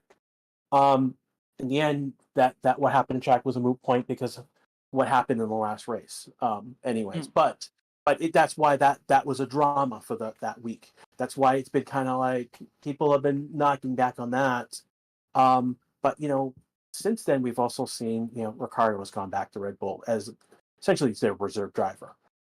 So if there was really an issue, basically, if something were to happen to Checo, they have another quality driver. Again, granted, we don't know where he is mentally, but we have another quality driver in the team. And the main point I was getting at was like, why are they putting Max out in essentially the dummy sessions when the later sessions on are when the performance really starts to kind of show? You know what I mean? When they really start testing the proper performance. We don't know, and that could be that's a team decision. It could have been Checo won rocks paper scissors. We don't. Yeah, I mean, like we don't know. It could be because it could be just very that Max just really wants to be in the car and to be out there in the first session, and him being right now, like they're showing Max talking to Checo right now, and he's probably telling things about what's different with the car, what's new. He's they're talking about the car itself. We can't hear, but that's what they're showing on F1 TV right now. Yeah, probably just preparing him. Yeah. So. And We got Nico Hulkenberg getting back in his car. Albon's done a lot of laps. 43 at the moment. How many? Oh wow, he has done a lot of laps. Yeah. Well, all I've been watching when I've been seeing it's just been Albon. Yeah. So Max and Albon have put in 40. So it's good. I guess that's a good point. Max and Albon have done 43 laps. Sainz have done 40. Russell has done 35. Zhou 34. Hulkenberg 33. Gasly 31. Tsunoda only 30, and Piastri 28. And then Dragovic is down at 17. But then again, he went out in the first 10 minutes, and then car broke down, and they the fact he's done 17 laps is impressive given that he caused the car went out, stopped right away. It had to be red flagged to be pulled and brought back to the pits. What actually happened with the car? Do we know? Or we don't know. We know the only thing that I can tell you from what I saw is that literally he was driving along, and the next thing you know, he's pulled off. And it was a deliberate pulled off the track scenario. Stopped, get out of the car, And in that scenario, it was, the engineer came and called in, pull it over, stop the car, turn it off as fast as possible. We just need to, something's wrong. We need to bring it back to the pits and fix it. You're not going to make, that's say you're not going to make it back to the pits type scenario. So Zoe is being pulled into his garage right now.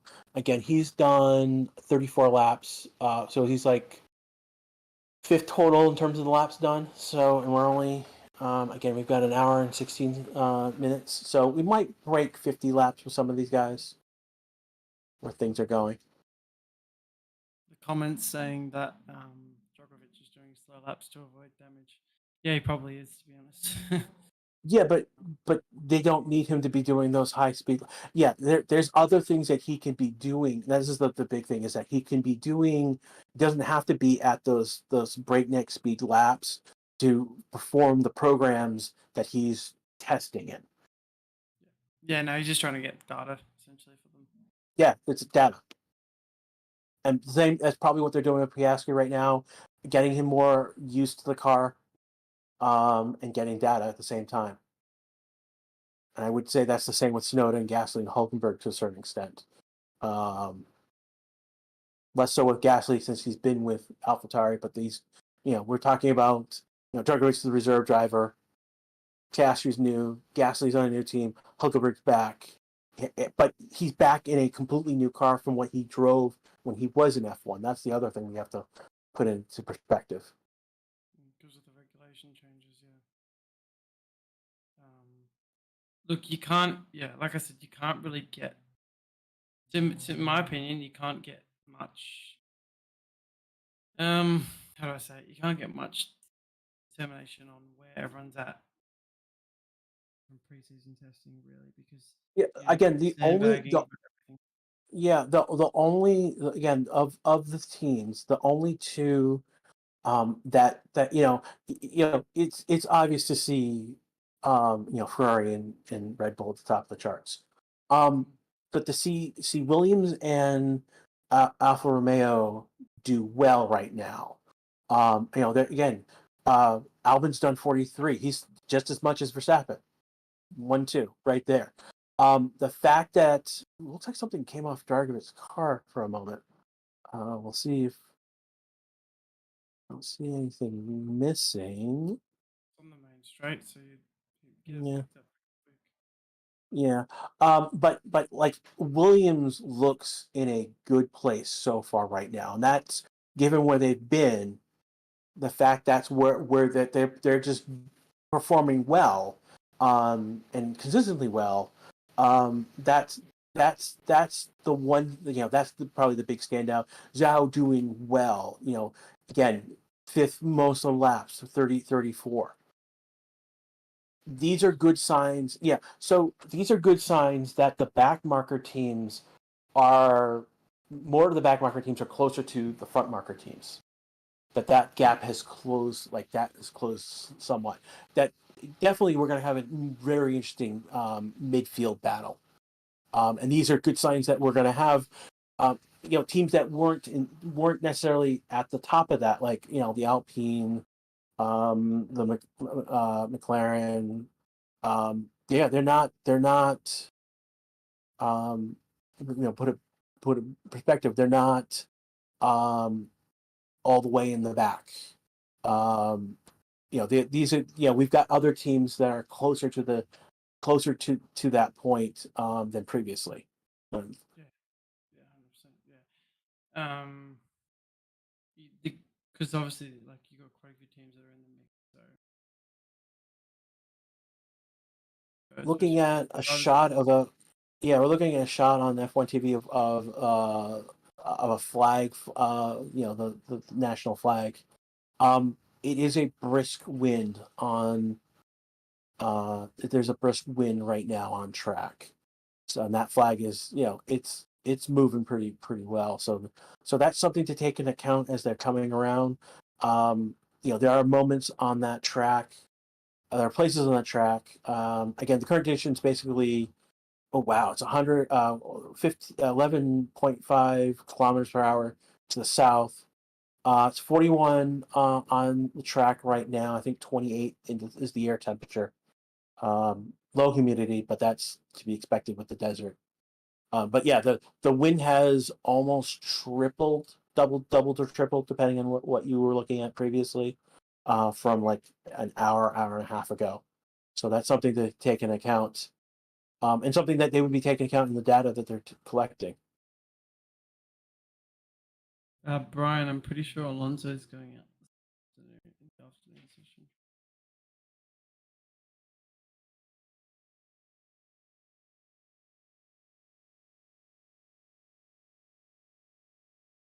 I can find schedule for drivers.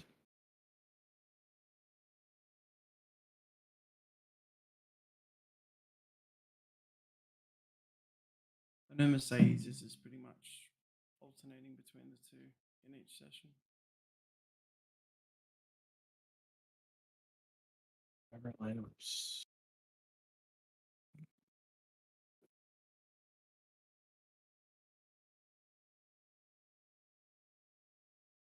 So Verstappen's going to be in the car all day today. It will be an AM for Perez, PM for Verstappen, and then all day for Perez on Saturday. It's going to be Sainz, Leclerc, and then Leclerc, Sainz on Saturday. So Sainz in the morning, Leclerc in the afternoon today and tomorrow, and then flipped for Saturday. Mercedes, it's going to be Russell in the morning today, Hamilton, then Russell, and then back to Russell, Hamilton on Saturday. Gasly, Ocon, yeah, so they've got Gasly and Ocon switching up each day. We're going to have a split day with Zhou in the morning and Bottas in the afternoon, and then Zhou in the afternoon, and then Bottas in the all day. So tomorrow it's all day Zhou, all day Bottas on Saturday. Dragovic this morning, Alonso in the afternoon, but they haven't announced for Friday or Saturday. Haas, it's going to be, again, it's split with Hülkenberg Magnussen. Same with Tsunoda and De Vries. It's going to be a split day today with Albon and Sargent, all day tomorrow with Sargent, and all day with Albon on Saturday. So,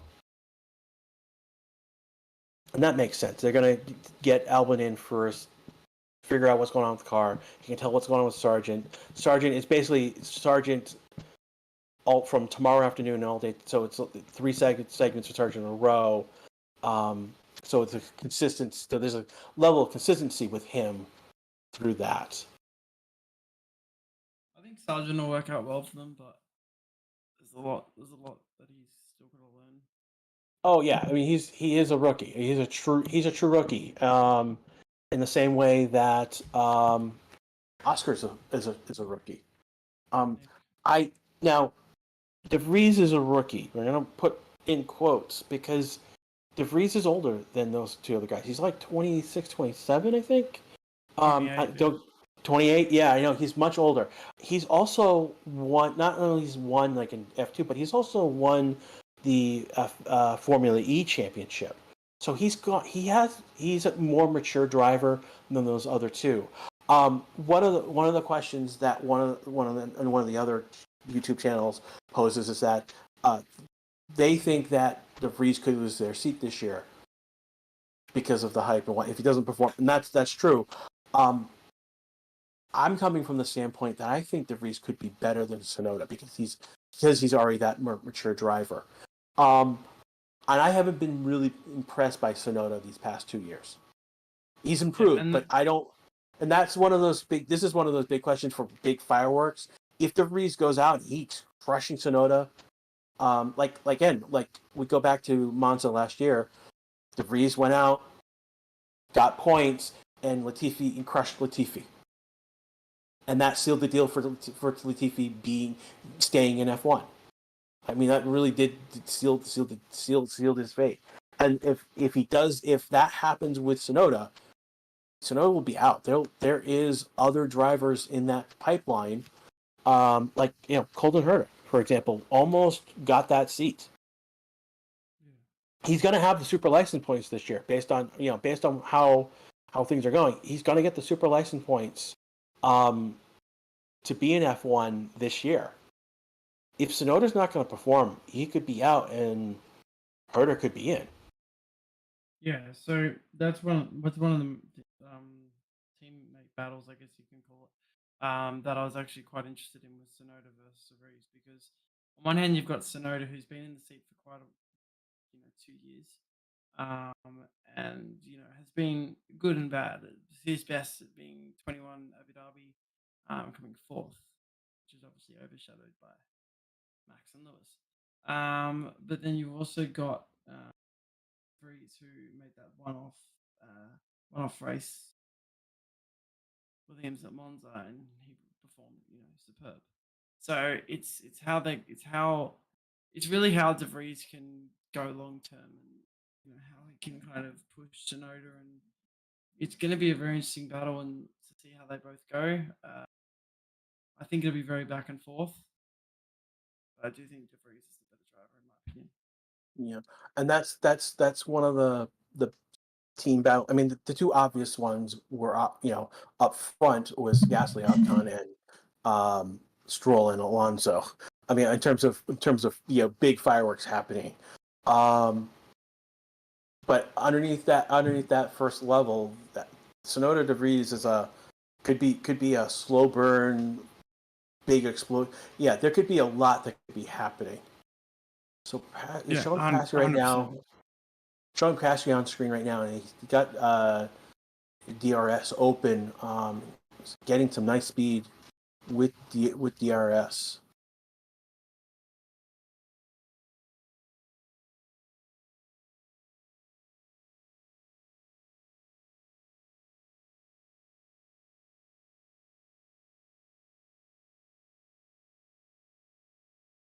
I have a question for you, Mercedes. Russell Hamilton. Who do you think is going to earn more points this season? I think Hamilton. I do think Russell will bring the challenge like last year. A lot stronger though, but I do think Hamilton will still be in it. You'll laugh at my prediction of that he'll win the Drivers' Championship, but I think that he's been in there longer. He's got the more experience. Yes, Russell is very good and coming up and really showing that he is worthy of that Mercedes seat. But I do think Hamilton will get more points and potentially give it to Max and Leclerc. But it's just it's all dependent on the car and to see how they go. Yeah, and I think I don't know if Hamilton will get the Drivers' Championship. He's still here because he's still hungry for that eighth championship. So that's something that yeah, it's one of those interesting questions. If in 2001 Hamilton had gotten that eighth championship, would he had been done with F1, having reached that level above Schumacher? I don't know. So. Maybe I won the championship again. Let's do it again. It could have been very much that. Yeah, but there's a point where I don't know.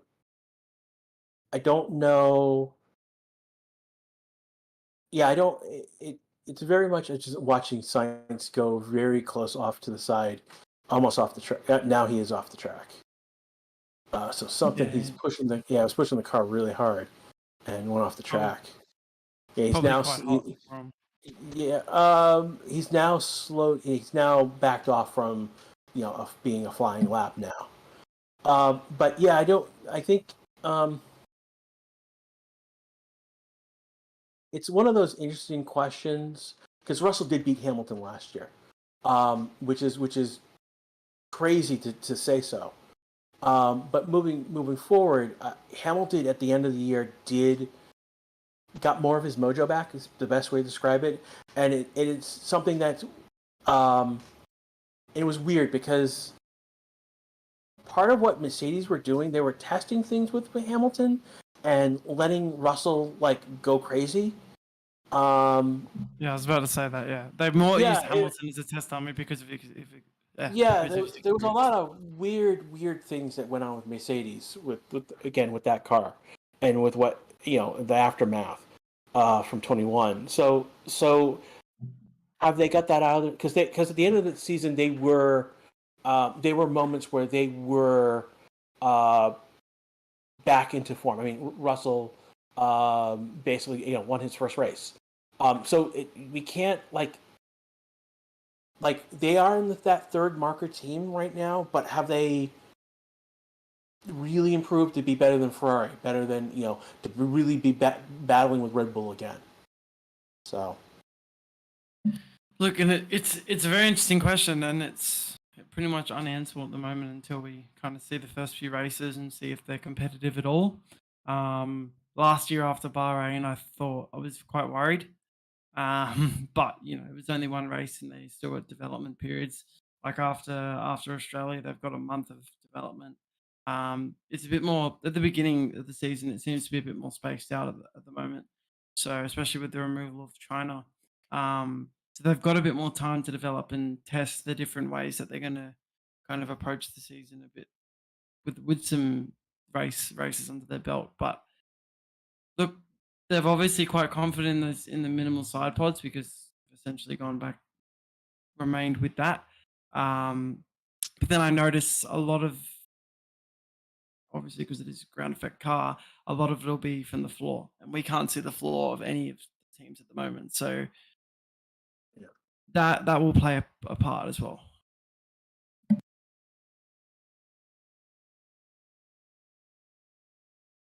So right now they're showing what happened with replay of science. Is this him going off the track?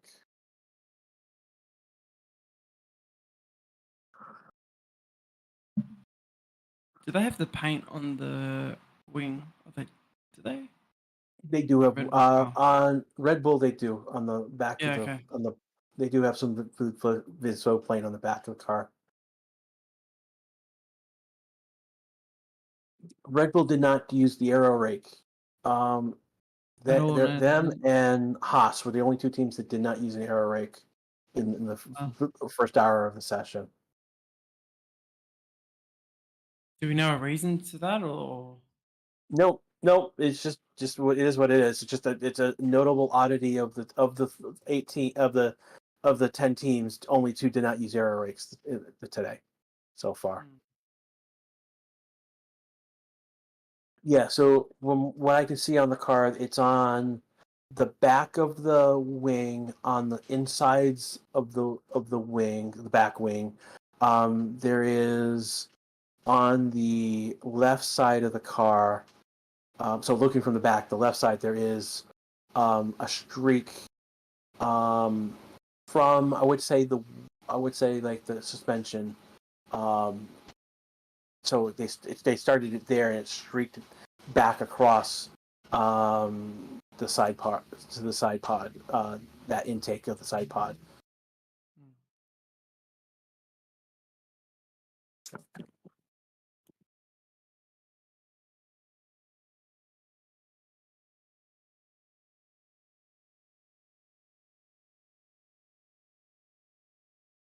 So Amy Pace has a question, chat. Why is the track shown in three colors?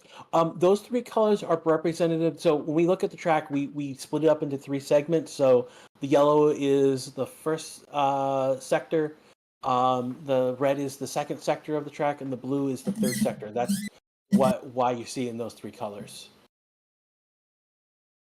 So open saying Merc sandbagging. No, they're not garbage. They're just testing other things. They weren't on the first 2 hours. They were on hard tires. They're on mediums now. We'll probably see them in softs in another hour. They're just testing all the tires and all the different Yeah, programs they need to run. Yeah, I mean, it does look like they're trying to test all of the tires to get the data on how they are performing in degradation and whatnot.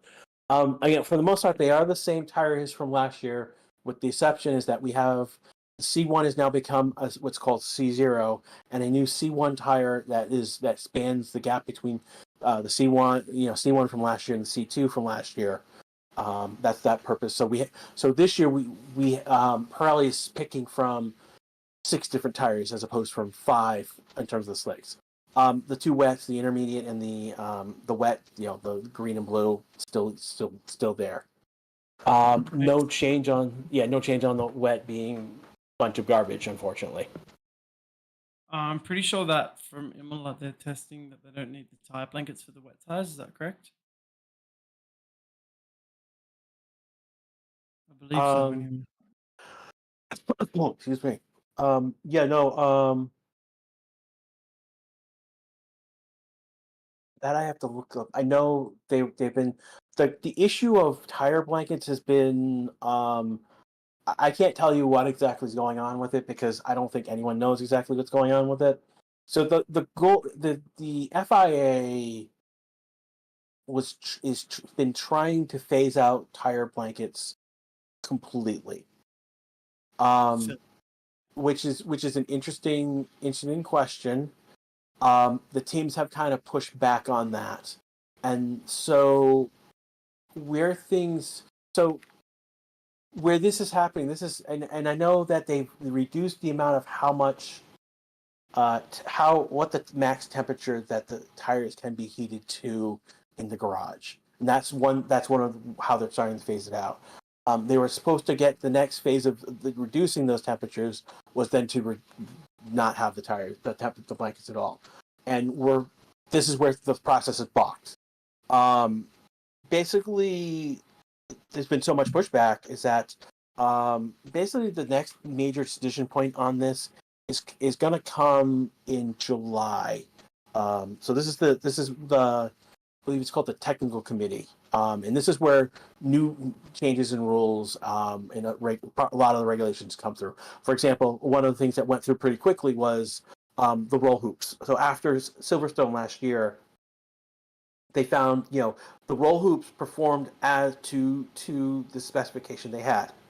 Specification was not enough to account for how hard when Zoe flipped over, the pressure that went on the whole loop was significantly higher than the expected what they expected it would ever have. So ultimately, that's one of the new changes, that the hull loops have been reinforced and have to meet a new higher standard based on that. The ride height came through that committee. So all the cars are technically a little bit slower because their ride height has been raised up, so they're not getting as the downforce as they were last year. The one team that benefits the most was Mercedes, because they suffered the most with porpoising. Definitely. And I think from Baku, essentially they were asking for that to kind of go into effect. But then it was also affecting other teams as well. But I guess mainly them. Yeah. I unfortunately do have to go, but I appreciate the time, and no, it's really good to Thank you for coming. join in, and Thank you. I hope you can do all my average commentary. No. But yeah, Thank you for being here and keeping me awake. Again, it's like 4:06 a.m. where I'm at, so having someone to talk to has been very useful. that's all right. Keep going, and I really you're doing really well, and hope to join back sometime soon. All right, I will See you later. have a good day. You too.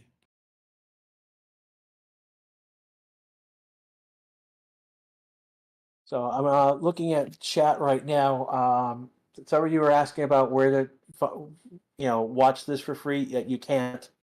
Bottom line, and I'm timing people out for asking that because we're not a pirate stream. We're not pirates. I'm from New England. We drop our R's. We don't read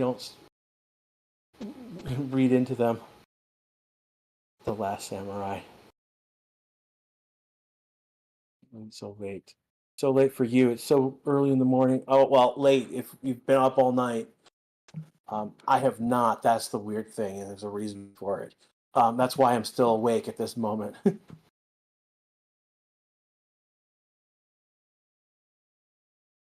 Has it been bouncing? I've been seeing some bouncing, but like it's been like points on track. It hasn't been like I've seen it smooth. Basically, what's going on?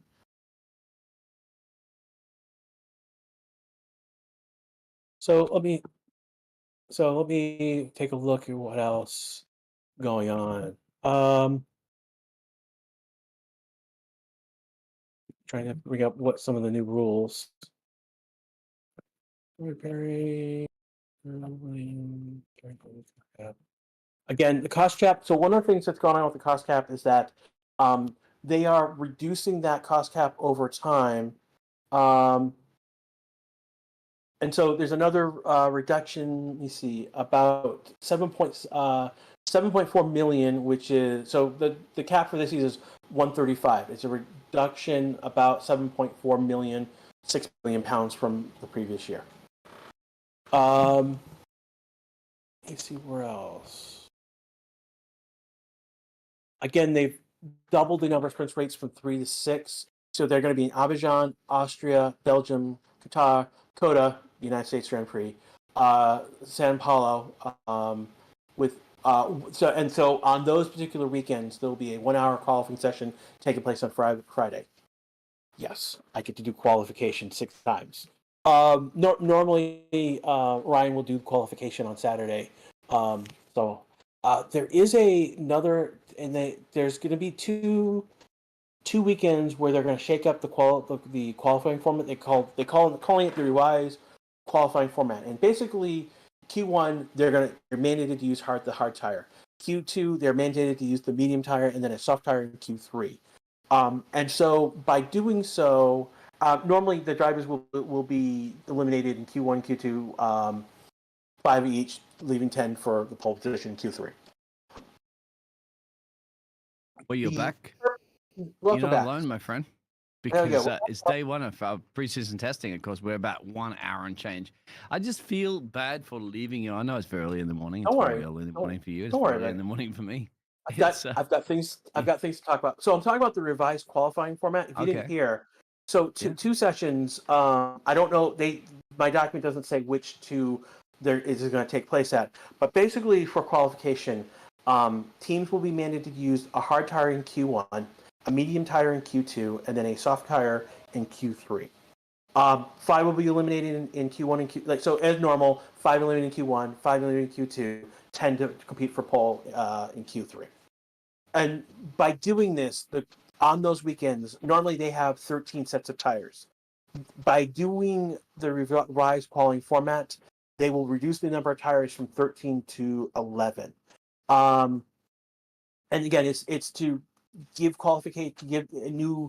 give teams another new curveball for qualification, but also by doing this, reduce the number of slick tires that teams have available to them over the weekend. So that's again, I don't know which two we're going to do the revised qualifying. I don't know which two that's going to be. My document doesn't say, unfortunately.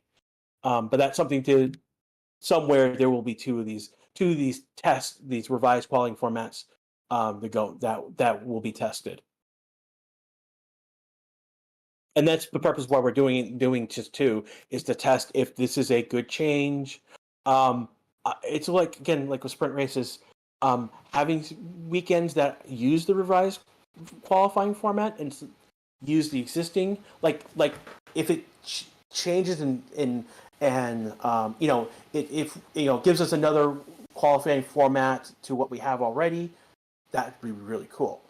I hope that it's not going to outright replace the current qualifying format. So, do you know what I miss? If anybody's been around a while in Formula One, they did it for about a year. They did that 1 lap shootout qualifying. You remember that 1 lap qualifying back in the day? So you started one car on track, has to do a flying, like out lap, flying lap, in lap, and then the next car, and then the next car, and then the next car. That was very, very interesting. It went in a particular order. I can't remember the order it was, but somebody in chat will bring the one up to me. And then that was it. So make a mistake, you're done. Get a great lap in, you get a great lap in. That was the only problem with that, of course, is that changeable conditions. So depending on where you start, if there was rain, that was way back in the day, as Jose said. But yeah, it obviously changed conditions. So let's say, for example, you're on a track that, like, for example, Spa or Budapest or something, where it can rain in one sector of the track and not the other. So if you come out last and you're doing all one flying lap, well, the conditions are the conditions. You can't do anything about it. You're just there. That was an interesting thing that F1 did. It only worked for like a year, and that was it after that. But I thought it was interesting because it kind of did throw a spanner in the mix of, a driver versus a particular track at one time. And you got to see drivers that can do something great in a one lap qualifying session rather than 10 laps or so, depending on how much time you get during your qualifying session, of course, and break it down to the 3 qualifying sessions that you have. Well, it also comes down to car performance. But anyway, they tried it, didn't work. That is what it is. I know there's a couple places that have that one lap. I think NASCAR uses a variant on that. And I know at the Indianapolis 500, it's not one lap, but it's the average of, I think, 3 or 4 laps. 3 or 4. Yeah, right. 4 laps. Yeah, it's an average time over 3 or 4 laps. You get your out lap, and then you cross the line, and you are on your first flying lap, and it's flying lap after flying lap after flying lap. And I imagine that in Formula One would be a nightmare, because you imagine the block traffic as you get when you come up to a blue flag, or not blue flag, but obviously something on out lap, something in lap, all of a sudden, boom, you got it. Playing on the radio. But you're the only one on track when you're doing those flying laps. You are the only one on the track. That's not a bad idea, isn't it? Like, say 3 flying laps an average. The problem with F1 is that the flying lap that you do in qualification to get that time, you can't do that flying lap over and over and over because of the temperature and basically it's the temperatures you put into your tire on that lap. You literally, after that flying lap, you have to cool those tires down, or you're going to degrade them. 2 laps. I mean, isn't it the same for everybody regardless anyway? Yeah, but I wouldn't say 2 laps. But what's going on is that in IndyCar they can do those flying lap after flying lap. It's not something that you can do in F1 because of how just the pressure, how the cars are different. The F1 car, you put that flying lap in, you put the temperature into your tires, and then the next lap it cannot be another flying lap unless you're SOL and you're out of time. And that's why we see, isn't it, during the top 10 shootout, it's one flying lap. Everybody does. Everybody back in pit road, and then they come out for the dying stages to do one more lap, right? So it's 2 flying laps generally in the top 10 shootout. That's the rule of thumb. The first one's a banker, essentially, or hopefully even maybe the pole position, and then they all go back out again for a top 10 shootout. Last across the line, bang. And it's entertaining. Got to grant it that one. It's very entertaining, isn't it? When somebody crosses the line first, and then somebody crosses the line later and gets that pole position. So yeah, I mean, that's 2 laps, isn't it, in the top 10 shootout?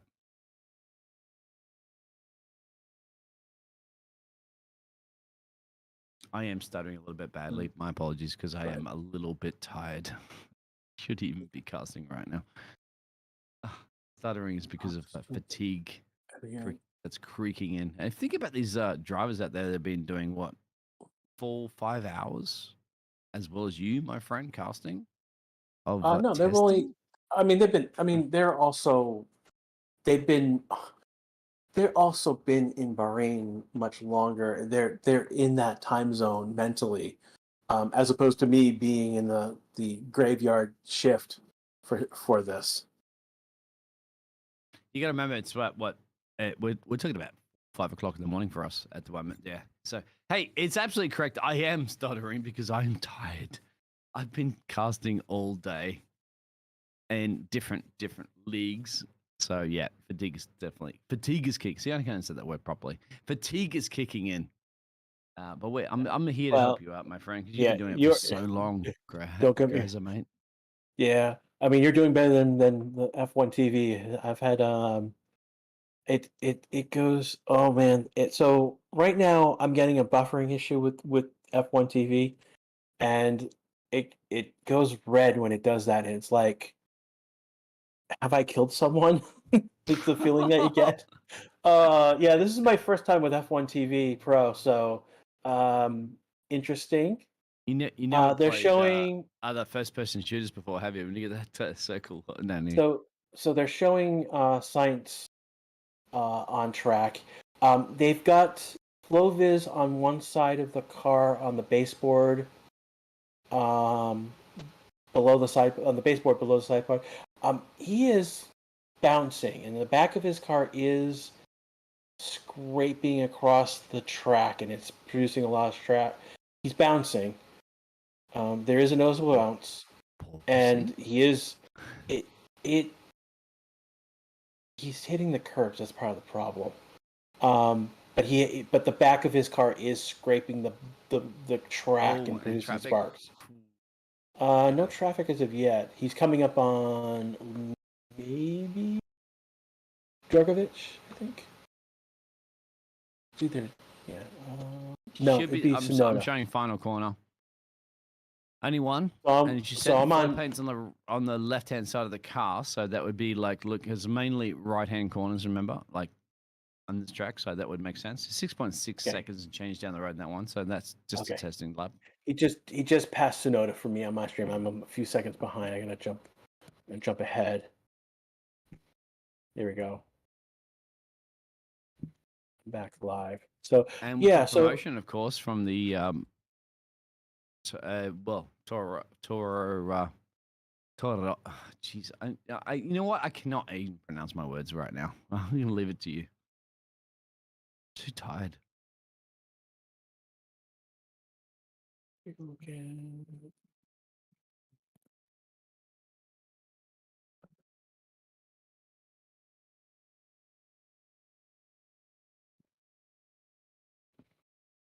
think I will have to leave you, my friend. Otherwise, I'm going to be very embarrassed with the professionals that are out here in the Racing Statistics channel. Thank you, everybody, for tuning in, for sure.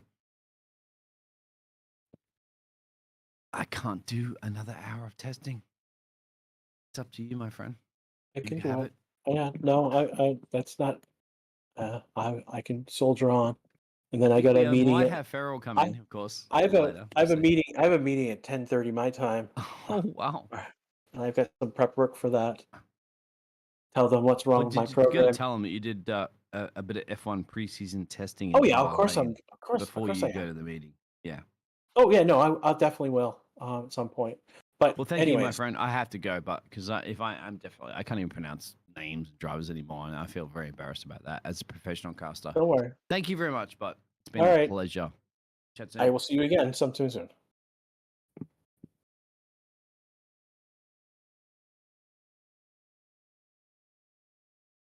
I'm still awake. Okay? This is Crash. So I want to thank you all for watching. There is about 2,222 across the boards watching right now. Thank you so much. We've got over 1,000 likes. So thank you for that as well. Again, this is Crash talking. So figure out who's been here is not here. Yeah, Alfa Romeo's doing a good job. They're fourth on the board. They've looked relatively well. Where's my guy? Ryan's doesn't do practice. It's basically what it is. He does the normal qualification. He does the race. So he'll be back. He will be back. Next week when we have an actual race.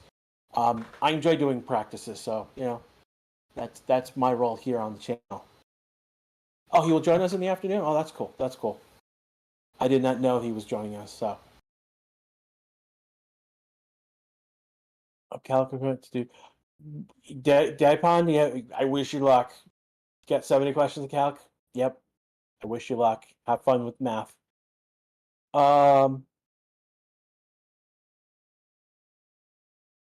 Yeah, Cranky pointing out that both Williams and Alfa Romeo both have looked well today. I mean, they're you know, I don't they're unless something changes in the next half hour or so. I mean, like they've to be in 3 and 4th, and they were there early on. I mean, like at one point, Albon was the top of the charts. So yeah, no, Aston Martin, Dragovic is not no. Um, Aston Martin had an issue where Dragovic got on track. They told them stop right away, brought them back. So the cars looked good. They fixed what was the issue, and Dragovic just looked good on track. He's not putting in times. Again, he's the reserve driver. You don't want him to like push the car and crash it. But he also hasn't been on tires. He hasn't been on soft tires. Russell's not scared. He's been going through. It feels like he's been going through tire set from hard going through right now in the mediums. So I don't think he is out there to put a hot lap in. You might see a hot lap from him in another like 30 minutes or 30 40 minutes. That's those big times where we might see at the beginning of the session, maybe. But it's kind of clear he's out there not. I mean, he's done about he's done 50 laps. He's out there to pound laps, like Verstappen has done 54, Albon 57, Sainz 50, I believe that's 56. So in these cases, they've been out there to pound laps to get data on the car.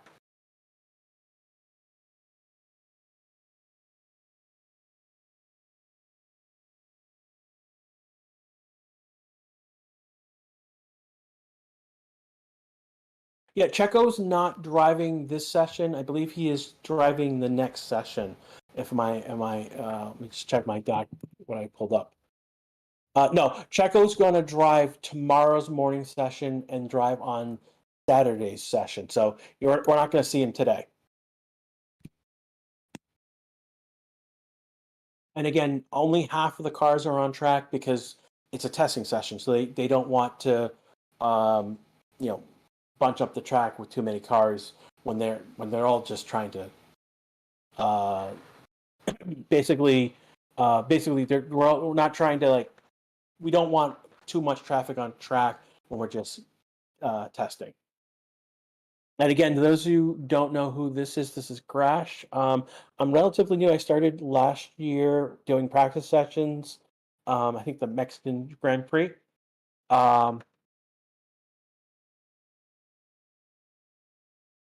That's a good, one of the questions, why is Professor Gray in the graphic and Norris Papaya? That's a good question. Ask the channel. He probably should not be Gray. He should be Papaya because he's now the driver. He should, like Dragovic, normally, I don't know why Albon is not in his normal colors, or why Hulkenberg is not in a normal, he is the driver for Albon, Hulkenberg, Praski, and Sargent. These are all the actual drivers. So I don't know why our timing sheet is not correct. It's our first session of the year, so we've got things to work out. It's not that Sergio Perez is not doing preseason testing; he's just not doing it today. His first session will be tomorrow, and then he will be doing driving all day on Saturday. So it's just there's 3 days, 6 sessions of the 3 days. This is how Red Bull has split it up. And I've got Farrell joining me now. How are you doing, my friend? Yeah, I'm a little bit frustrated due to all the technical issues I've been having today. Elsewise, I would have joined you on the green light and would have stayed with you till now. But I had to hack into my work laptop so I can get Formula One TV running there, and it's all one big messy wire thing at my place at the moment. So gotcha. So you've pulled a green tractor this morning. yeah. Yeah. Those who don't know, we've had one red flags moment. Basically, Dragovich came out in the Aston Martin, didn't make it halfway through the track. Was told to pull over. Literally, when you see if you look at the video, it is absolutely obvious that he was told to pull over by the engineer. Does so, gets out of the car. They get it on the truck, bring it back. So the only red flag session we had is that one issue with Dragovich, and it's not his fault. It's something that was literally wrong with the car. And now that that was fixed, he's done 28 laps, which is actually pretty good. Yeah, so it doesn't seem like too harsh of an issue. I mean, I was concerned when I have seen that and the red flag took, I don't know, like half an hour or something. It took longer than usual. It took about 20 minutes. It was weird because normally in like during practice and during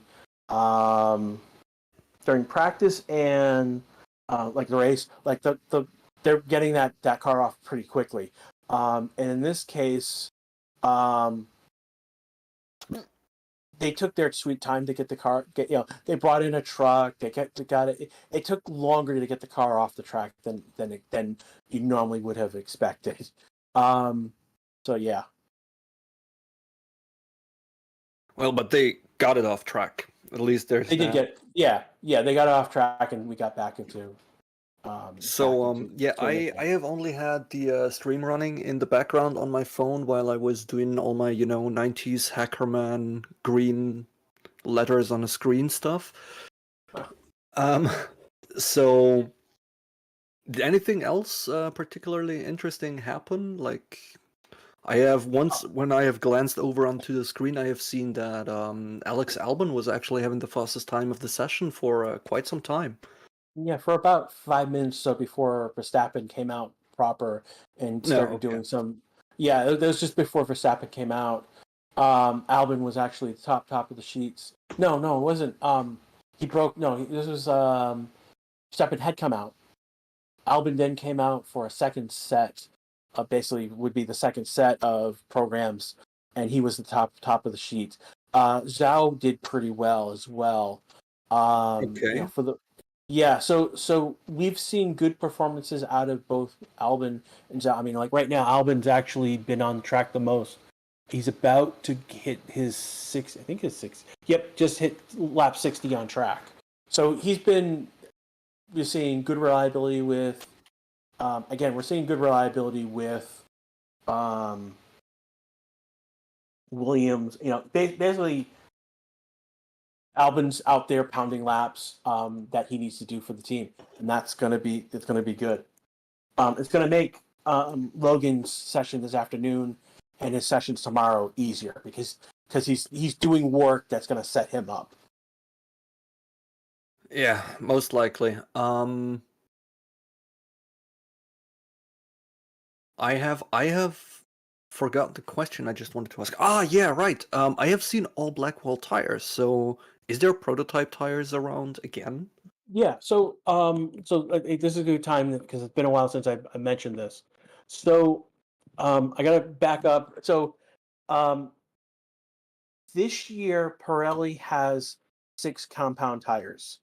That the 6 slick compound tires that they will select for different races. And what's happened is basically C2 through C5, C2, C3, C4, C5 are pretty much the same tires that we had last year. The difference is that C1 has been now renamed into a C0 tire, and we have a new C1 tire that basically is an intermediate between what we had from C1 and C2 last year. This C1 tire is actually, from what I'm told, is the tire that was tested in Austin. So one of the testing, we had a 90-minute testing session last year in Austin, and that's what Pirelli tested this tire. So that's why that's what's going on. I gotta set that. So we've got a C0, C1 with the hards, with hard markings. There is a bracket around the C1. And then for mediums, we've got C2, C3. C3 has the medium brackets. And then on reds, we've got C4, C5, with C5 having the brackets. All right. Now, this is where now that I've set the stage for that, we have a prototype C3 tire. And functionally it is the same. It's supposed to be the same formulation as the normal C3 tire. And that's the black, that's what you're seeing, the unmarked black tire. And what's going on with Pirelli is that so the difference between the normal C3 tire and the C3 black tire, the prototype, is basically where it was produced. So normally the C3 tire, the tires that Pirelli brings to F1 are made in Romania, and that's their primary. I believe that's their primary factory. And if I'm wrong, someone yell at me in chat. But they have a secondary factory in Turkey that can produce F1 tires, and they brought it up. And so what they're doing right now is they're basically doing a A/B test to see if they're trying to make sure that the factory in Turkey is producing tires to the same specification as it's a quality check, basically, what's going on. They're making sure that what they're producing in Turkey is the same product as they're producing in their primary factory, and that's what it's an A/B test just to make so. They're trying to make sure that what they're doing in Turkey is the same there, and the only way that they can really test it, validate. The only way they can really validate. So basically, what they're doing is they're putting that tire trial by fire, basically. And so some of the things you're going to see is that some teams have already used the prototype tire. And so what Pirelli's asked those teams is to do a program with the normal C3 tire with brackets. And we've seen a lot of teams do the C3 tire with brackets. And then at some point there'll be more teams using the prototype C3 tire.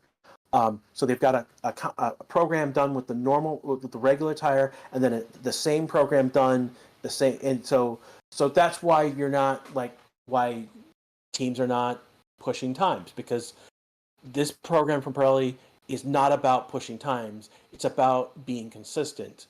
They're not pushing it in a race. No, they're looking to run it 10 laps in a row. Do 10 laps and with this fuel loadout, and be consistent with this if whatever you do with the normal C3 tire, you need to do with the prototype tire as well. As well, to match within reason, to match that for consistency's sake, so we can get that A/B. That's what's going on. All right, yeah, that does make sense. All right, yeah. I've seen a lot of 25 minutes left in the session in chat. My timer says there's 40 minutes left. Yeah, no. This apparently is the 4 hour and 30. Yeah, because I basically it's either that or they're splitting it up. So I thought that it was going to be 4 hours in one session and 4.5 hours in another session. This might be 4 hours and 15 minutes in each of the sessions. So each session is equal in length. So we'll see. Yeah. We'll see with the next session. Having said that, we know what the tires are for the first 3 races. So for Bahrain, next weekend here in Bahrain, they are going to use the C1 compound for the first time. Basically, C1 is going to get used as the hard tire. C2 is the medium, and C3 is going to be the soft. At Jeddah and Melbourne, C2 is going to be the hard, C3 is going to be the medium, and C4 is going to be the soft. So as expected, in hotter temperatures, you use the harder compounds that are available.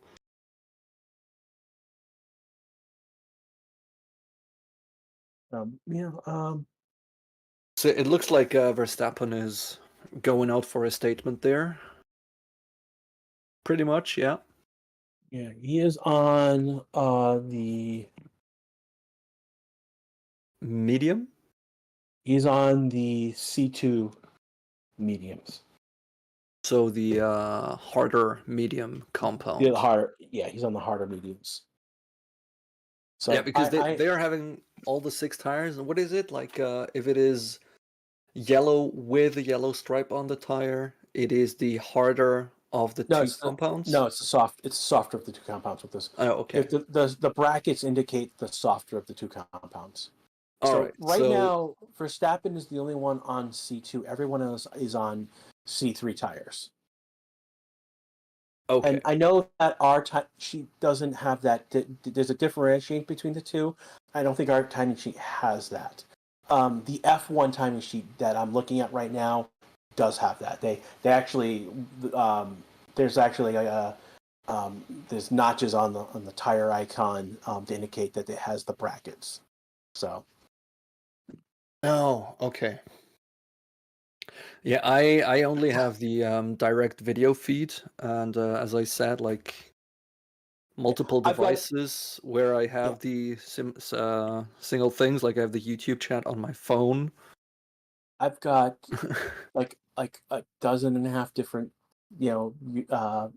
browser tabs open. So I'm jumping between different tabs. So like one of the tabs is the F1 timing sheet as opposed to, so I'm bouncing between multiple different tabs to look at things. Yeah, that looks reasonable. What I'm really wondering, like what I absolutely can't like get a feel for is how Mercedes might perform this season. Like I think they're gonna be within title contention. I'm not entirely certain about that, as I don't know. They are not performing to their very best at the moment, but these whole sandbagging things, are they? Aren't they? I don't think they're actually sandbagging. I think they're running programs. I don't think they're running any high speed programs that require them to be at top race or quality speeds right now.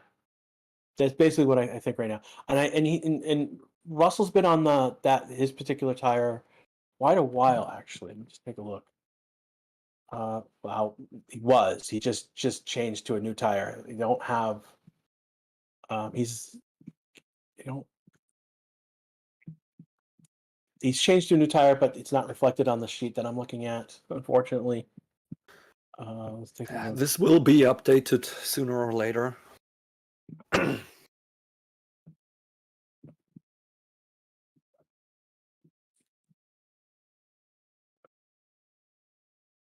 So yeah, how are the rookies doing? Do we even have had any rookies out there?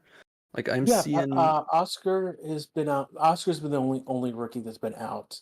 You want to and then Dragovich, who like parked his car at turn 4 then. Yeah, but that's not his fault. It was, again, both. Yeah, I mean, Oscar, he hasn't done anything crazy. He hasn't.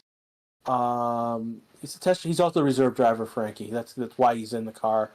I know that Van Dorn is the other reserve driver for Aston Martin, but Van Dorn is I forget where FE Formula E is this weekend. He's got a race this weekend, so he can't be here. Okay. It's been interesting. It's been interesting to watch Hulkenberg drive. I'll be honest with you. This is the first time I've seen him in an F1 car ever. That's how new I am. And so what's interesting about him is that he is in a brand spanking new car from what he had previously driven, because he wasn't in the car last year or the year before. Regulations changed. Yeah, and these cars are very. Wait. Dragovich is driving for Aston Martin. Correct. But the other Aston Martin is with Alonso, of course, but shouldn't that be Stroll? Stroll is out. So the story that you're missing right now is that early in the week, Aston Martin announced that Stroll had been injured in a training. He was biking, and it was a training. It was something he was doing for training for this season, and he got injured. And so, and that's basically that press release basically says we'll tell you more about what's going on with Stroll next week before the race. Right. And ultimately, we found out this morning that the answer to okay, Stroll's out, who's driving, it ends up being Drogovic. Oh, So, all right. but So he he's is, just in there as a reserve driver. yeah, Nothing very unusual no- going on. Not that I have missed. I don't know, Stroll getting sacked by his father or something. yeah, he's not being sacked by his father. He's injured right now, and so All right. All right. Drogovic is in as the reserve driver of Aston Martin, which is what his role is. I think Alonso's going to drive this again. We know Alonso's going to drive this afternoon, and then Aston Martin hasn't said anything about Saturday or Sunday. So, All right. Yeah. I mean, Depending Friday on and his Saturday. recovery, then. Yeah. So, but that's okay. He well, I wish him all the best then.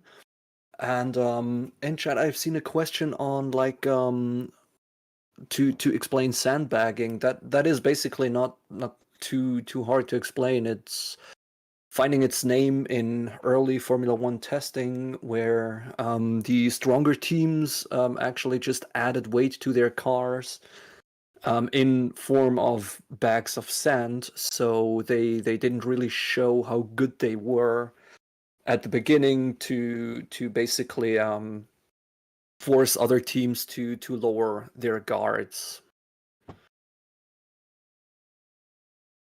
Yeah. Is that Just so this is coming into I gotta address something that's in chat at the moment as well. Hey guys, basically the only place with a few exceptions, a few regional exceptions, is that it's only on F1 TV Pro. Like I know Sky is not showing it. I know ESPN is not showing it. Um, that's the only thing we can tell you is go watch. Unless you're in a region like I know in Japan, DAZN is showing it. But after that, you gotta go to F1 TV Pro, and that's the only place we can point you to. Any other place, it's illegal, and we're not a site that promotes that. We don't. In fact, we don't want you. I mean, we're a watch along channel. We're not a go watch along. We've got the stream. No. We're here to supplement what you're watching. We've got our time machine. We've got the track. yeah? We do not endorse any illegal streams. Like that's nah. Also, but- if you're in a region where you can't get Formula One TV, VPNs would help you with that. And I but don't know, again, we're not. they're not sponsoring very actively anymore, so I won't name any names of possible virtual private network providers, but and that's pretty good thing. and again, we are not tech support to do any of this as well. So that is all on you. We just can't have you guys like obsessing about this in chat because it will reflect upon us at some point. So moving on, back to sandbags. Yeah, I don't think Merck has sandbagged. I just don't think they've. It's less. It's literally that they. Not that the car. I don't. It's more that. I don't think they're purposely sandbagging, but more purposely chose to pick programs where they don't need to be at that top level speed. And the other thing is that the track what we see here is not the track we're going to see during the race next week. We won't see that until the end of the second session, where that track conditions will be more like the race conditions. So there's no purpose to go all out fast in this session. There's great that you're at the top of the leaderboard at the end of the session, but McLaren was at the top of the leaderboard for first testing session, and Lando was like, "Yeah, that doesn't really help us in any bit at all," because he knew there were issues with the car.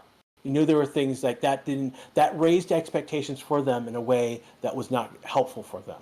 So there we go.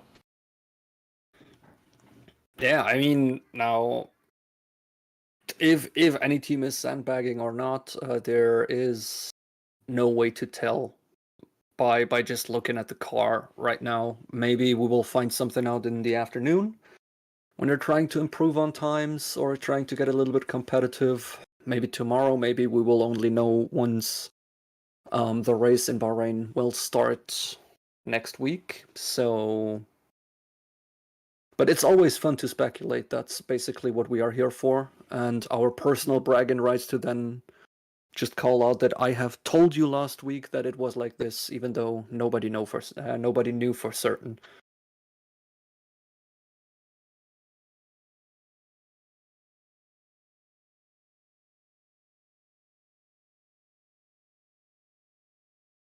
And Frankie points out most important factor is no porpoising as the car speeds up. That is very true. We have not seen porpoising like we saw last year. Have we seen bumpy cars be bumpy at moment? Yes, it's been localized to points on the track being bumpy. It's also been windy on the track. I know at one point we had a 11.5 kilometer per hour wind going on. So right now the air temperature is 30 degrees, humidity 10%. I've got some stats right here. The pressure has been about the same. Wind is now dropped. Now it's down to 2 kilometers per hour.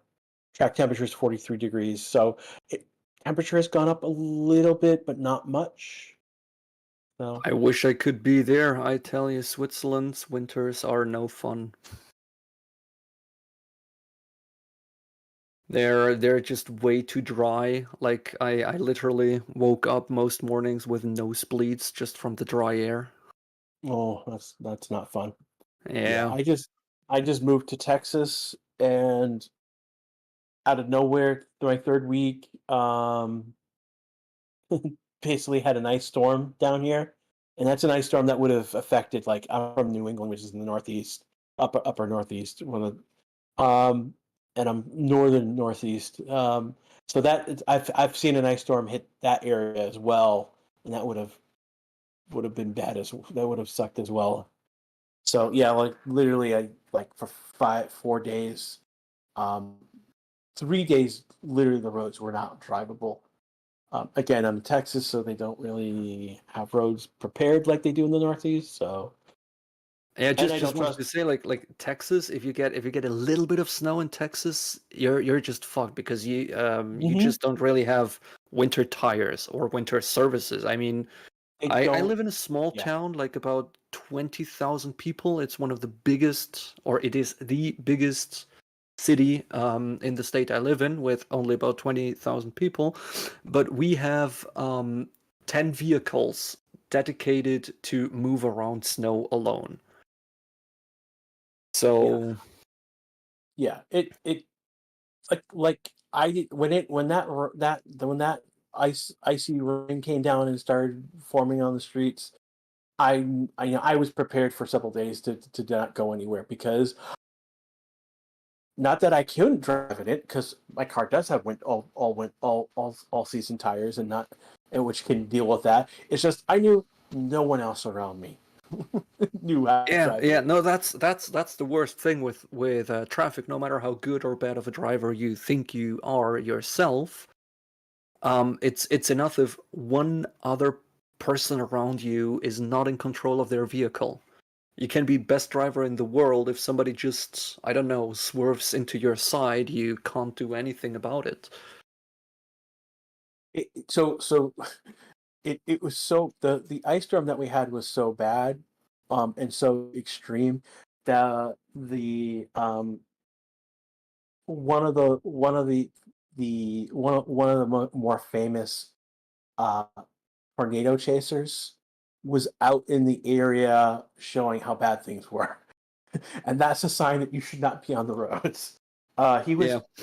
he was Okay. literally he was within. I think he went by my house at one point. I know he was within 10 minutes of my house, 10, 15 minutes of my house. Yeah, that's where yeah. I've only been here a month, and I know where he is, and he's that close. That's not a good sign. Yeah, but nice reference there in chat to driving on icy roads in Texas is basically like the Bottas start in Hungary 2021. You know, that whole bowling thing where he took out like 4 cars. That's how I imagine Texas roads being with a little bit of ice. You know, just Yeah, just a Justin little H bit of has ice on your has windscreen might be enough there. yeah, Justin H. It is Reed Timmer who I was watching.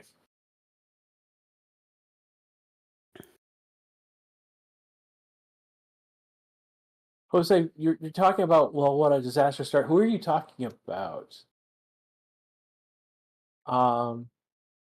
Yeah, I mean, like he's done 46 laps. If you're talking about Piastri, I mean, Dragovich is the one outlier here, and that's because his car, not his fault, his car wasn't functioning when he went out on his first lap. Literally, came out on his first lap, was told to pull over, caused a black flag, not a black flag, a red flag. Yeah, and a surprisingly long one to have that said once more. A depressingly long one. Rich Danby asking why drivers can't be showing to Hulk and Drug. That's a good question. I gotta take it up with the boss. I don't know why. Like Piastri, I don't know why he's not PIA or just Piastri. Yeah, I don't know. Dragovich should be in the format that Dragovich is actually. That's the format they should be. But like Hulkenberg, Piastri, Albon, and Sargent, I don't know why they're in the format that they are in. So.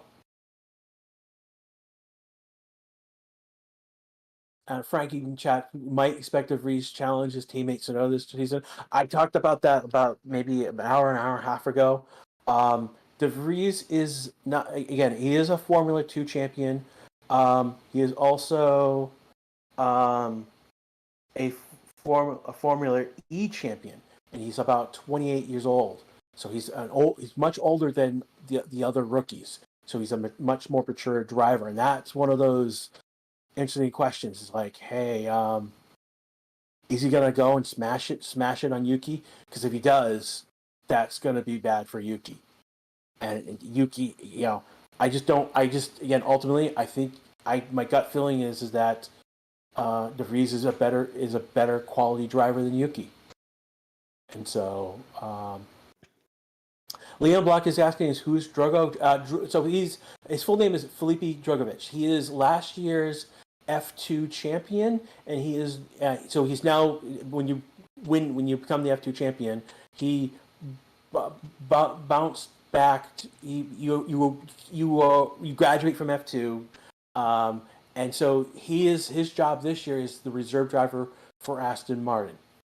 Van Dorn, who's also an FE, is the other reserve driver Aston Martin. Van Dorn has an FE race, that's why he's not here. Now, Drogovic is in driving today because Lance Stroll had an accident earlier this week in a training session to prepare for this year's F1 season.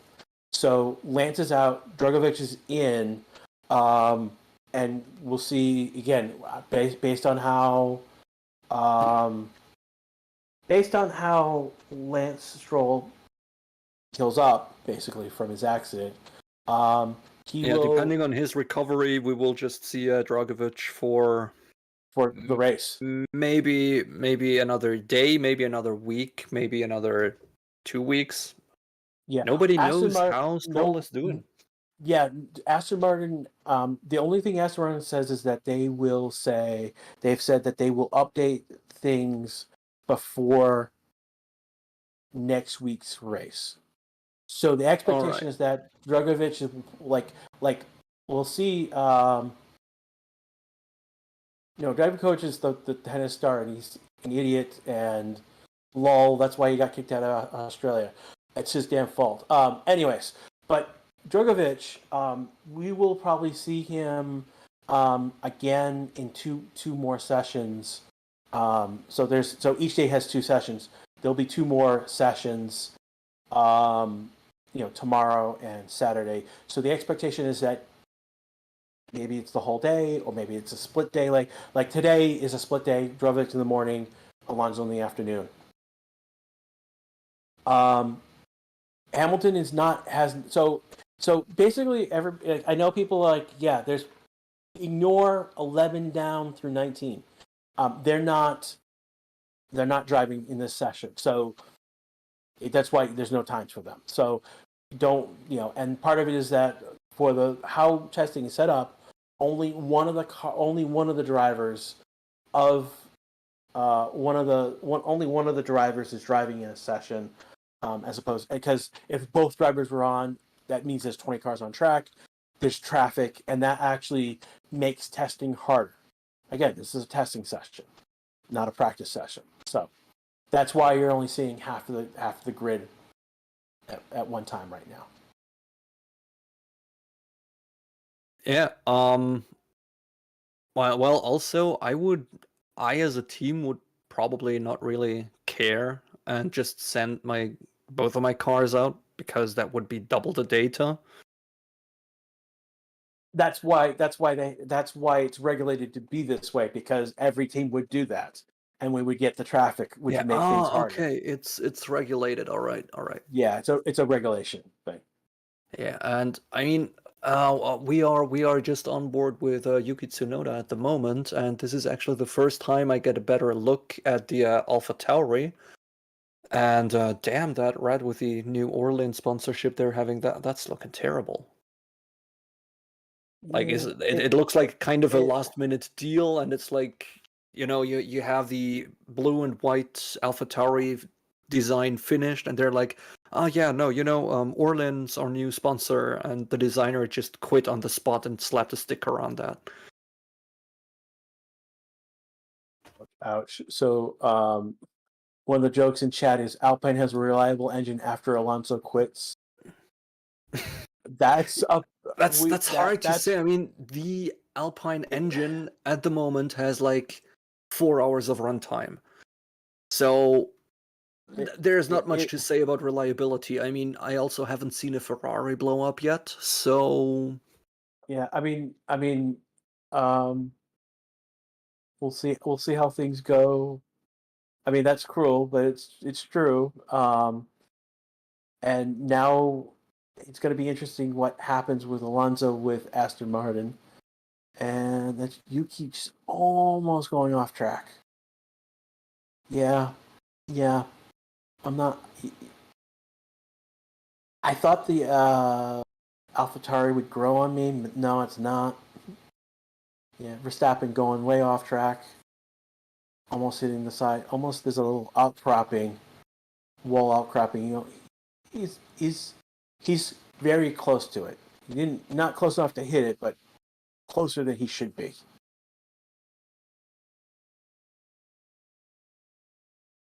Yeah. Verstappen now in a new top FP1 position. That's a change in the board. Yeah, the board has not changed in like over an hour or so. So the fact that just happened and I didn't catch it, thank you, chat, for pointing that out. Yeah, Albon in like 73 laps. Yeah, Sainz. So yeah, I mean like Albon, Sainz, Verstappen are just been pounding. We have a yellow flag in Sector 2. Let's see what's going on. Well, all right, yellow flag stayed for longer than 5 seconds, so it's not just a car going off the track.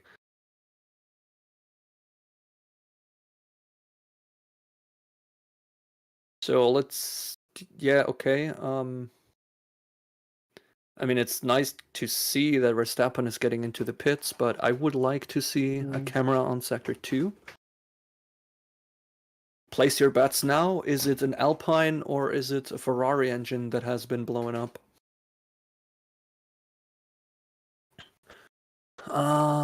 Virtual safety car. Yeah, that's definitely something that happened. Oh, okay. Well, it sounds like they're testing procedures. That's what they're okay. saying on the stream. So this is the test of the procedure of we have a yellow. We have a virtual safety car. Yeah. Okay. Can you tell me your timestamp? I'm live. Yeah, but how live is it? Like I'm at. Like I'm at 13:04:02 left Okay. in the session. All right. Yeah. So then we're about on the same spot, and I just didn't listen to the other commentators.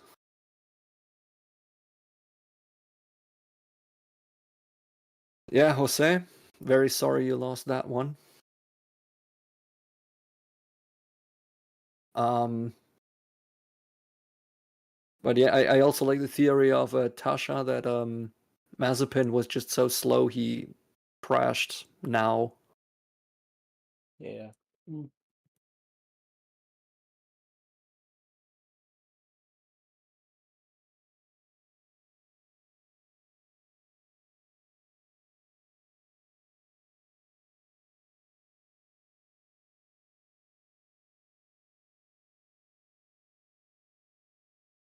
Maybe we should not only look at Ferrari and Alpine for engines blowing up, but maybe we should also have a look at the Aston Martins there, just to find out how much it actually has to do with Alonso.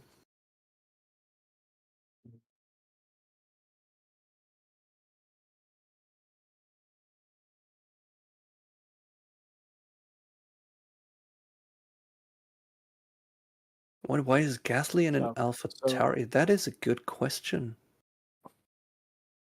Because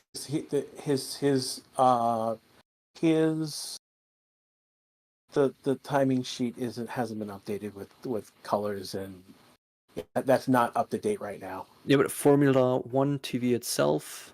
Oh no, the Formula One thing itself has him with Alpine. That's okay.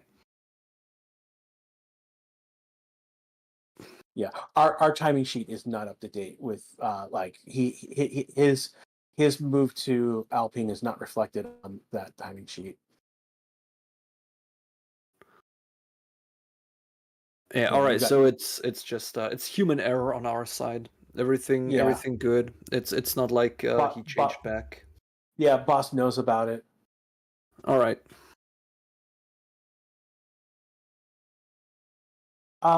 No. I mean, like, yeah, is that bad? Not necessarily. It's our first testing session. We don't know what. We don't know what.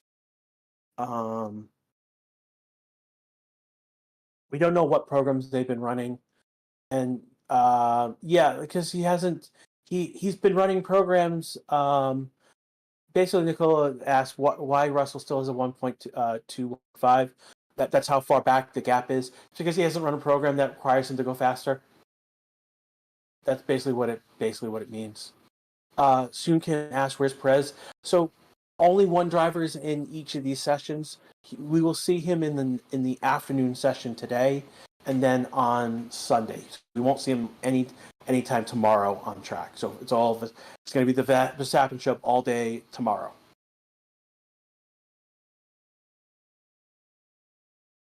No, thank you, Rafael. I think I got that wrong. He is on track. We've seen him.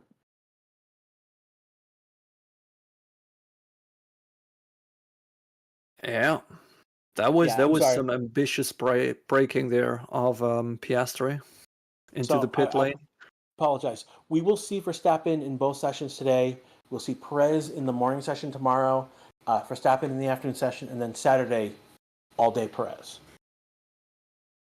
I mean, if I were a number one driver, I would also want to have weekends off.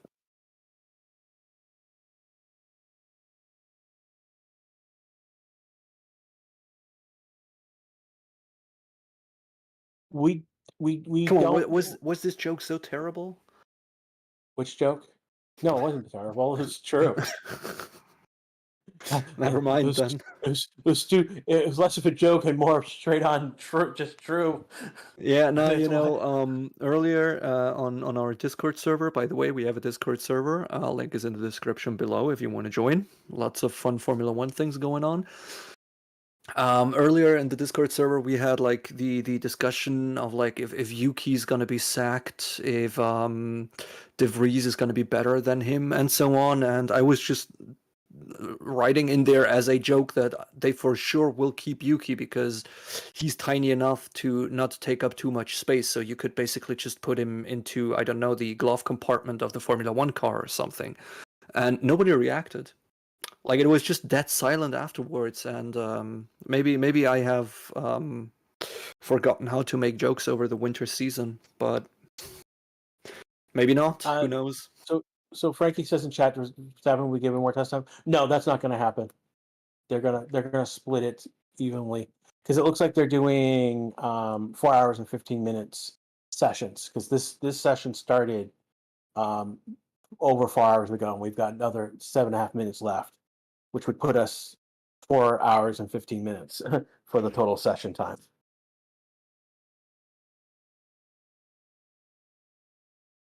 Yeah, but also the question why Drogovic has only driven 39 laps, that's basically because as soon as he got out of the pits, he was told to pull over, caused a red flag, and quite a time-consuming recovery, after which they have to make repairs on the car.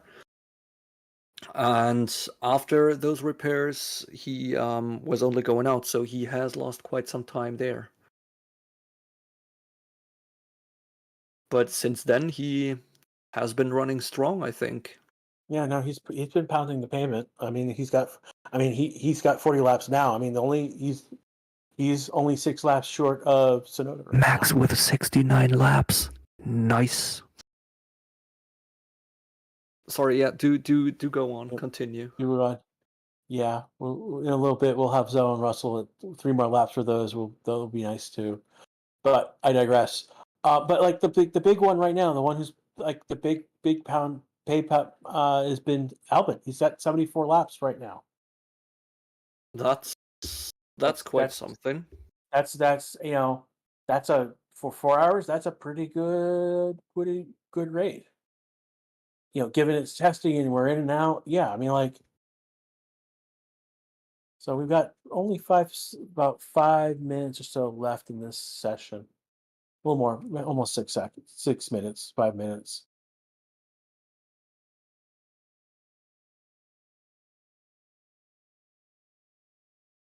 Oscar's been doing fine. He's got 52 laps to him. I mean, that's in the middle. That's at that next group. We've got several who are above 60, and then he's in that next tier of drivers.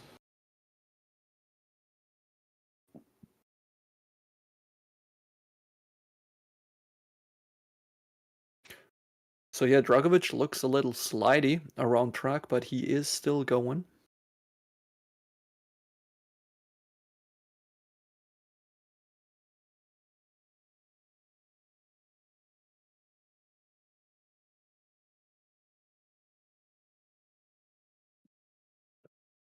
Are you listening to the interview at the moment as well? I'm not at the moment. Is anything coming out of that interview that's important?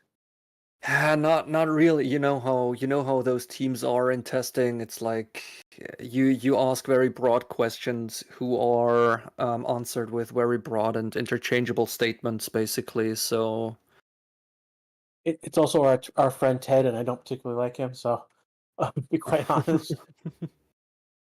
He kind of it's De La Rosa from he kind of sealed his fate with me last year when he said some things that were not appropriate.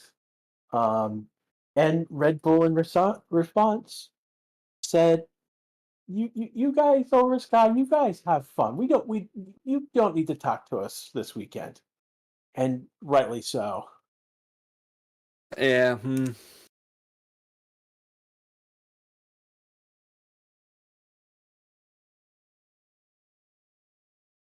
Vettel should drive for Stroll. Vettel should drive for anyone. I don't know if Vettel can drive because the FIA has told the drivers that they have to shut the hell up. Be quite honest. Right, yeah, that whole ordeal about no more personal statements and stuff. Yeah. So Will you be around for the later session, like the afternoon I session? I will be. I might be around for a little bit of that session, but I can't be there for that whole session. Like I might. I have a meeting at 10:30. Like I have a meeting that I have to be prepared for, and I have a little bit of work to prepare for it. Yeah, So same. other Unfortunately, I can only be other. around for the first hour. But just because that whole topic of the FIA basically telling the drivers to shut up, that is a can of worms I would like to talk about, but we're not gonna Oh, it's open within oh the no, it's last really minute of this session. it's really That's simple. They're going to places where, like, so there's two ways to look at it. Um, like there is like drivers like Vettel and Hamilton and I'm going to put Lando into that mix. Who will speak their mind and not think two seconds about it. yeah, And do Vettel was really good about doing things to mock the FIA. And there's one part of they're fed up of that. So there's that strain of what's going on. Another strain of what's going on is though, and this is which is more serious, which really pushed the implementation of this is that they are going to be going to places where if they didn't have a check on them in some way, they could get into really deep trouble. And I'm going to bluntly yeah, say Qatar is one of those places. yeah. Qatar is one of those places where they will not put up with the antics of the drivers. Yeah, most likely. I still find this statement very unfortunate, and I would rather see Formula One just not go to race in those places. And yeah, there's not much I can say about that. I mean, that is what it is. Now, on track right now, we have Gasly and we have Russell in our last minute. So it doesn't look like anyone else is going to come out onto track for the end of the session. And he looks like he's pushing it. Russell is looking like he's pushing it, but his sector times say that he Yeah, is not, or not not, very successfully at least. or he's not, let's take a look. He's coming up to the next end of the sector two. Is the speed not there? What? I'm looking at the speed reading, and I'm not sure if he's getting. Yeah, it's about 240 kilometers an hour. Yeah. So yeah, he's five Yeah, seconds off. 5.4 off. That's So there's a there. So again, Russell's good. Um, if he's 5 seconds off, there's a reason why he's 5 seconds off. And he's on. The flag is being checkered flag is being thrown, and Russell is taking that, and Gasly would be our other car. There's probably something. He's probably doing some sort of program. He might be loaded down with fuel.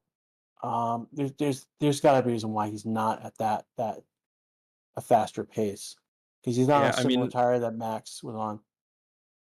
How long he's been on these didn't tires? didn't look like a porpoising issue, but to be honest, no matter how good or bad Mercedes will be that year, 5.5 seconds off the pace if you're trying to push, that is a whole different issue than just having a It slow it car. is it So is a it is good that he could be doing something other than he could be doing something other than like pushing for pure speed and testing something else that's going on with the car. So yeah, maybe something about the right height, suspension stiffness or whatever. Like, and here comes Gasly. He is he's coming around and he's coming take the checkered flag. yeah, also not improving on his time. Yeah. And that is going to be it for this session. Everyone else is in the pits, so not like they're going to come out. What happened to Pash? first day in the car full time. Was probably running programs that didn't require him to be race push.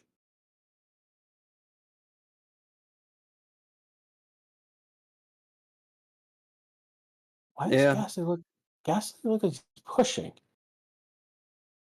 Yeah, now Gasly is just on his way back into the pits. To the pits, yeah. But it looks like he's pushing his way back to the pits. Well, maybe they just brought donuts and he wants to get some of them before the mechanics eat them all away. So so let's look at total laps. Albon has 74, Sainz has 72, Verstappen 71. Russell got that nice 69. Zhou is 67. Hulkenberg 51. Tsunoda 46. Gasly got 60. He's below. I didn't see it. Also, Drogovic got 40 and Piastri 52. That is what it is. Times are times. I mean, like, this is their first session. People were asking Perez. Perez wasn't in this session. Only half the grid was, and that's by regulation. There's not massive amount of traffic all the time during. Yeah, he didn't say any fast laps. He didn't. No, he didn't. But he didn't have to in this session. He was probably doing, again, both like Praski and, like, again, we look at Praski, Gasly, Tsunoda, Drogovic, Hulkenberg, Zhou to a certain extent, even Albon. They were running other programs where they didn't have to be at that speed, to push that. No, I wouldn't say it's a bad performance. It's just, it is what it is. Yeah, it is just the programs you're given. I mean, winning, testing day one, session one. There's absolutely no point on going for it. Like, apart from maybe bragging rights. Yeah, but let's be honest, with the performance of Mercedes in the last season and their steep improvement in performance towards the end of the season, they're not in for any prestigious things now. They are just going for pure data here. So again, Gladiators, some cars don't use their full potential in testing. Yeah, that's correct. They're not, because they are testing a particular thing, and to test that, it's not about the pure, breakneck speed. There's something that something else that they were doing. We did see some push laps, but like nothing crazy. Yeah, but also Verstappen's lap isn't very good. Like 132.9 around Bahrain. That's slow. That's very slow. So yeah. it's not that somebody sent it and set an incredibly fast lap and others couldn't keep up. It's just like, yeah, even the fastest lap is still pretty slow.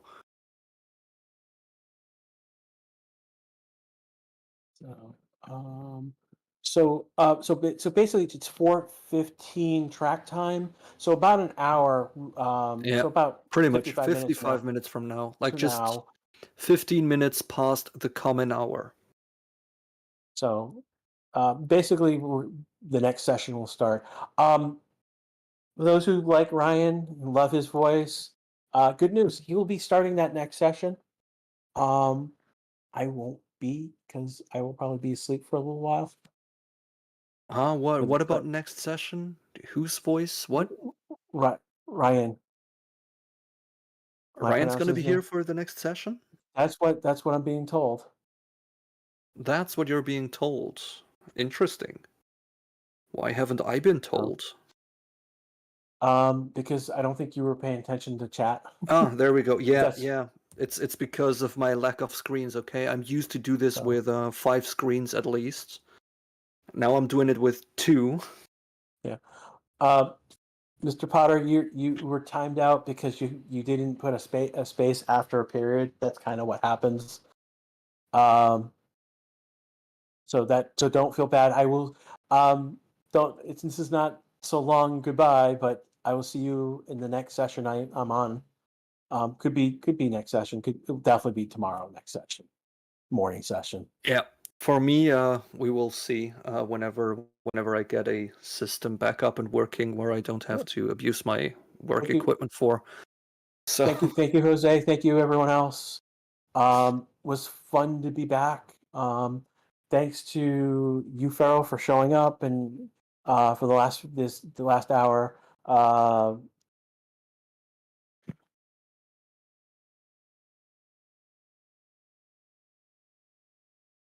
yeah, it was cool.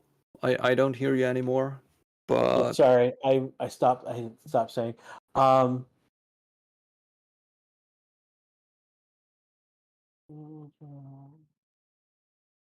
yeah, JS. Thank you for earlier I had Biggles and JS. Thank you for guys showing up and good 4 hours. yeah. Now that's some endurance it took there. So Yeah. thank So, you. all right. So again, in about 15 minutes, 50 minutes. 15 minutes after the top of the hour, wherever you are, the next session's going to start. We will have another stream if things have been set up properly, then you will be automatically taken from this channel, this stream, to the next stream while that gets set up. While we wait for that starts, will probably start sooner, like in usually like 15 minutes before. So top of the hour, we will probably be streaming live, if not sooner. Want to thank you all again. This is the Racing Statistics. You again, Farrell has been with me. This is Grash. Hey, F1's back. It's testing, but it's still F1. Cars around tracks. Felt good. Hope to see you guys at the next session, and hope you guys soon. Yeah. Thank you all for joining. See you. Bye. Oh yeah, like and subscribe the stream. So we are doing this for pretty much any session that is being broadcast. So yeah, like and subscribe.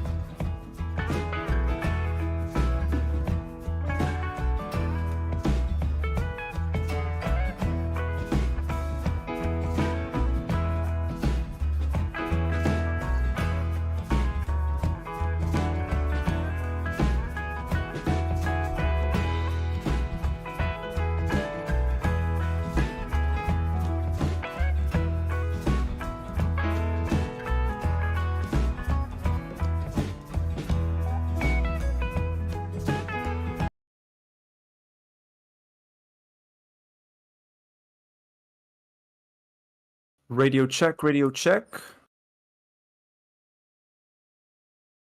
Radio check, radio check.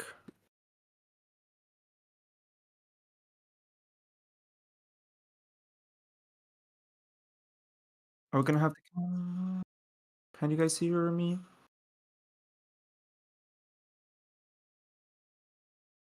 Oh, I think the mic is hold on.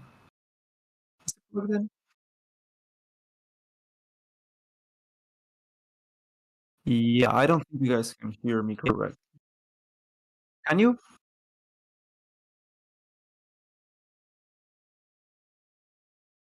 I personally I can't hear anything pretty much.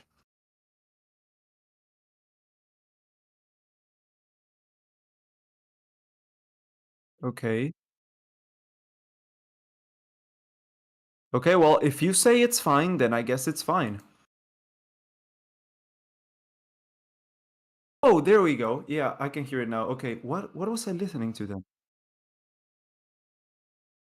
Oh, I was listening to the call. Okay.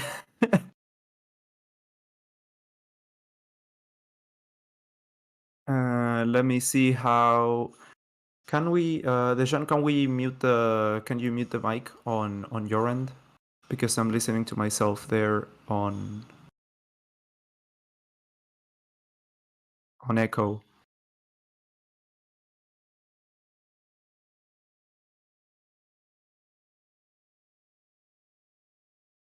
Okay. No. I think that's good now. Is it? Sorry guys, preseason technical struggles. Yeah, that's all good now. Okay. Yeah, now it should be fine. Now it is fine. Welcome back to the Racing Statistics YouTube channel. It is me, Ryan, as always. Look at this shirt that I'm wearing. Oh, you can't see me yet. Okay. As soon as we get the camera, you're gonna see my outfit, and it's gonna be amazing. Hold on. Okay, just had to get my new cap. As soon as the camera turns on, you're gonna be blown away. And yeah, it's good to be back. How are you guys? How was your break, your Formula One break? Did you enjoy? Did you not enjoy? Did you get some time making friends other than talking about Formula One, or were you just in a Formula One circuit like most of us? I got a new hobby in the meantime. I'm now into watches, into mechanical watches, so that's a thing now. So if you wanna talk watches, you can do that on the chat, at least with me. But yeah, preseason testing day 1, session 2. We're just gonna get underway in a few seconds. Break was too long. Yeah. I felt this one to be much longer than before. We can see in a very small window. Can you see my Latifi cup? Can you see my Latifi cup? I got a Gotifi cup. It's fucking amazing. I love it.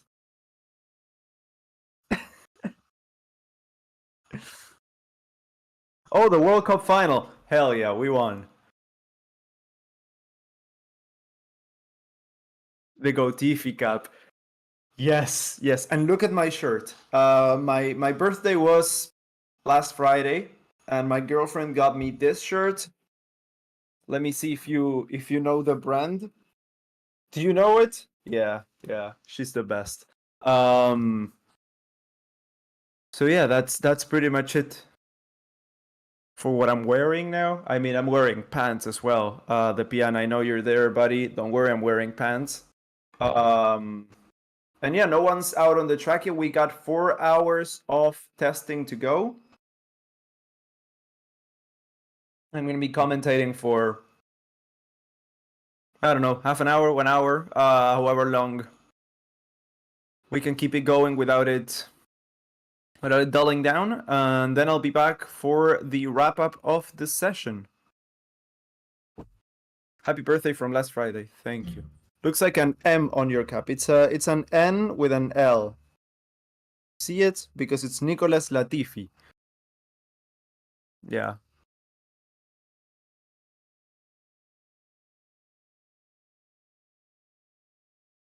Yeah, automatic watches is Michael K. Hell yeah, dude. Hell yeah.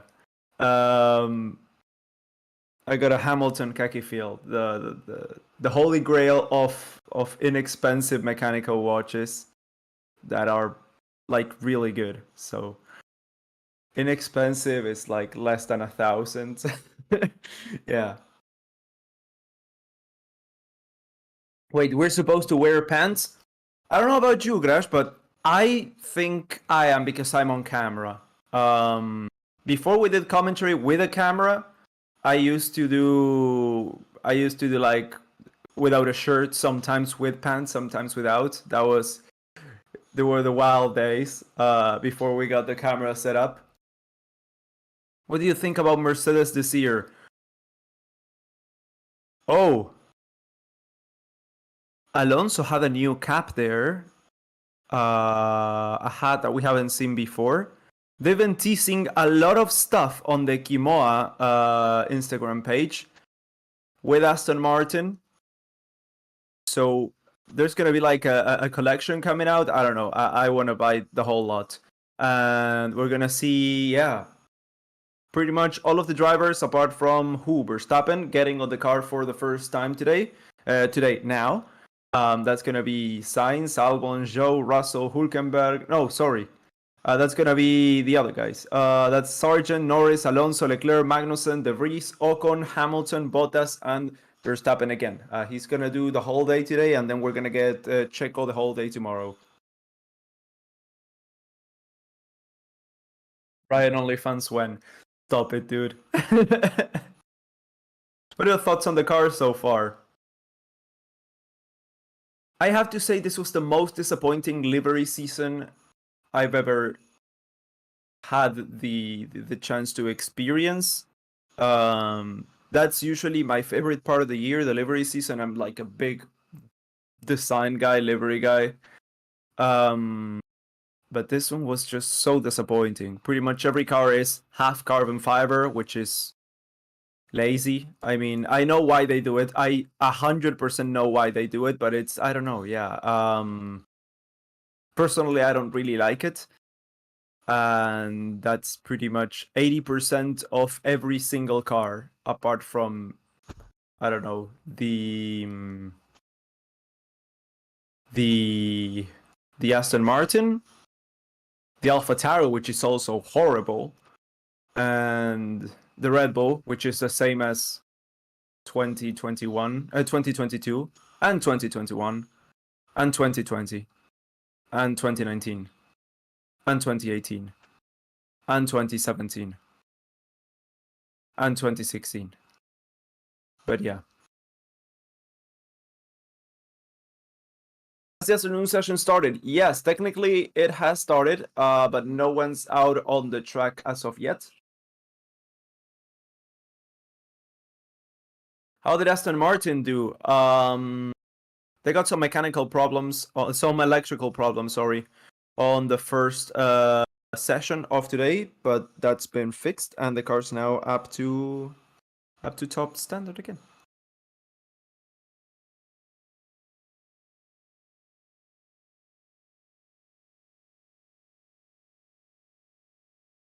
Rather have more carbon fiber than crypto gambling ads. That's true. That's true. I think the only crypto sponsors that have survived are Binance, and I think the really weird Floki coin on Alfa Romeo, or is that gone as well? If that's the case, then it's only Binance.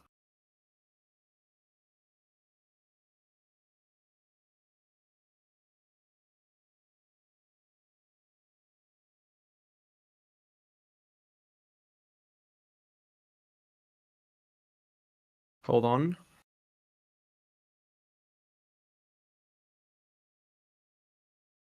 The F1 game randomly added the Alfa Romeo new livery, but that ain't gonna save a dead game. Oh, yeah. I honestly have no idea why they added the livery. I mean, if they just add all the new liveries, that's it. They don't need a new game for 2023. That's it. I mean, they could do with that and just, yeah, be fine. Sorry, I'm gonna take the cap off because I just got out of the shower, and if my hair gets dry with it on, it's gonna be like all smushed down and ugly looking. I got a haircut a few days ago, so yeah, it's still pretty much way too short. I'm waiting for a call. My job is supposed to send me breakfast because they forgot to do it on Friday, so they rescheduled it for today. Stake is a sponsor for Alfa Romeo still. Yeah, but that's gambling. That's not crypto. The F1 game randomly. Yeah, we were talking with the PN about that game. Yeah, that's pretty much it. All they need to do to make a new game, just add the new liveries, and that's it. And yeah, I don't know, Formula One games. I've never been a fan of Formula One games, even though I started watching Formula One through a Formula One game back in 2016. Oh, that's a while ago now. Hold on, let me turn on the AC. It's getting a bit too hot here for comfort now. It's like 26, 27. And I'm drinking coffee. That doesn't help either. That's probably it. That's the coffee's probably it. But yeah, it's kind of like racing games. I mean, Formula One games look really good nowadays, but in terms of gameplay, it's just like, yeah, there's not much more they can do other than release the same game every year because there's not any more like stuff to add. Don't care about hair. Okay, downforce. No one's out on the circuit as of yet. Again.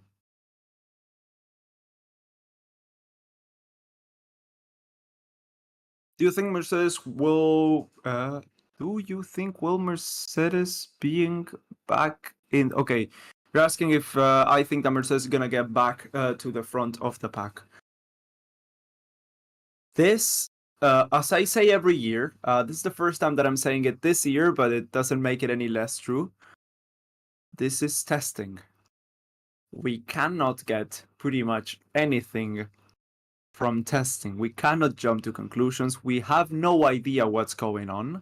We can get perhaps a very, very broad understanding of what the order may be, but until the end of Q3 and the checkered flag on the first race, we have no idea. It's all speculation. What I can tell you is what I'm seeing. What I can tell you is analysis of what we've been seeing so far on testing, of what we've seen so far from the cars from a technical analysis standpoint. But we cannot tell you with any degree of certainty if someone's going to be at the front, at the back, at the middle, or anything like that.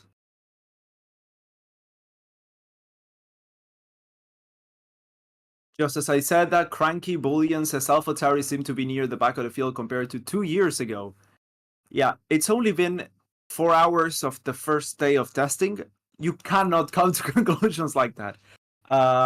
There's just no way. Remember last year? Was it last year or the year before? Not sponsored, by the way. Not sponsored. Where they were like, oh yeah, we're going to be at the front of the midfield. And they were on qualifying. Then on the race day, they just sunk to the bottom of the pack. So yeah, we just cannot come to any conclusions this early, especially this early.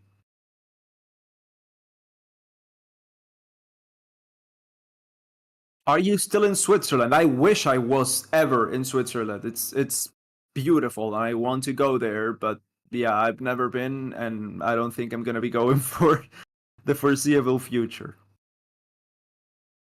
Alonso's big gamble with AMR switch will be interesting watch. Do you think Oscar Piastri is more hyped? I think Alonso switched to Aston Martin in retrospect after everything we've seen last year is the best thing he could have done. Alpine was, and I think still is, a sinking ship when it comes to the team structure. I don't know about the car, but with a wobbly team structure like that, you cannot build a good car. So I think it's gonna be a good one, that one. Do you think Oscar Piastri is more hyped? I think Piastri is reasonably hyped. I don't think he's overhyped like perhaps Lando Norris was when he just came into the sport, but I think he is. Yeah, I think he's gonna do fine. I think he's gonna do just fine. So yeah, I don't know if there was a tweet that I put out yesterday when I saw an article on the Formula One website that said, "Oh, hey, look, the first car is coming out, and that's Max Verstappen." Oh shit! I just touched the earphone and the stream paused. What was I saying? Yeah, so there was an article on the Formula One website that was about Gasly and Ocon, and that they both had clear objectives for 2023. They didn't specify which objectives they were, and if they did. I don't think it was to the full extent. I think they both want to pretty much destroy their teammate, because as much as a facade that they can put up, they hate each other, and so do their families. So yeah, I mean, there's not much that they can cover up there. Ocon said that he's not gonna stop being aggressive toward his teammates, which I think is the worst thing that you could do. Gasly's not gonna back down. He's not gonna back down to him. So it's gonna be hectic. It's gonna be insane, and I think we're all here for that. Looks like he's wearing a bald cap. I don't know what that is. I'm not bald. Like, got plenty of hair to go around.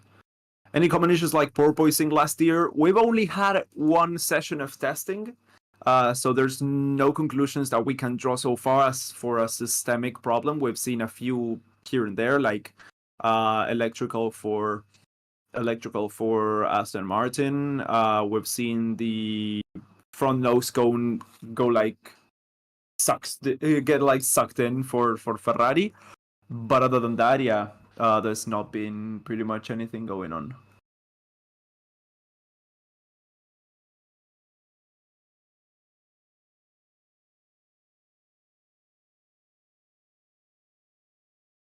Norris lived up to the hype, not gonna lie. In the end, I think he did. But for the first 2 seasons, I think he was a bit overhyped. The first season, I mean, it was Carlos Sainz's redemption arc. He did just insane, and I mean, smashed Lando, but it was his rookie season. Lando did pretty decent there. And then in 2020, even though Lando got a podium at the start, I think it was the same story. I think Carlos, I don't want to say wiped the floor with him, but yeah, he beat him by a wide margin. And then the next year he was gone, and we got Ricciardo, and Ricciardo was never really there, so we got 2 seasons of that. And now this year, I think we're gonna get. I think Lando's improved a lot since his rookie season, since the start, since when he was getting beat by Carlos Sainz. But this year's gonna be, I think, from my eyes, the defining season for where to put him when it comes to ratings. It's not that I don't rate him highly. I'm just really confused about Lando Norris. Every time he gets like, okay, what do you think of Lando? I'm like, okay, he beats Daniel Ricciardo by a mile, but Ricciardo was never really there. He got beat pretty hard by Carlos Sainz. So I have honestly, I have no clue.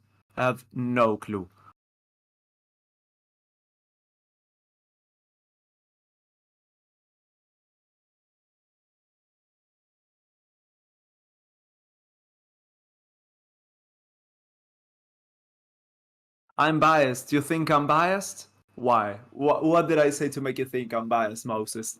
Let me know. Verstappen has the track to himself, but then returns to the garage.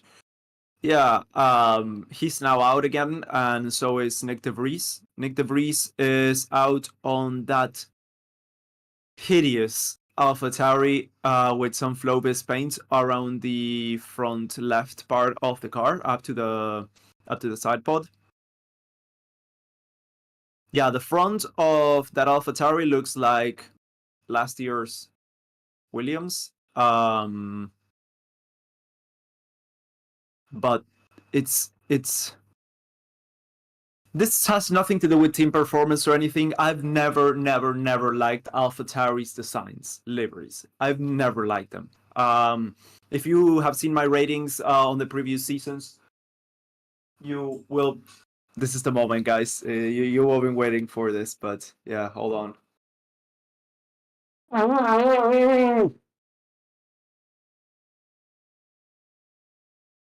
Okay, we're good now.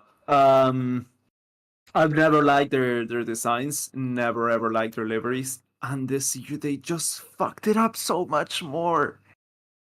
So much more. The wide nose makes it look huge, and then the very bad placement of red all over the car is hideous. What the fuck were they thinking? But oh well. Will Alonso drive today? Yes, he will. Yes, he will. He will be driving on this session. He's getting ready. P4 in the Constructors' Championship this year. Your prediction, please. I mean, I can give you a range of options. There's no way I can accurately predict this from... I mean, we haven't seen anything. This is just complete prediction. Like, I don't know where. FYI, my YouTube channel is probably going to be mostly inactive this season. I honestly have no motivation, nothing to talk about to keep it going, no time either. So yeah, unfortunately, that's, for now at least, the end of the Ran F1 YouTube channel. I've come and gone many times with that channel. It's like whenever I've got something to talk about, I will do so, but as of now, I've exhausted the topics, and I don't want to just push out content to push out content. I don't have the time, I don't have the motivation. I mean, I love doing this live commentary, but yeah, it's just that the channel has been struggling for quite a while. And honestly, yeah, I don't have anything else to say as of now, at least. As of now. Whenever I have something else to say, I will do so. Perhaps I will do a predictions video before the start of the season if I have the time, because that's also a thing. I've got 3 jobs now. But yeah. What were we talking about? Oh, predictions for P4. Yes. So the question is, will another team get to the top 3?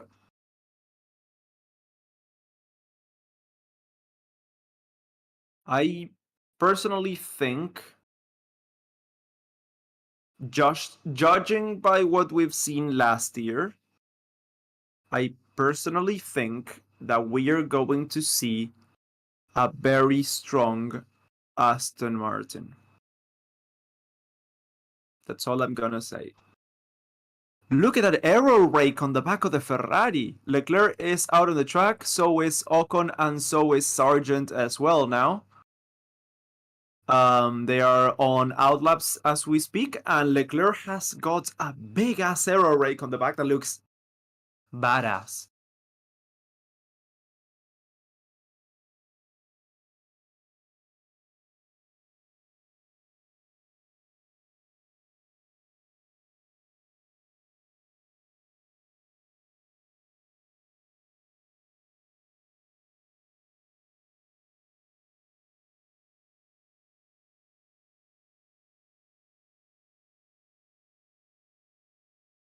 Alonso fan moment. I mean, listen. All the evidence points to that, dude. I mean, it's nothing to do with the shirt I'm wearing, even though I would love it to be. It just makes sense. It just makes sense. I think the top three are gonna pretty much stay on the top three. I don't know about the order, but I think Ferrari are gonna still be strong, Red Bull are gonna still be strong, and Mercedes, I think, are gonna still be strong. I don't know to what extent, but I think they will stay up in front of the rest. Hold on. But yeah, I think the fourth team, it's between three. It's between Mercedes. It's between McLaren, Alpine, and Aston Martin. Alpine, they're gonna cannibalize each other. It's a team that's gonna implode this season. That's my prediction. Then there's McLaren that have a rookie with them. As much as I love what they're doing, last year they have struggled a little bit towards the back end of the season, and now they have a rookie, so I don't think they will be the fourth best team. That's just being realistic. And then we have Aston Martin, which I don't see why they wouldn't be in a position to take full advantage of that. With the strong package that they had last year at the end of the season, the fact that since mid-season last year they put a lot of development effort into this year. Ever since they got the Red Bull package, pretty much, they haven't updated the car at all. So I don't think it makes it's weird to say that I think Aston Martin will be perhaps the fourth team.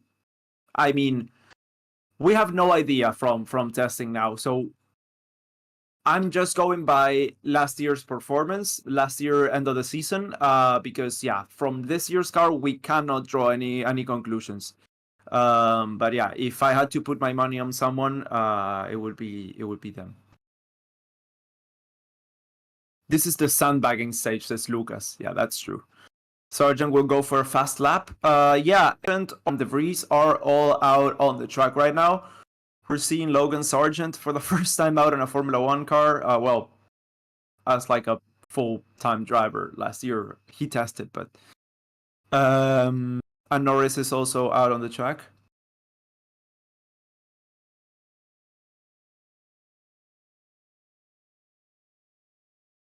Just got news that Stroll broke his two wrists. Let me just fact check that for you real quick. Let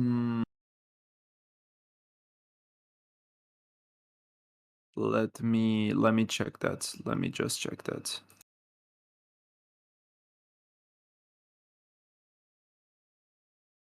Aston Martin. No, from what we've seen, it's a fracture of one wrist, not both. And he's hoping to be making the first race of the season, but unfortunately Lance Stroll's going to miss testing. Hamilton and Norris are also out on the circuit now. Mike is scouting out a little bit. Is it okay now? Radio check, radio check.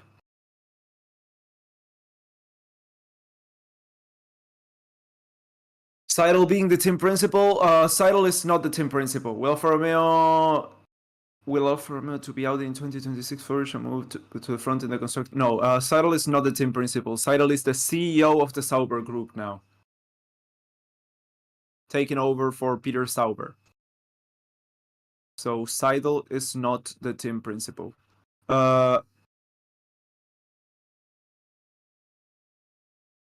Sargents come into the pits after not setting a lap time.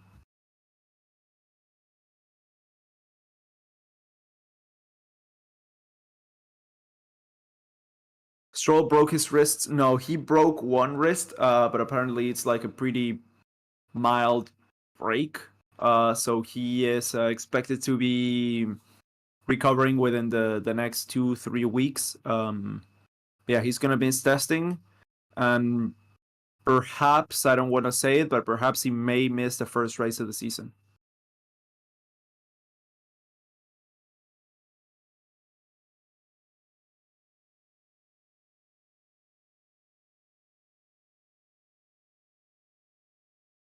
Is the audio okay?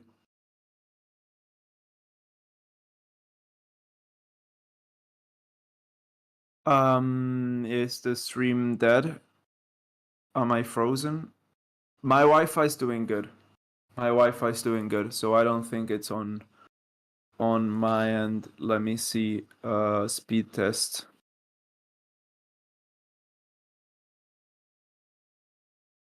Hold on. Why is Checo Perez not driving? He'll be driving tomorrow, Checo. I think it's all good. Okay, so it's all good then. I assume they use the same car but change the seats for the second driver. Yeah, it's the same car. It's just one car that they have for both of them here on testing. Alonso's also come into the pits now. Audio is okay for me now. Okay, good. Mic is okay, good. And that's Norris setting the 11th fastest time. That's the slowest of the... Well, that's the fastest of the runners for the second half of the session. But that's slower than the top 10 that tested in the morning. What do you think about Lewis Hamilton? Just in general? Is there like a more like, what do you think about something or what he's doing, how he's driving? Just Lewis Hamilton. I mean, yeah, he's a nice guy. Yeah. I like him. I don't know. He's a solid driver and a nice guy. Well, is Checo not driving? He's gonna be here tomorrow. Don't worry.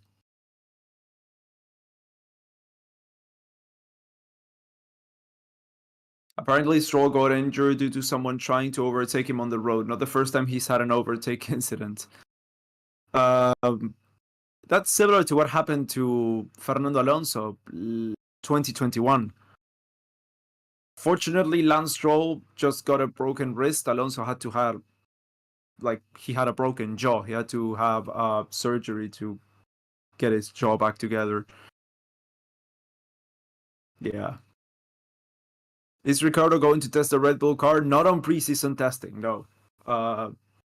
Probably he will be doing tests through the year, but he's a development and reserve driver. He's not a young driver either.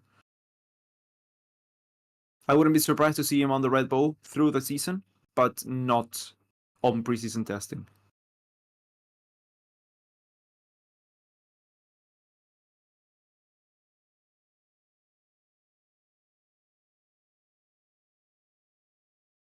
Why is Lewis not driving today? Yeah, he's out on the track as we speak. So he is driving today. Why are the colors wrong? Oh, because we use a third-party tool for the live timings that hasn't yet updated their colors. That's just a cosmetic thing. All the drivers have actually switched teams. It's not like they haven't because the color doesn't show it. Oh, what time are they gonna send this freaking breakfast? It's almost 10 a.m. Do you think Lewis is gonna win his 8th title? I have no idea, guys. We cannot say who's gonna win the title right now. We don't even know which car's the fastest. Wait until the end of the first or the second race and then ask me that question again. Where is Fernando Alonso? He's on the pits. He's come out, not set a time yet, but he's all good. He's getting the car set up, same as Magnussen and Bottas. Did they not even bring Perez to testing? Says enough. No, guys, the schedule is Verstappen does day 1, Perez does day 2, and then they both do day 3. It's nothing personal. Just how F1 testing works sometimes. I mean, they usually do half and half for one day and then one full day each, or they alternate half and half every day, and that's it.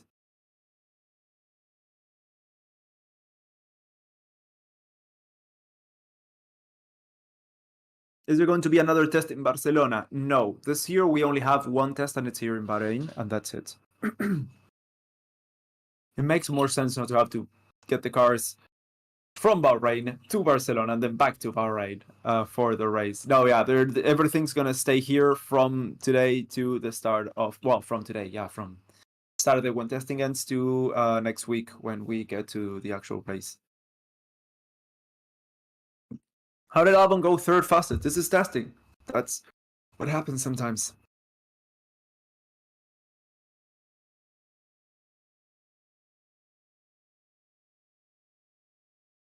Is Mercedes using the DRS? Hamilton's in an outlap now.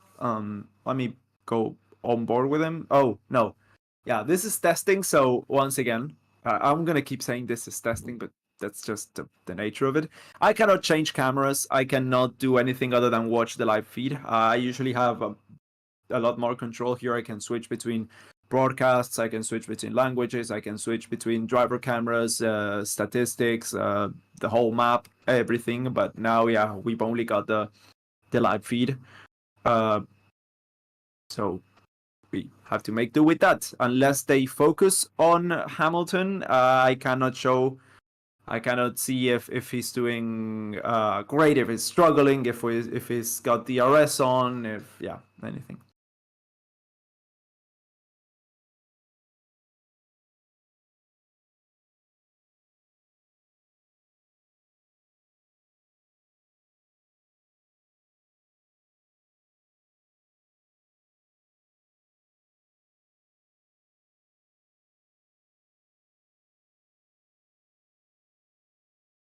Aston Martin clocked 11 kilometers per hour at the speed trap, more than previous year's qualifying. That's a lot.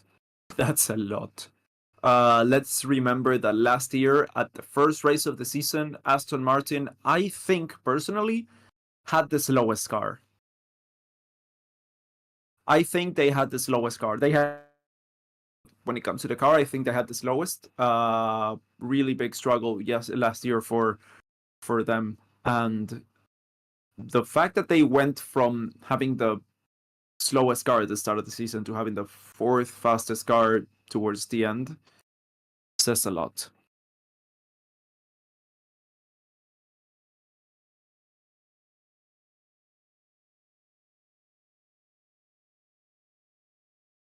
Good to see you back again, dude. Good to see you back again, 2B8. Hamilton speed running. Yeah, he's just doing. Oh, okay. So we're seeing Hamilton now. Good. We're actually seeing Hamilton. He's improving on the first sector. DRS is open for the guy who asked. They are using DRS. I don't know how much fuel they have. I don't know what's the setup, if it's a race setup, qualifying setup, if they're going for a short run, for a long run. I don't know what the tire temperature is. I don't know if they've got the mediums on right now. But I don't know if they're just gonna, if they're used mediums, if they're new mediums. Yeah, it's a lot of questions that we have no answers for. If they are pushing, if they're just being conservative to try and see how many laps the engine can do, since they were having some mechanical issues earlier before the season started. Yeah, let's see. Across the line, he improves. He's still 12th on the timing sheet. But yeah, laps. That's what Hamilton's doing now. Oh, look, Pedro de la Rosa. Nice.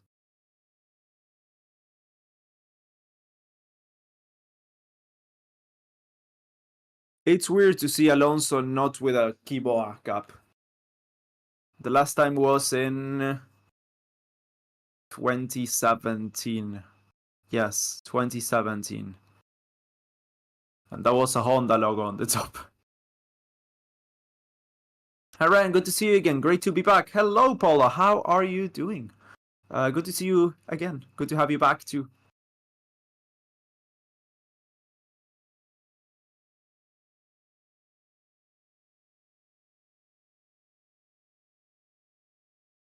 Why is Alonso blue? The colors haven't yet changed on the timing tool that we use, so... Oh, God. I'm sorry, I just saw the Alfa Romeo, and they have a huge eyesore Alfa Romeo logo on the front of the nose, and it looks hideous. Hideous. Bottas is on track. Yeah, that means Bottas is on track. Yeah, all the cars are pretty much half carbon fiber now this season, and I'm not really a fan of that.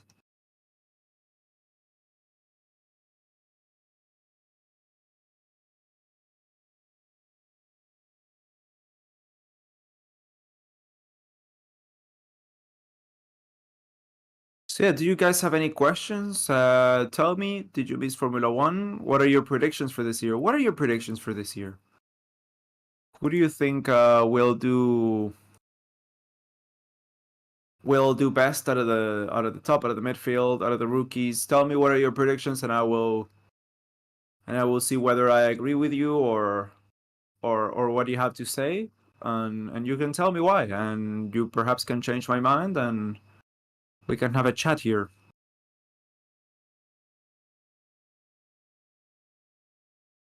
Alpha by far the best looking car this year. I tend to agree with that statement. Yeah, he's up there at the top, the Alpha.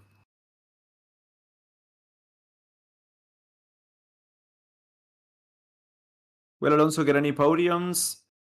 No idea. No idea. It's going to be a three-way scrap this year. I'm personally happy about that, says P8.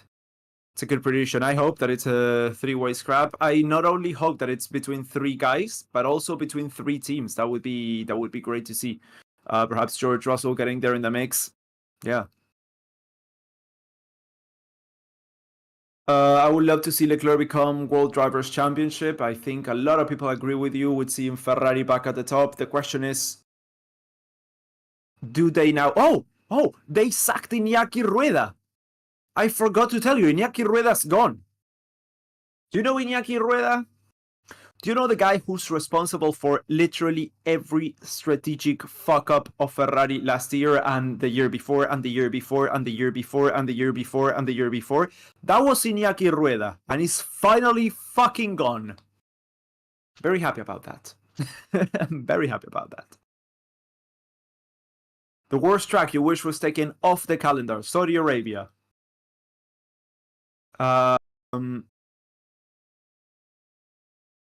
Joe World Champions discover Rogue 3. Oh, we would love to see that. Is it W14 porpoising? I don't think so, but every car's porpoising a little bit. But we haven't had enough onboard time with the W14 to actually tell.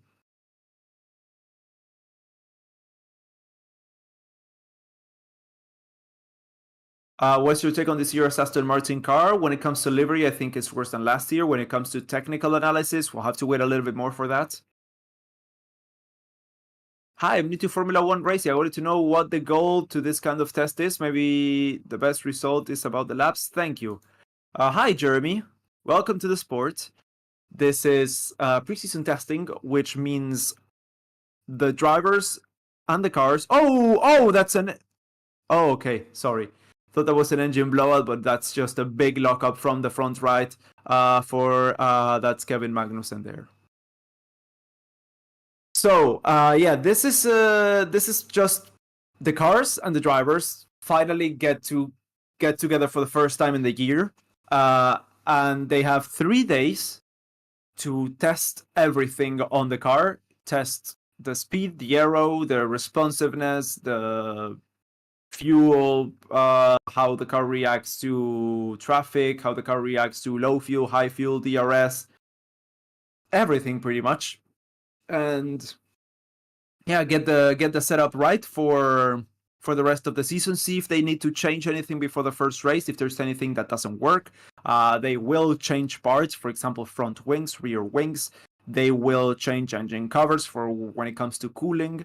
That's why we cannot draw any performance charts from testing, because that's not what they're going for. Yeah, some of them are also just going as long as they can to see how cooling affects the long time reliability of the engine. They are also seeing how the tire reacts over time with worn tires, how aero develops from high fuel to low fuel. because weight distribution changes with that. Yeah, it's a lot of stuff. Hope I answered your question. The back of the grid will be shaking up. Williams will be better. Alfa Romeo and Haas worse, says John Cena. Oh, nice. It's the ice cream version of it's the Bing Chiling version of John Cena. That one. Good.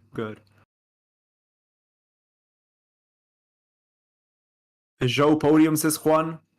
That would be great. I guess Luis Alonso and Gasly will prove themselves this year.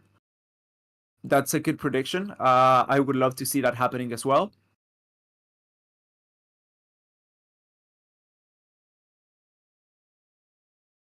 Ferrari strategy now gonna be like 1,000 plus. Yeah, everyone's happy about Iñaki Rueda. Ferrari W now, yes, definitely. The Porterhouse says the Breeze and Piastri in the rookie season will they challenge their teammates, or do they use this season to study the car and settle to be wingmen? Nick De Vries will definitely not be a wingman. He will try to get in front of Yuki. So will Piastri.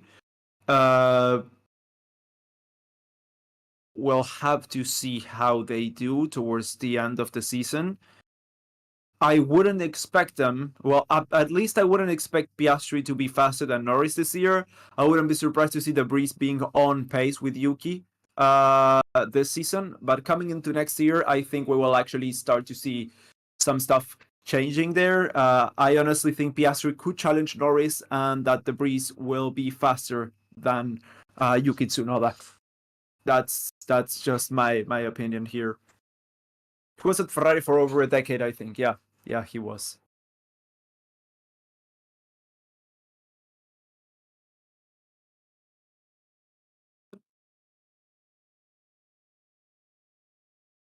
Where's Sergio Perez? He's coming here tomorrow. He's gonna be doing all the testing tomorrow. This year's all Verstappen, tomorrow's all Checo. I reckon there will be a top 3 between Red Bull, Mercedes, and Ferrari, but the 4th team will be McLaren, Aston, and Alpine for sure. Going to be a close season. Yes, I honestly think that's going to be the same as well. CRG20. How's Hamilton doing so far? Good. He's out there. He's come in now. He did a few laps. Now he's come back in. I thought it was Mattia's problem. No, Mattia, I think was doing a fine job. What I was saying, when was it? Yesterday? I don't remember who I was talking to.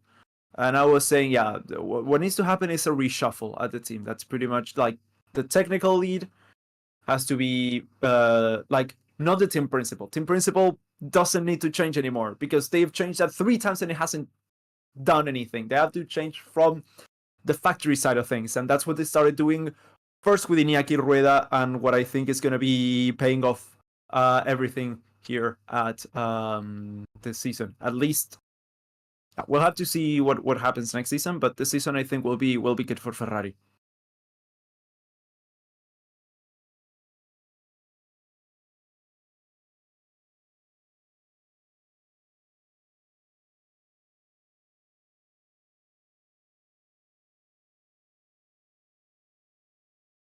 Mercedes need to expose more carbon fiber. I don't think that's physically possible.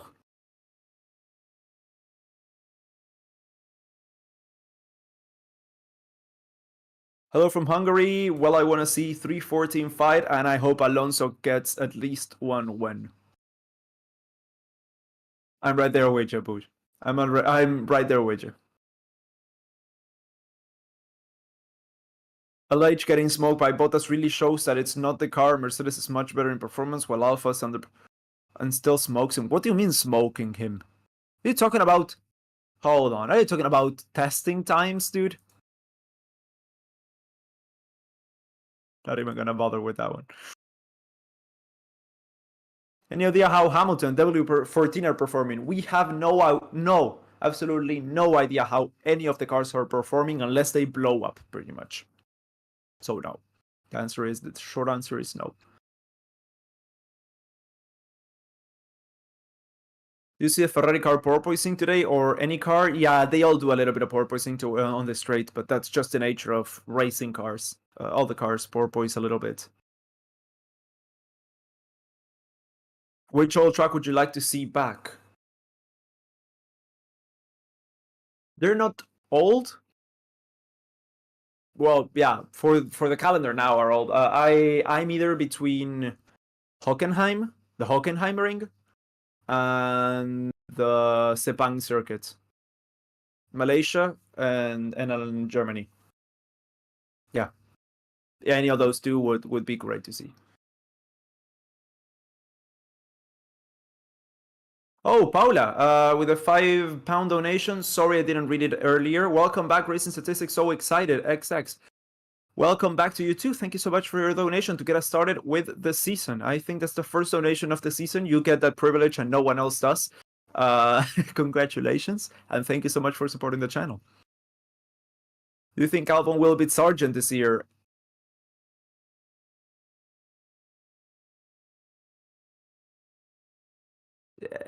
Yeah.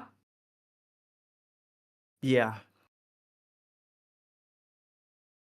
Hey, Woe says, bro, I'm black. Okay, congratulations, dude. I'm just going through every single message here, so I don't want to miss any.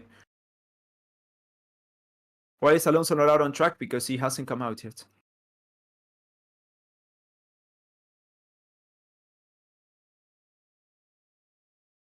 Is there any problem with Fernando's car? It's just chilling in the pits. Oh yeah, he came out before, and now he's back in the pits.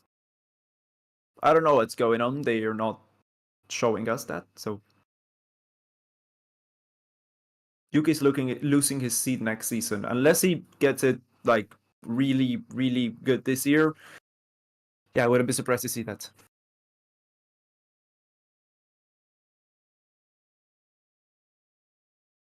Will Daniel be able to drive again in Red Bull later? Not in preseason testing, no. They keep banning live streams. They have no reason to ban this stream. We're not doing anything wrong. Is there anything wrong with Fernando car? I have no idea. I don't think so.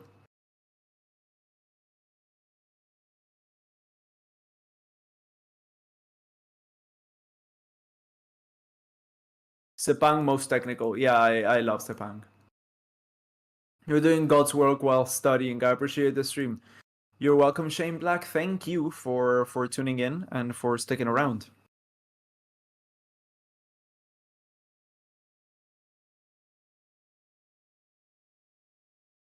Is there anything wrong with Fernando's car? Okay, again, the same fucking question. Personally, I'd say Hockenheim 2 and Portimao. Portimao is a really good one. Personally, I have no idea why we still race at Catalunya and not at Portimao. It's literally the same, but better.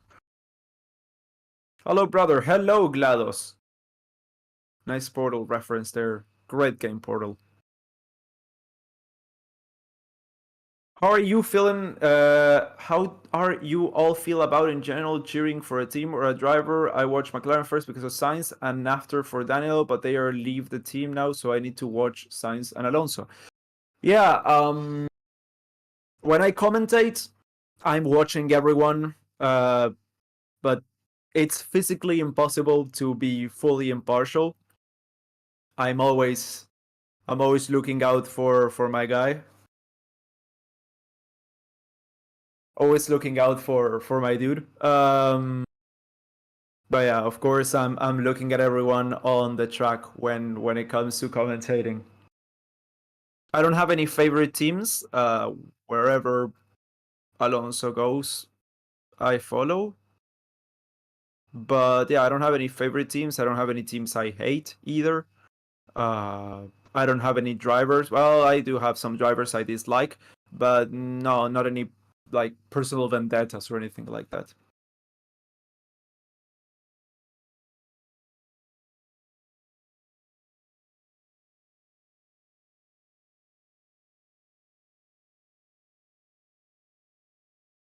You are my favorite racing statistic host.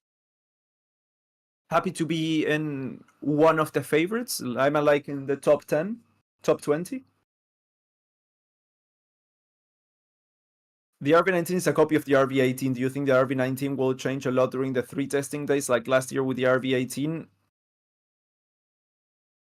No clue. I cannot predict that. I wouldn't be surprised to see that, but I cannot predict that. So where are you watching live right now? On F1 TV. I'm always watching on F1 TV.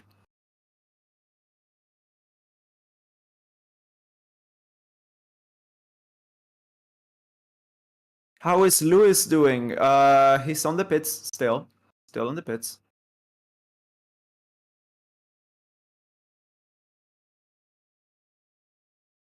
Portimao and Catalonia are far from being the same. Catalonia is more technical. Yeah, but in Portimao you can actually race. So that's a thing.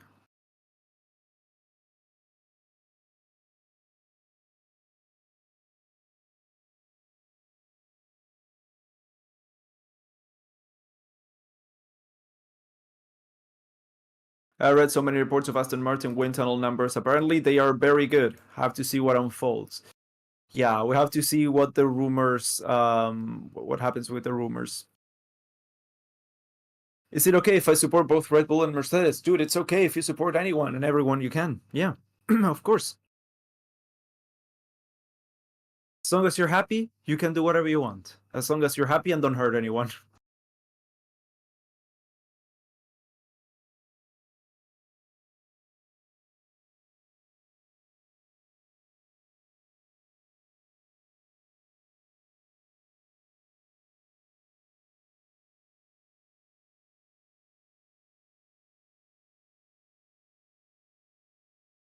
Alonso is pretty much one of the most talented drivers here. He's able to extract the maximum performance out of the most cars he is given to drive. Yeah, that's a fact. Yes. Where does it show which drivers have pitted? Well, as long as they're not on the minimap, they have pitted. Oh, yeah. As long as they're not on the minimap, they are on the pits. Pretty much. Now we have Leclerc, De Vries, and Sargent on the track, and Verstappen as well. Everyone else is inside.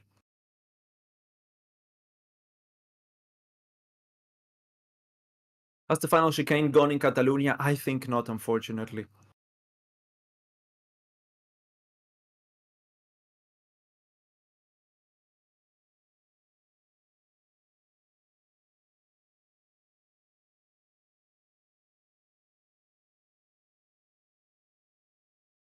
The Pian's case and insult in 2023 is kind of wild. Yeah, I mean, who gives a shit? If you're gay, cool.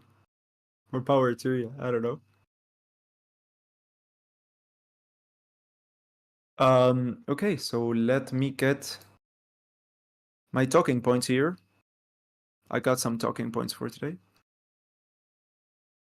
So let's see. We got a few new numbers. Well, Max Verstappen's, of course, still number 1. And then we're gonna get Logan Sargent getting the number 2. Number 2. Was it ever used? I don't think it was ever used.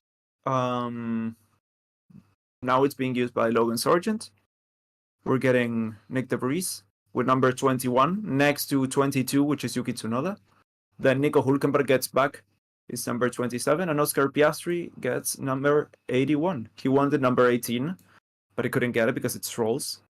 Now he's number 81. Logan Sargent wanted number 6.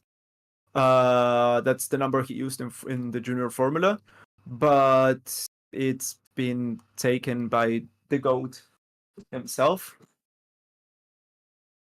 Mr. GOAT Ify, and the numbers got to be available for 2 years, and I think in the 3rd year it's back up for grabs. So yeah, for the next couple seasons, no one will be able to use the number 6, which was used by Rosberg and then by the GOAT.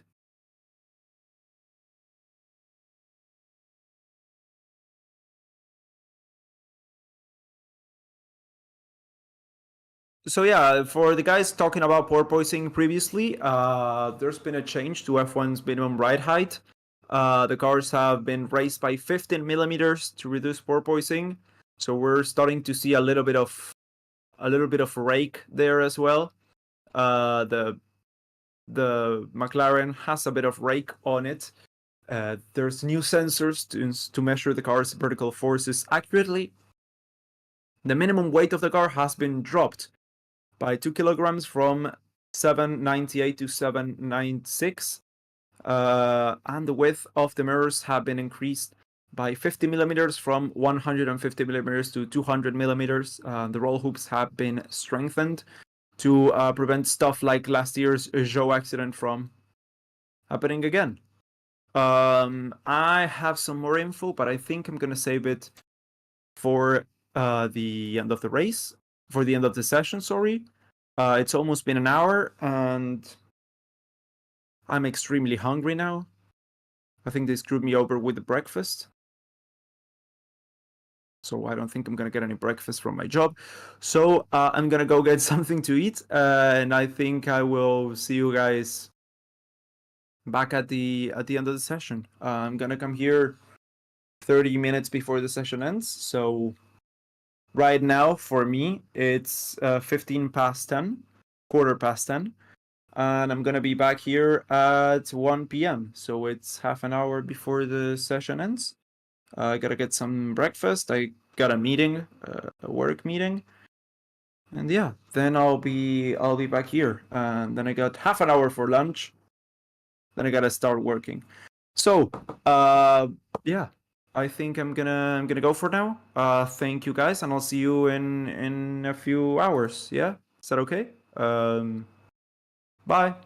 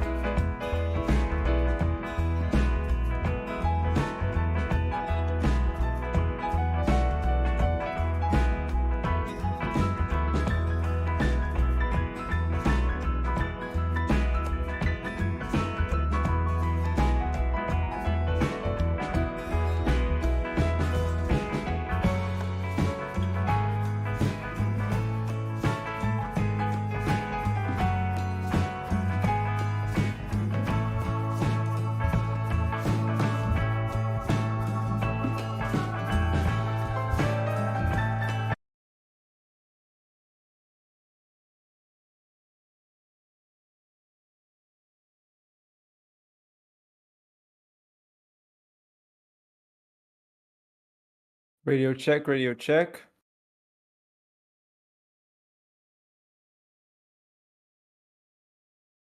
Radio check, radio check.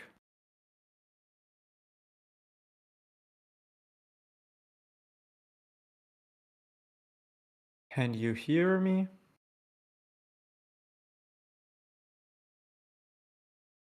Hi. Okay, I'm back. Hello, everyone. For those of you who haven't been here at the start of the season, of the session, I'm going to be commentating the afternoon session. Well, now the end of the afternoon session. Yeah, I was here for the first hour. I've been keeping up with what's been going on, and now I'm back.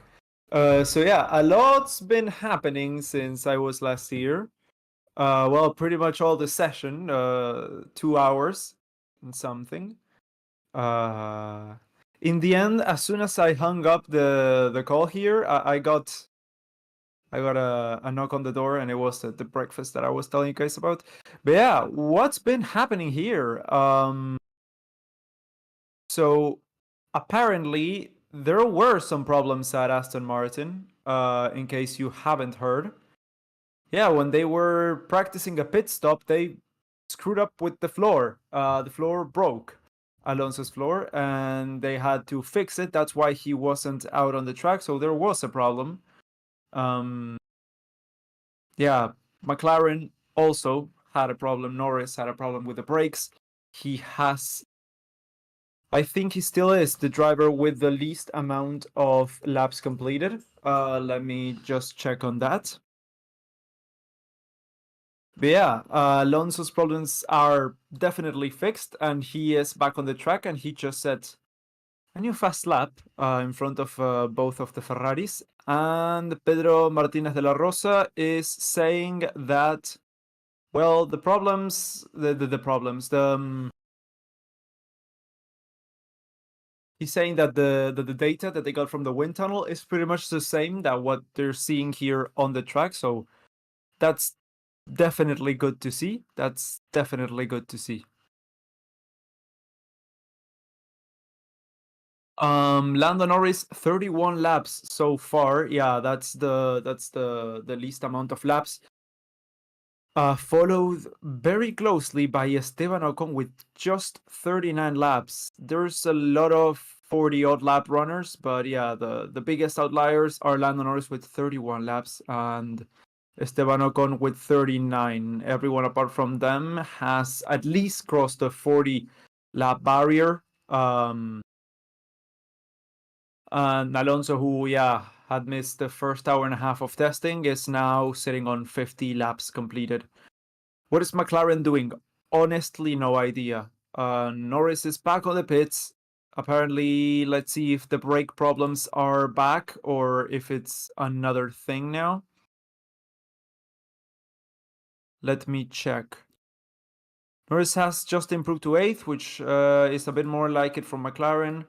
He was best of the rest in 7th last year, blah, blah, blah, blah, blah, blah, blah. Yeah, but no, they're back on the pits. There was a bit of a problem there with Red Bull. They had a bit of a problem getting on the jack there, the car on the jacks. How is Mercedes doing? Mercedes is doing fine. Hamilton's doing laps and laps and laps and laps, so that's I mean as good as they can hope. The Hamilton's on 58 laps, which is pretty good for a driver who's only done one session. The only one who's done 2 sessions is Max Verstappen, and is up into 140 laps, which is a lot. Also considering that if you divide that by 2, it's 70 laps a session, with still 40 minutes to go to the second part of the day 1 of testing.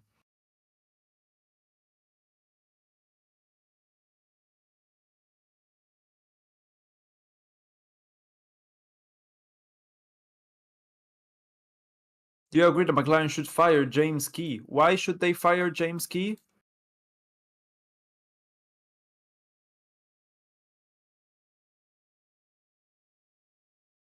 Alonso's still running. No, not a low fuel run. Oh, no, definitely not. We're now on board with Alonso. What's going on there? Oh, a bit of a lockup on the front left tire. Yeah. I'm gonna get this off now.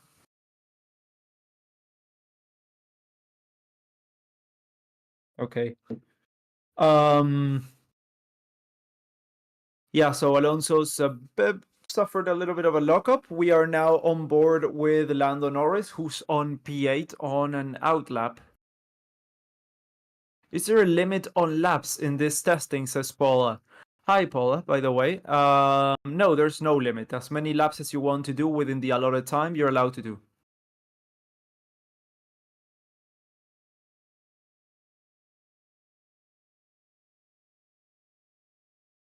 Wait, is Aston Martin challenging for the championship this year? No, guys, this is testing. Williams is not faster than the rest of the field. It's testing. We cannot just jump to any conclusions here. It's day one as well, so don't worry about that.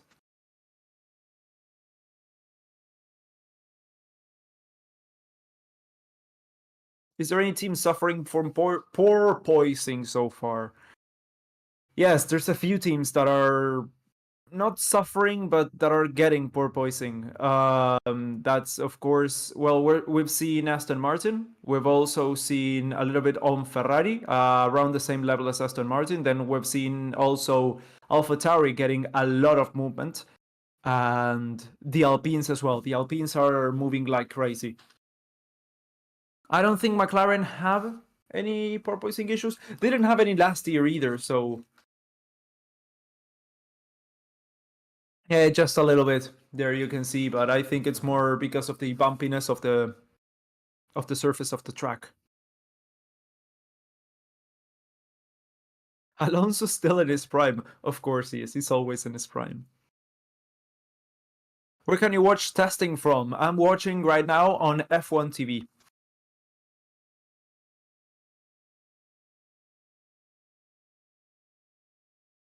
What happened to Alpine? Apparently some. Let me just check. But apparently there's been some problems there. Alpine, they have not been doing as many laps as they would have wanted.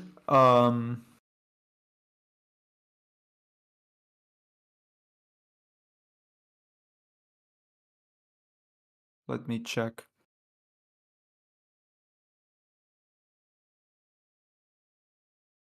Yeah, no, not getting any particular problems here on the log.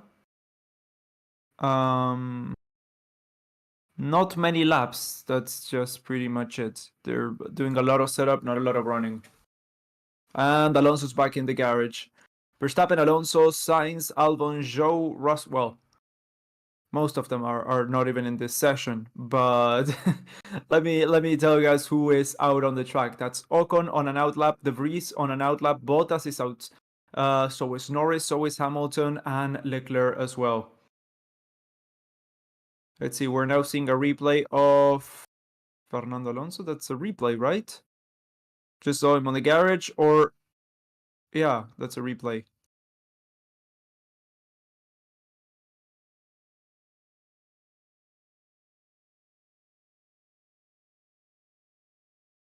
Uh, 8,000 votes later, and we'll still 47 between De Vries and Piastri. If you haven't voted there on the poll for fastest rookie, make sure to do so. It's going to be interesting to see what comes out from that. What do you think of Mercedes? I think they're just doing laps and laps and laps. They were rumored to have reliability problems before the preseason testing, so I think it's good that they're just doing laps and laps and laps, getting that mileage in and seeing how the engine and how the rest of the drivetrain reacts to that. I honestly think that's a good move.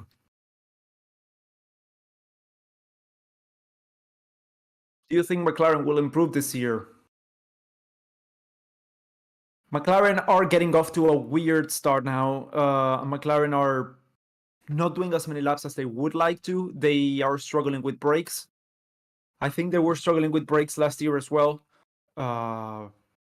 yeah, honestly, it's weird. The McLaren dynamic. I mean, they just lost Andreas Seidel, which was the biggest single part of the team, I think. Andreas Stella, I'm sure is going to do a great job. He's an amazing team principal. He has been doing so at many other teams. I mean, he's been in Ferrari before, remember? But yeah, I'm kind of worried right now for McLaren. They seem to be 2018, 2019, 2020, they were steadily improving, but ever since 2021, I think it's been just a plateau, and the others are catching up.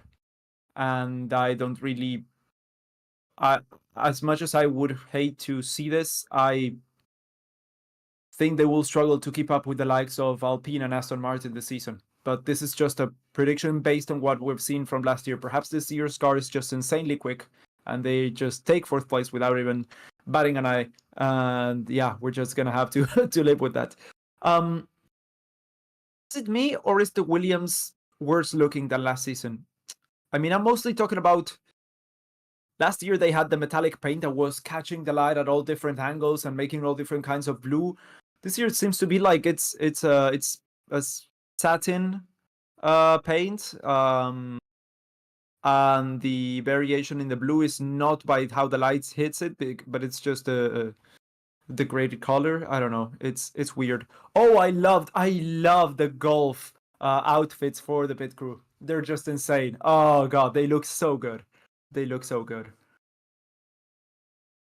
On Dutch TV, commentators said he was talking to the McLaren press chief yesterday, who said McLaren know the car is not where it should be for the start of the season. That's what they've been saying for like 3 seasons now. And that reminds me of 2017, reminds me of 2018. Honestly, McLaren need to get it together, otherwise they're going to start sinking again, and fast. Doesn't Star Sports have the Star Sports have the right to F1 in India? I mean, last year they did. One of my friends was watching. Yeah, I mean, I have no idea.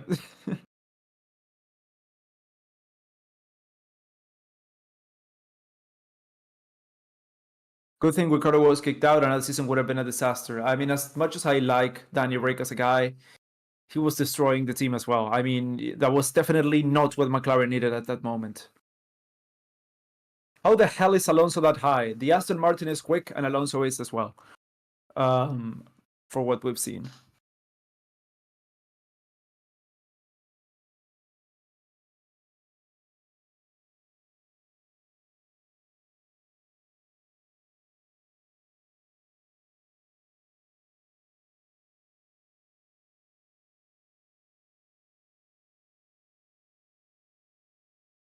Alonso is on the pits. Yes, he is. It's too early, but I imagine Alonso actually has a car this year. Oh, yeah. Yeah.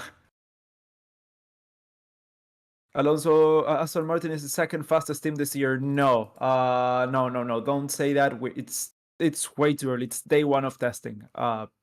That's probably not true. I wouldn't be surprised if it isn't. Yeah, don't jump to any conclusions now. It's way too early. How about McLaren Honda? I mean, McLaren want Honda come back in 2026. Vietnam flashbacks of that. That's all I'm gonna say. First, McLaren need to sort themselves out before switching yet again their engine suppliers. They've switched from Honda to Renault to Mercedes in like, what, 4 years?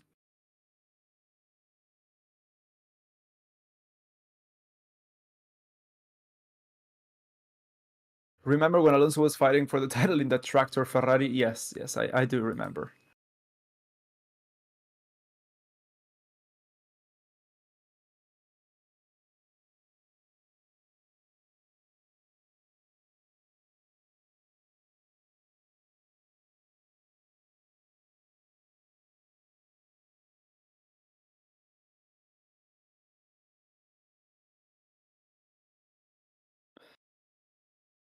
Alonso's very fast, faster than LH.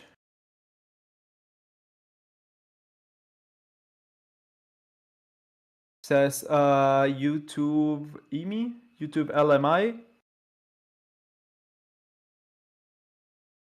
I mean, this is testing. We cannot draw any result, any conclusions from that. It's still like way too early to say, oh, Alonso's going to be the second fastest driver because he set the second fastest time on one part of this first day of testing on the afternoon. No, it's much more complicated than that.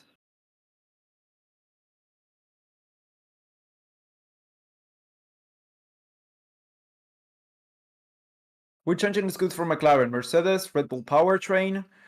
I think the Mercedes is fine. They haven't had any reliability problems with the Mercedes, I think, last season, or perhaps one or two, but not anything like too disastrous. The Ferrari would be a problem. I think the RBPT could potentially be a problem with the history that they have together. I think Mercedes is the right choice, at least for now. It's a fast, reliable power unit. What else do you need?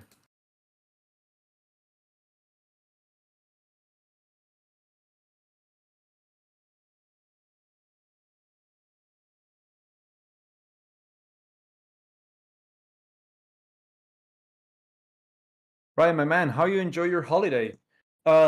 It was fine. I didn't do much, but it was fine. Some nice time off. Yeah. The guys who were here before, I told them I got into a new hobby. I'm into watches now, mechanical watches. That's something we can talk about sometime if you're interested in that. But yeah, other than that, got some work done. Some exercise. Very hot. It was very hot, so didn't go out a lot. Last week was my birthday. That was pretty fun. And yeah, that was pretty much it. How about you?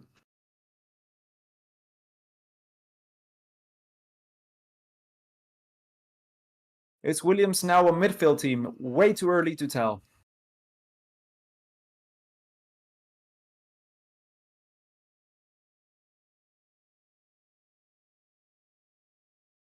Who are title contenders this year? It's way too early to tell. What about the dented nose on the Ferrari? That was just a broken nose, guy. The nose broke and it collapsed, and then they came in and changed it. That's it. Happy birthday. Thank you, guys. Thank you. BMW Williams, they were not back markers at all. Oh, definitely not. Definitely not. Hey, when are you gonna be updating the teams for the drivers? Gasly still, yeah.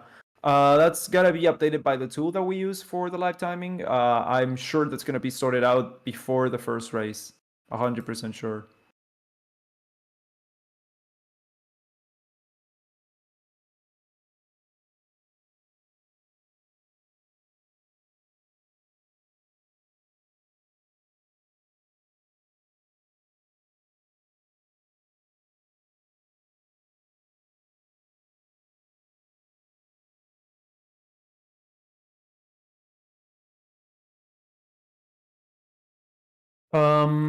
What was I saying? Love your streams, Rob. Thank you, Paul's potato.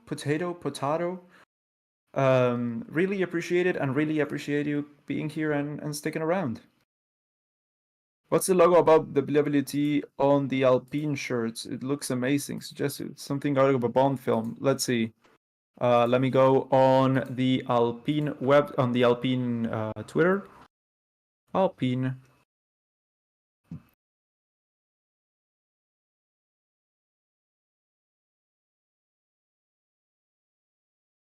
Let's see.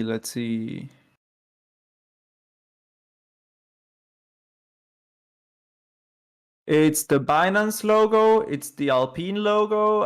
That's pretty much all there is there. And if you're talking about the actual shirts, that's the. Is it Asics? No, it's not Asics. It's a clothing brand. What have you seen from Max today? Lucky for him, lucky for the team, absolutely nothing. There's nothing been going on. He's just been doing laps. Nothing went wrong. Apart from one pit stop that they were practicing, but that doesn't cost that many time here in testing. Other than that, yeah, it's been smooth running for Max Verstappen all through the 8 hours of testing, pretty much. Never count out Fernando. Definitely V8. Never. Checo doing their work tomorrow. Yeah, Checo's gonna be here tomorrow doing both the morning and afternoon session. Winton is also saying Aston Martin built a rocket. Let's see how Fernando can run it. Yeah, Aston Martin test results say that the car has been greatly improved, but then again, pretty much every other car has been greatly improved. So let's see where they fit in. But talking with, I think it was Felipe Drugovic, they were talking about the new parts of the car, and it's 95% new, the car. 95%. Oh, I also got a new watch strap, which is green like the Aston Martin. Just a nice touch there. A NATO strap. El plan is going all fail for Alpine. Oh yeah, there was no plan at all. The only plan was to sack Alonso, and now they have two drivers that are gonna go at each other's throats as soon as they can. Oh, that's a cool game. Yeah, guys, give me your predictions. Okay, so let me give you some context first. For those of you who don't know, Ocon and Gasly hate each other. They loathe each other. They cannot stand to be together. They crop each other out of the photos on Instagram on events they have to go together because they're both French. And when it comes to family visiting the races, there's 6 weekends that where drivers' families can go and go and see the race and stuff. Well, Alpine's families actually have three each, because the families, they cannot stand being together on the same weekend on the same paddock. So that's the extent of the hatred between those two. So with all of that, I need to give you one extra piece of data, which is Ocon saying that he won't stop being aggressive toward his teammate, and that they both have the same objectives for this 2023 season, which is, I mean, it's pretty much saying, okay, I'm going to be the number one driver. Both of them are saying that. So, in which race do you think they will become the rivalry, the intense rivalry, and the intense hatred will begin? In which race do you think that will happen? The first, the second, the third, the fourth race, after the summer break, by the end of the season, before the end of testing? When do you think they will start to go at each other's throats? Let me know in the chat. Ryan, is just me, or is there less F1 viewers watching testing nowadays? Is the F1 hype dying? No, I don't think so. Testing is always quite niche, and more so on a stream on YouTube. So I think it's about on par. Okay, let's see. The first race, says Dami Adiola. Jeddah, says OP Gaming. I think that's the second race. Saudi, okay, that's good. Bahrain Q1, says RS Racing Statistics. That's a good prediction as well. Qualifying for the first race. Second race, they're crashing into each other. Jeddah right now. First qualifying, second Jeddah, first FP session. Well, my prediction was FP3 on Bahrain on the first race. I think that's where when everything will blow up. It's gonna be so fun, guys. It's gonna be so much fun. After the complete disaster that they did last year, it's gonna be so much fun to see the drama and the team implode. I'm sorry if you're an Alpine fan, but yeah, I mean, you know what was coming when they signed with Gasly. So, yeah. I want to say Miami or Azerbaijan, says Crash. I think that's the 5th race, right? 4th, 5th race this year.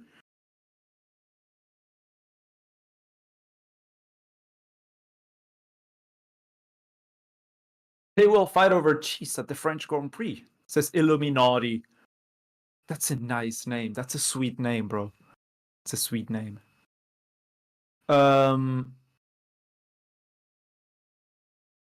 Is the Mercedes power unit slower than the Ferrari and the Honda? So far, I don't think we can tell for this season. But when it comes to top speed, I think the RBPT is a bit faster. I think. Drive to Survive has a special camera for Alpine only. Has a special team. It's gonna be a special series, a special documentary for the Alpine drivers. Has DTS come out yet? Are any of you guys gonna watch it? I know I'm not, but if you guys are, let me know why here in the chat as well. Anything about Hamilton? No, not much. Same as Verstappen. He's just there, lapping. P5, good times. Not any problems going on. No, not much to say really.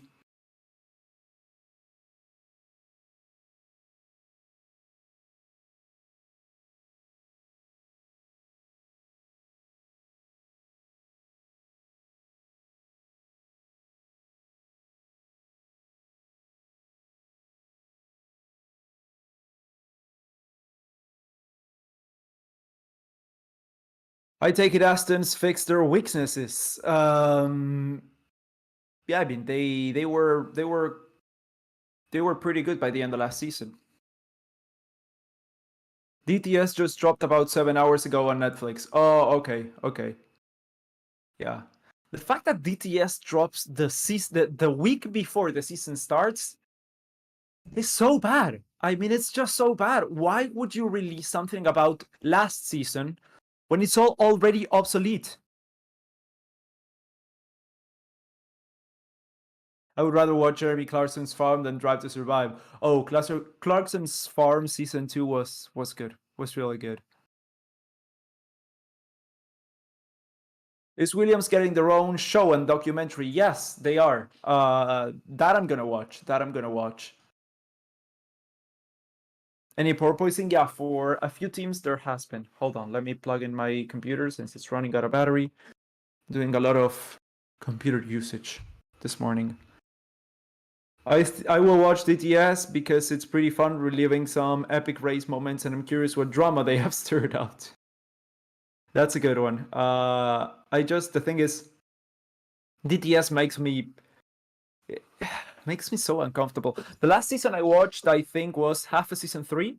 Season 1 was good. Season 2 was off. Was like, okay, yeah, I'm done with this. It's so bad.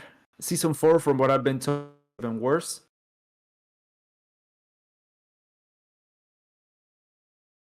Do you think Vettel made a mistake not wait on Aston Martin? I don't think it was a matter of waiting or not waiting. Aston Martin gave them a chance to re-sign with them, but he was mentally somewhere else, and it's completely acceptable and completely understandable. And he was like, yeah, no, I mean, let Fernando have it. It's fine. And he left in really good terms with everyone on the paddock, with himself. So I think it's fine. I think it was his time. I wasn't surprised then. And we will miss him. Of course we will miss him.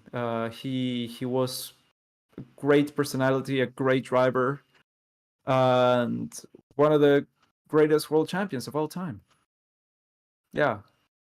It was sad to see him go. But I think it was time. It was time.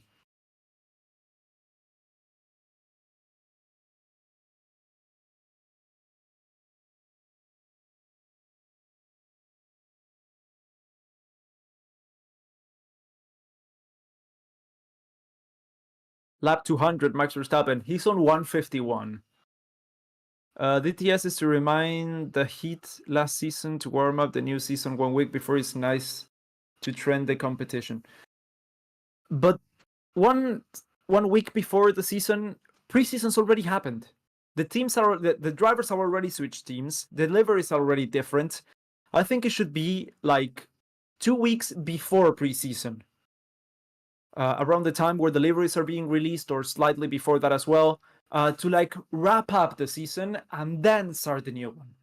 Because like as it is now, it's like okay, we're starting the new season of Formula One. We're in the middle of the start of the new season of Formula One. Let's talk about last time. Remember this? And you're like, okay, yeah, that's already old news, you know?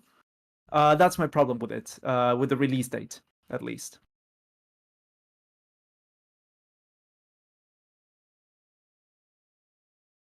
Bahrain looks so good under the lights. It does. It really does. That's Lando there going a little bit slow. He's preparing for a fast lap, I would say.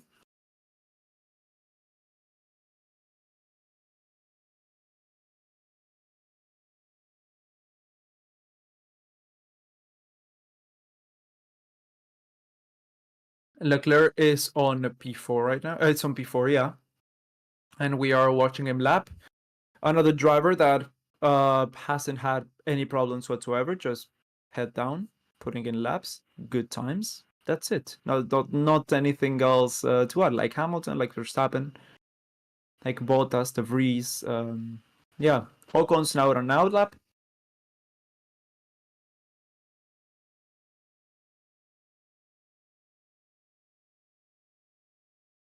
I'm so hungry. We end the session in 15 minutes. After that, I'm gonna go get something to eat. I've got half an hour before I start working at 2 p.m. I'm gonna have to see what I can whip out and whip up in half an hour. Whip out. You don't want to see what I whip out. But I can whip up in half an hour because I need to make it. I need it. Roberto Avalos is talking about Mr. Perez. Perez is coming tomorrow. Today is Verstappen, tomorrow is Perez, and then on Saturday we're gonna get half a day each.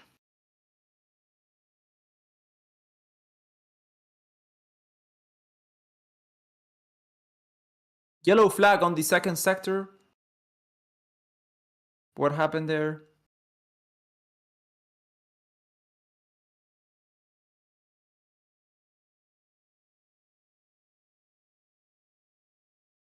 Oh, we're gonna go into a VSC test. Okay. Virtual safety car test. Never heard of that, so we're gonna go and do that.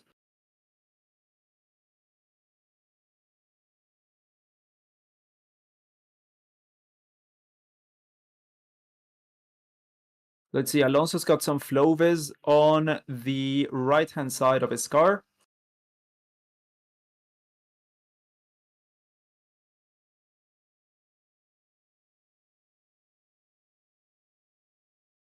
Yep, 14 minutes left on this session.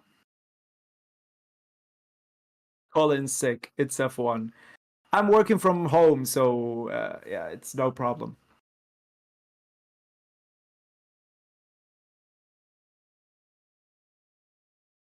Yep, BSC is out.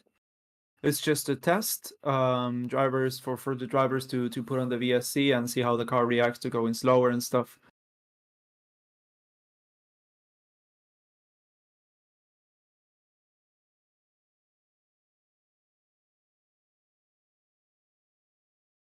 Is this all gonna be just BSC testing the last 15 minutes?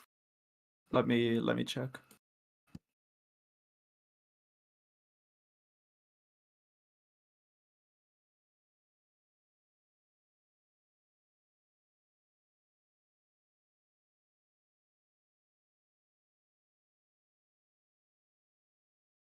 Let's see, joining live lap by lap.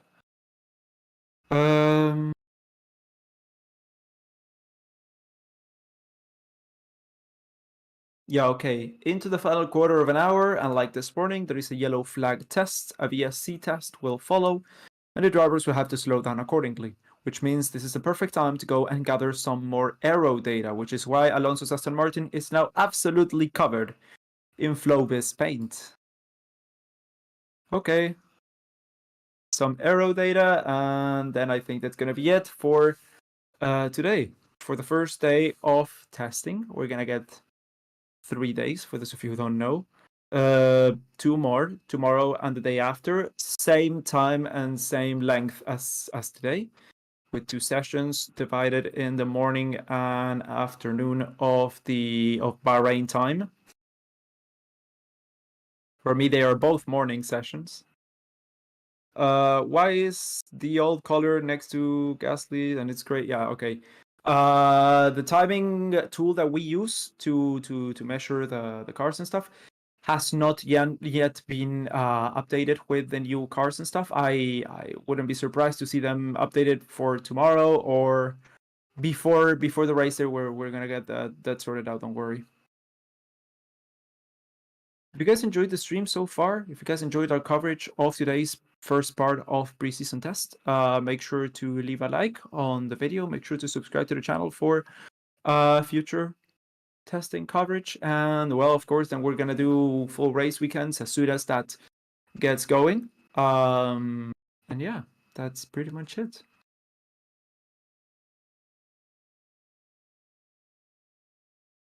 What time does it start in the morning? For me, it's at 4 a.m. For me, it's at 4 a.m. So I don't know. You'll have to compare to your time. I'm at UTC -3. Red Bull are preparing for a pit stop. Let's see, Verstappen's coming in.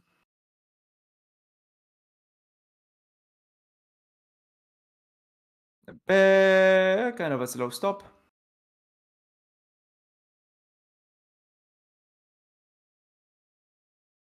Yeah, just under 10 minutes left. 10 a.m. Bahrain time starts. Okay.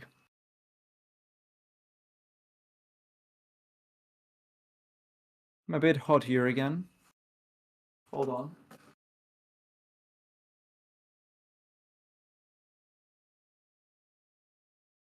There we go. UK time, where are you? Okay, so UK time, it should be +3, so it's 4, 5, 6, so it's 7 a.m. UK time. Yeah, that's when the morning session. I won't be here for the morning session. I will be here for the afternoon session of the following 2 days. Because yeah, 4 a.m. is is way too early to start testing. But yeah, I mean, I can do the afternoon session, so it's no problem here.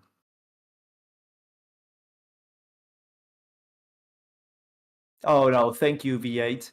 I've got some information about the cars that we can talk about tomorrow.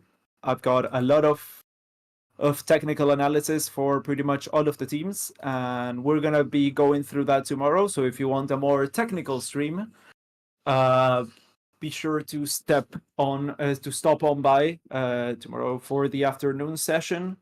We are going to be discussing the technical changes for the new cars, for all the new models.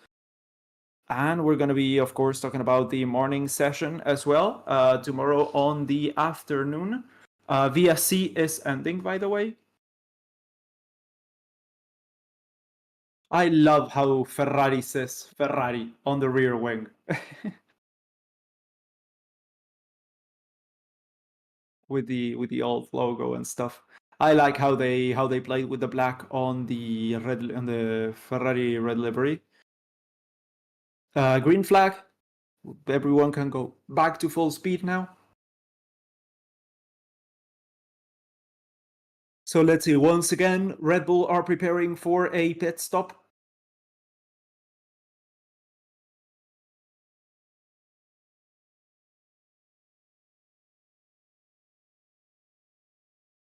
Norris gets a good time. Yeah, he goes 5th fastest in front of Hamilton. Thank you for pointing that out, Depian.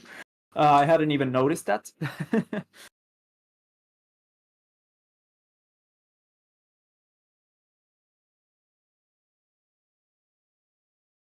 I was watching from Georgetown, Guyana, South America. Wow. Yeah, you're in my continent. That's one country. Suriname more than Guyana. But I always not forget that you guys exist, but it's one that I'm like, oh yeah, that's true. It's a weird dynamic.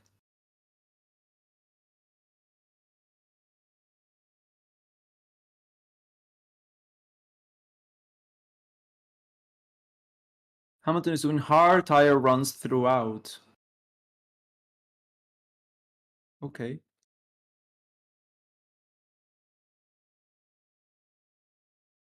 he might have superior speed in softer tires. Yeah, of course they might. All will have superior speed in softer tires. Cooler session, but more rubber on track, and car setup has improved, resulting in second session being a bit faster. Yeah, yeah, that's pretty much it. Okay, oh, so the poll has finished. So you guys have voted. 8.6, well, 8,600 of you have voted.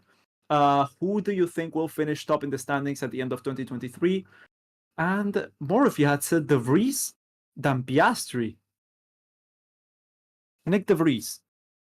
Like, you're saying AlphaTauri will finish in front of McLaren. Wow. Got a lot of faith in him.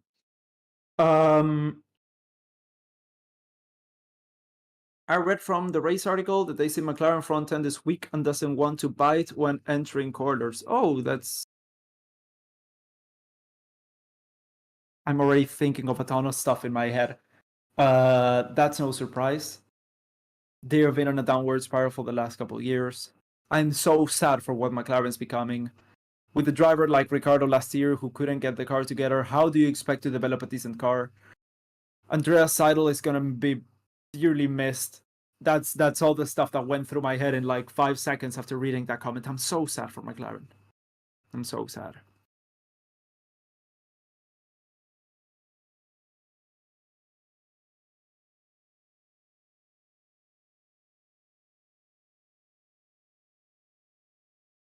Yeah, we believe in miracles. De Vries has the most experience. Also, he's older and the reigning FE champion, so he knows his stuff. Yeah, but I think FE is different, and Piastri has gotten a lot more time testing an F1 car than Nick De Vries. He's been with Alpine, he's been with McLaren then again, and I honestly think that McLaren is going to be faster than the AlphaTauri this season. I'm so sad about McLaren. Maybe we become Mercedes or Red Bull fans. No, I don't think that's the correct approach. If it's not in your heart anymore, just... Yeah, I mean, I followed McLaren really closely because you know, you guys know who I'm a fan of. So when he was in McLaren, I was full orange. But then ever since he left, I mean, I kind of stuck around for a couple of years. But yeah, then my love for them faded away. Because I was there for Alonso, you know. But yeah, it's so sad to see the team that I stuck with through thick and thin, mostly thin. 2016, 2017, 2018, have such a surge like in 2020, 2021, 2019. Well, not so much 2021, but 2019 and 2020, and then just plateau and then start to come back again. I mean, some of the decisions that they have taken, I don't want to blame Ricciardo for it, but I think that if Carlos Sainz had stayed there, it would be a much different story than what we've seen now.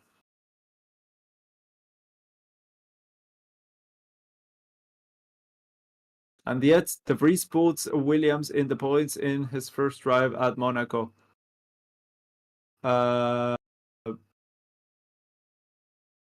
Yeah, I mean, they're both extremely fast. I'm not saying that. But I'm just saying that I think the AlphaTauri will be faster than the McLaren. Oh, a bit of a skid there by Lewis Hamilton coming out of the second sector. Any news about Alfa Romeo? No, nothing new, unfortunately. Well, fortunately for them, I mean, it's all going smoothly.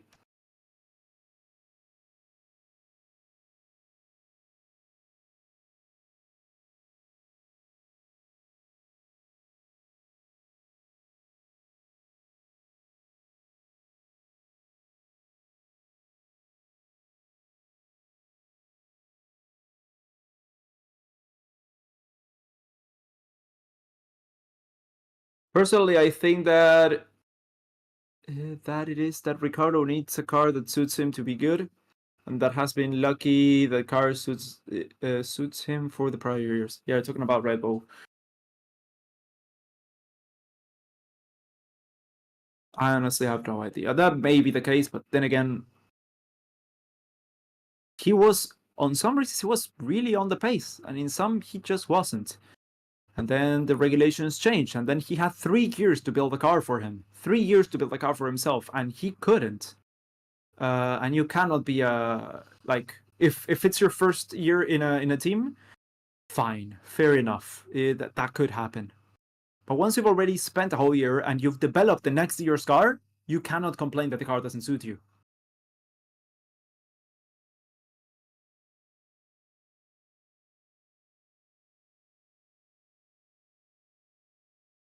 Verstappen has almost double the laps of everyone else. Yeah, that's because he's done both the morning and afternoon sessions.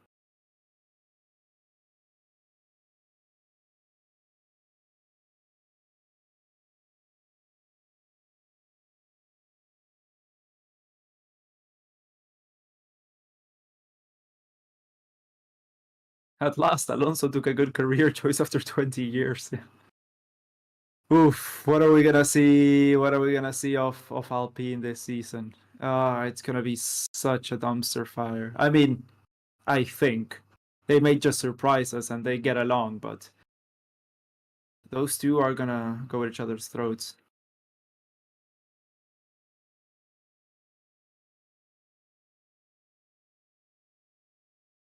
Okay, so that's it. That's the checkered flag here in testing for the first day of preseason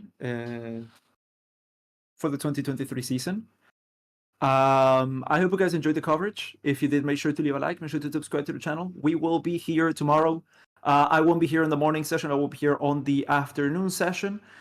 So I see you guys all then. I hope you have a fantastic rest of the day. And I gotta go eat now because I don't have much time. But yeah, thank you all for coming, for sticking around. And yeah, see you tomorrow. Goodbye.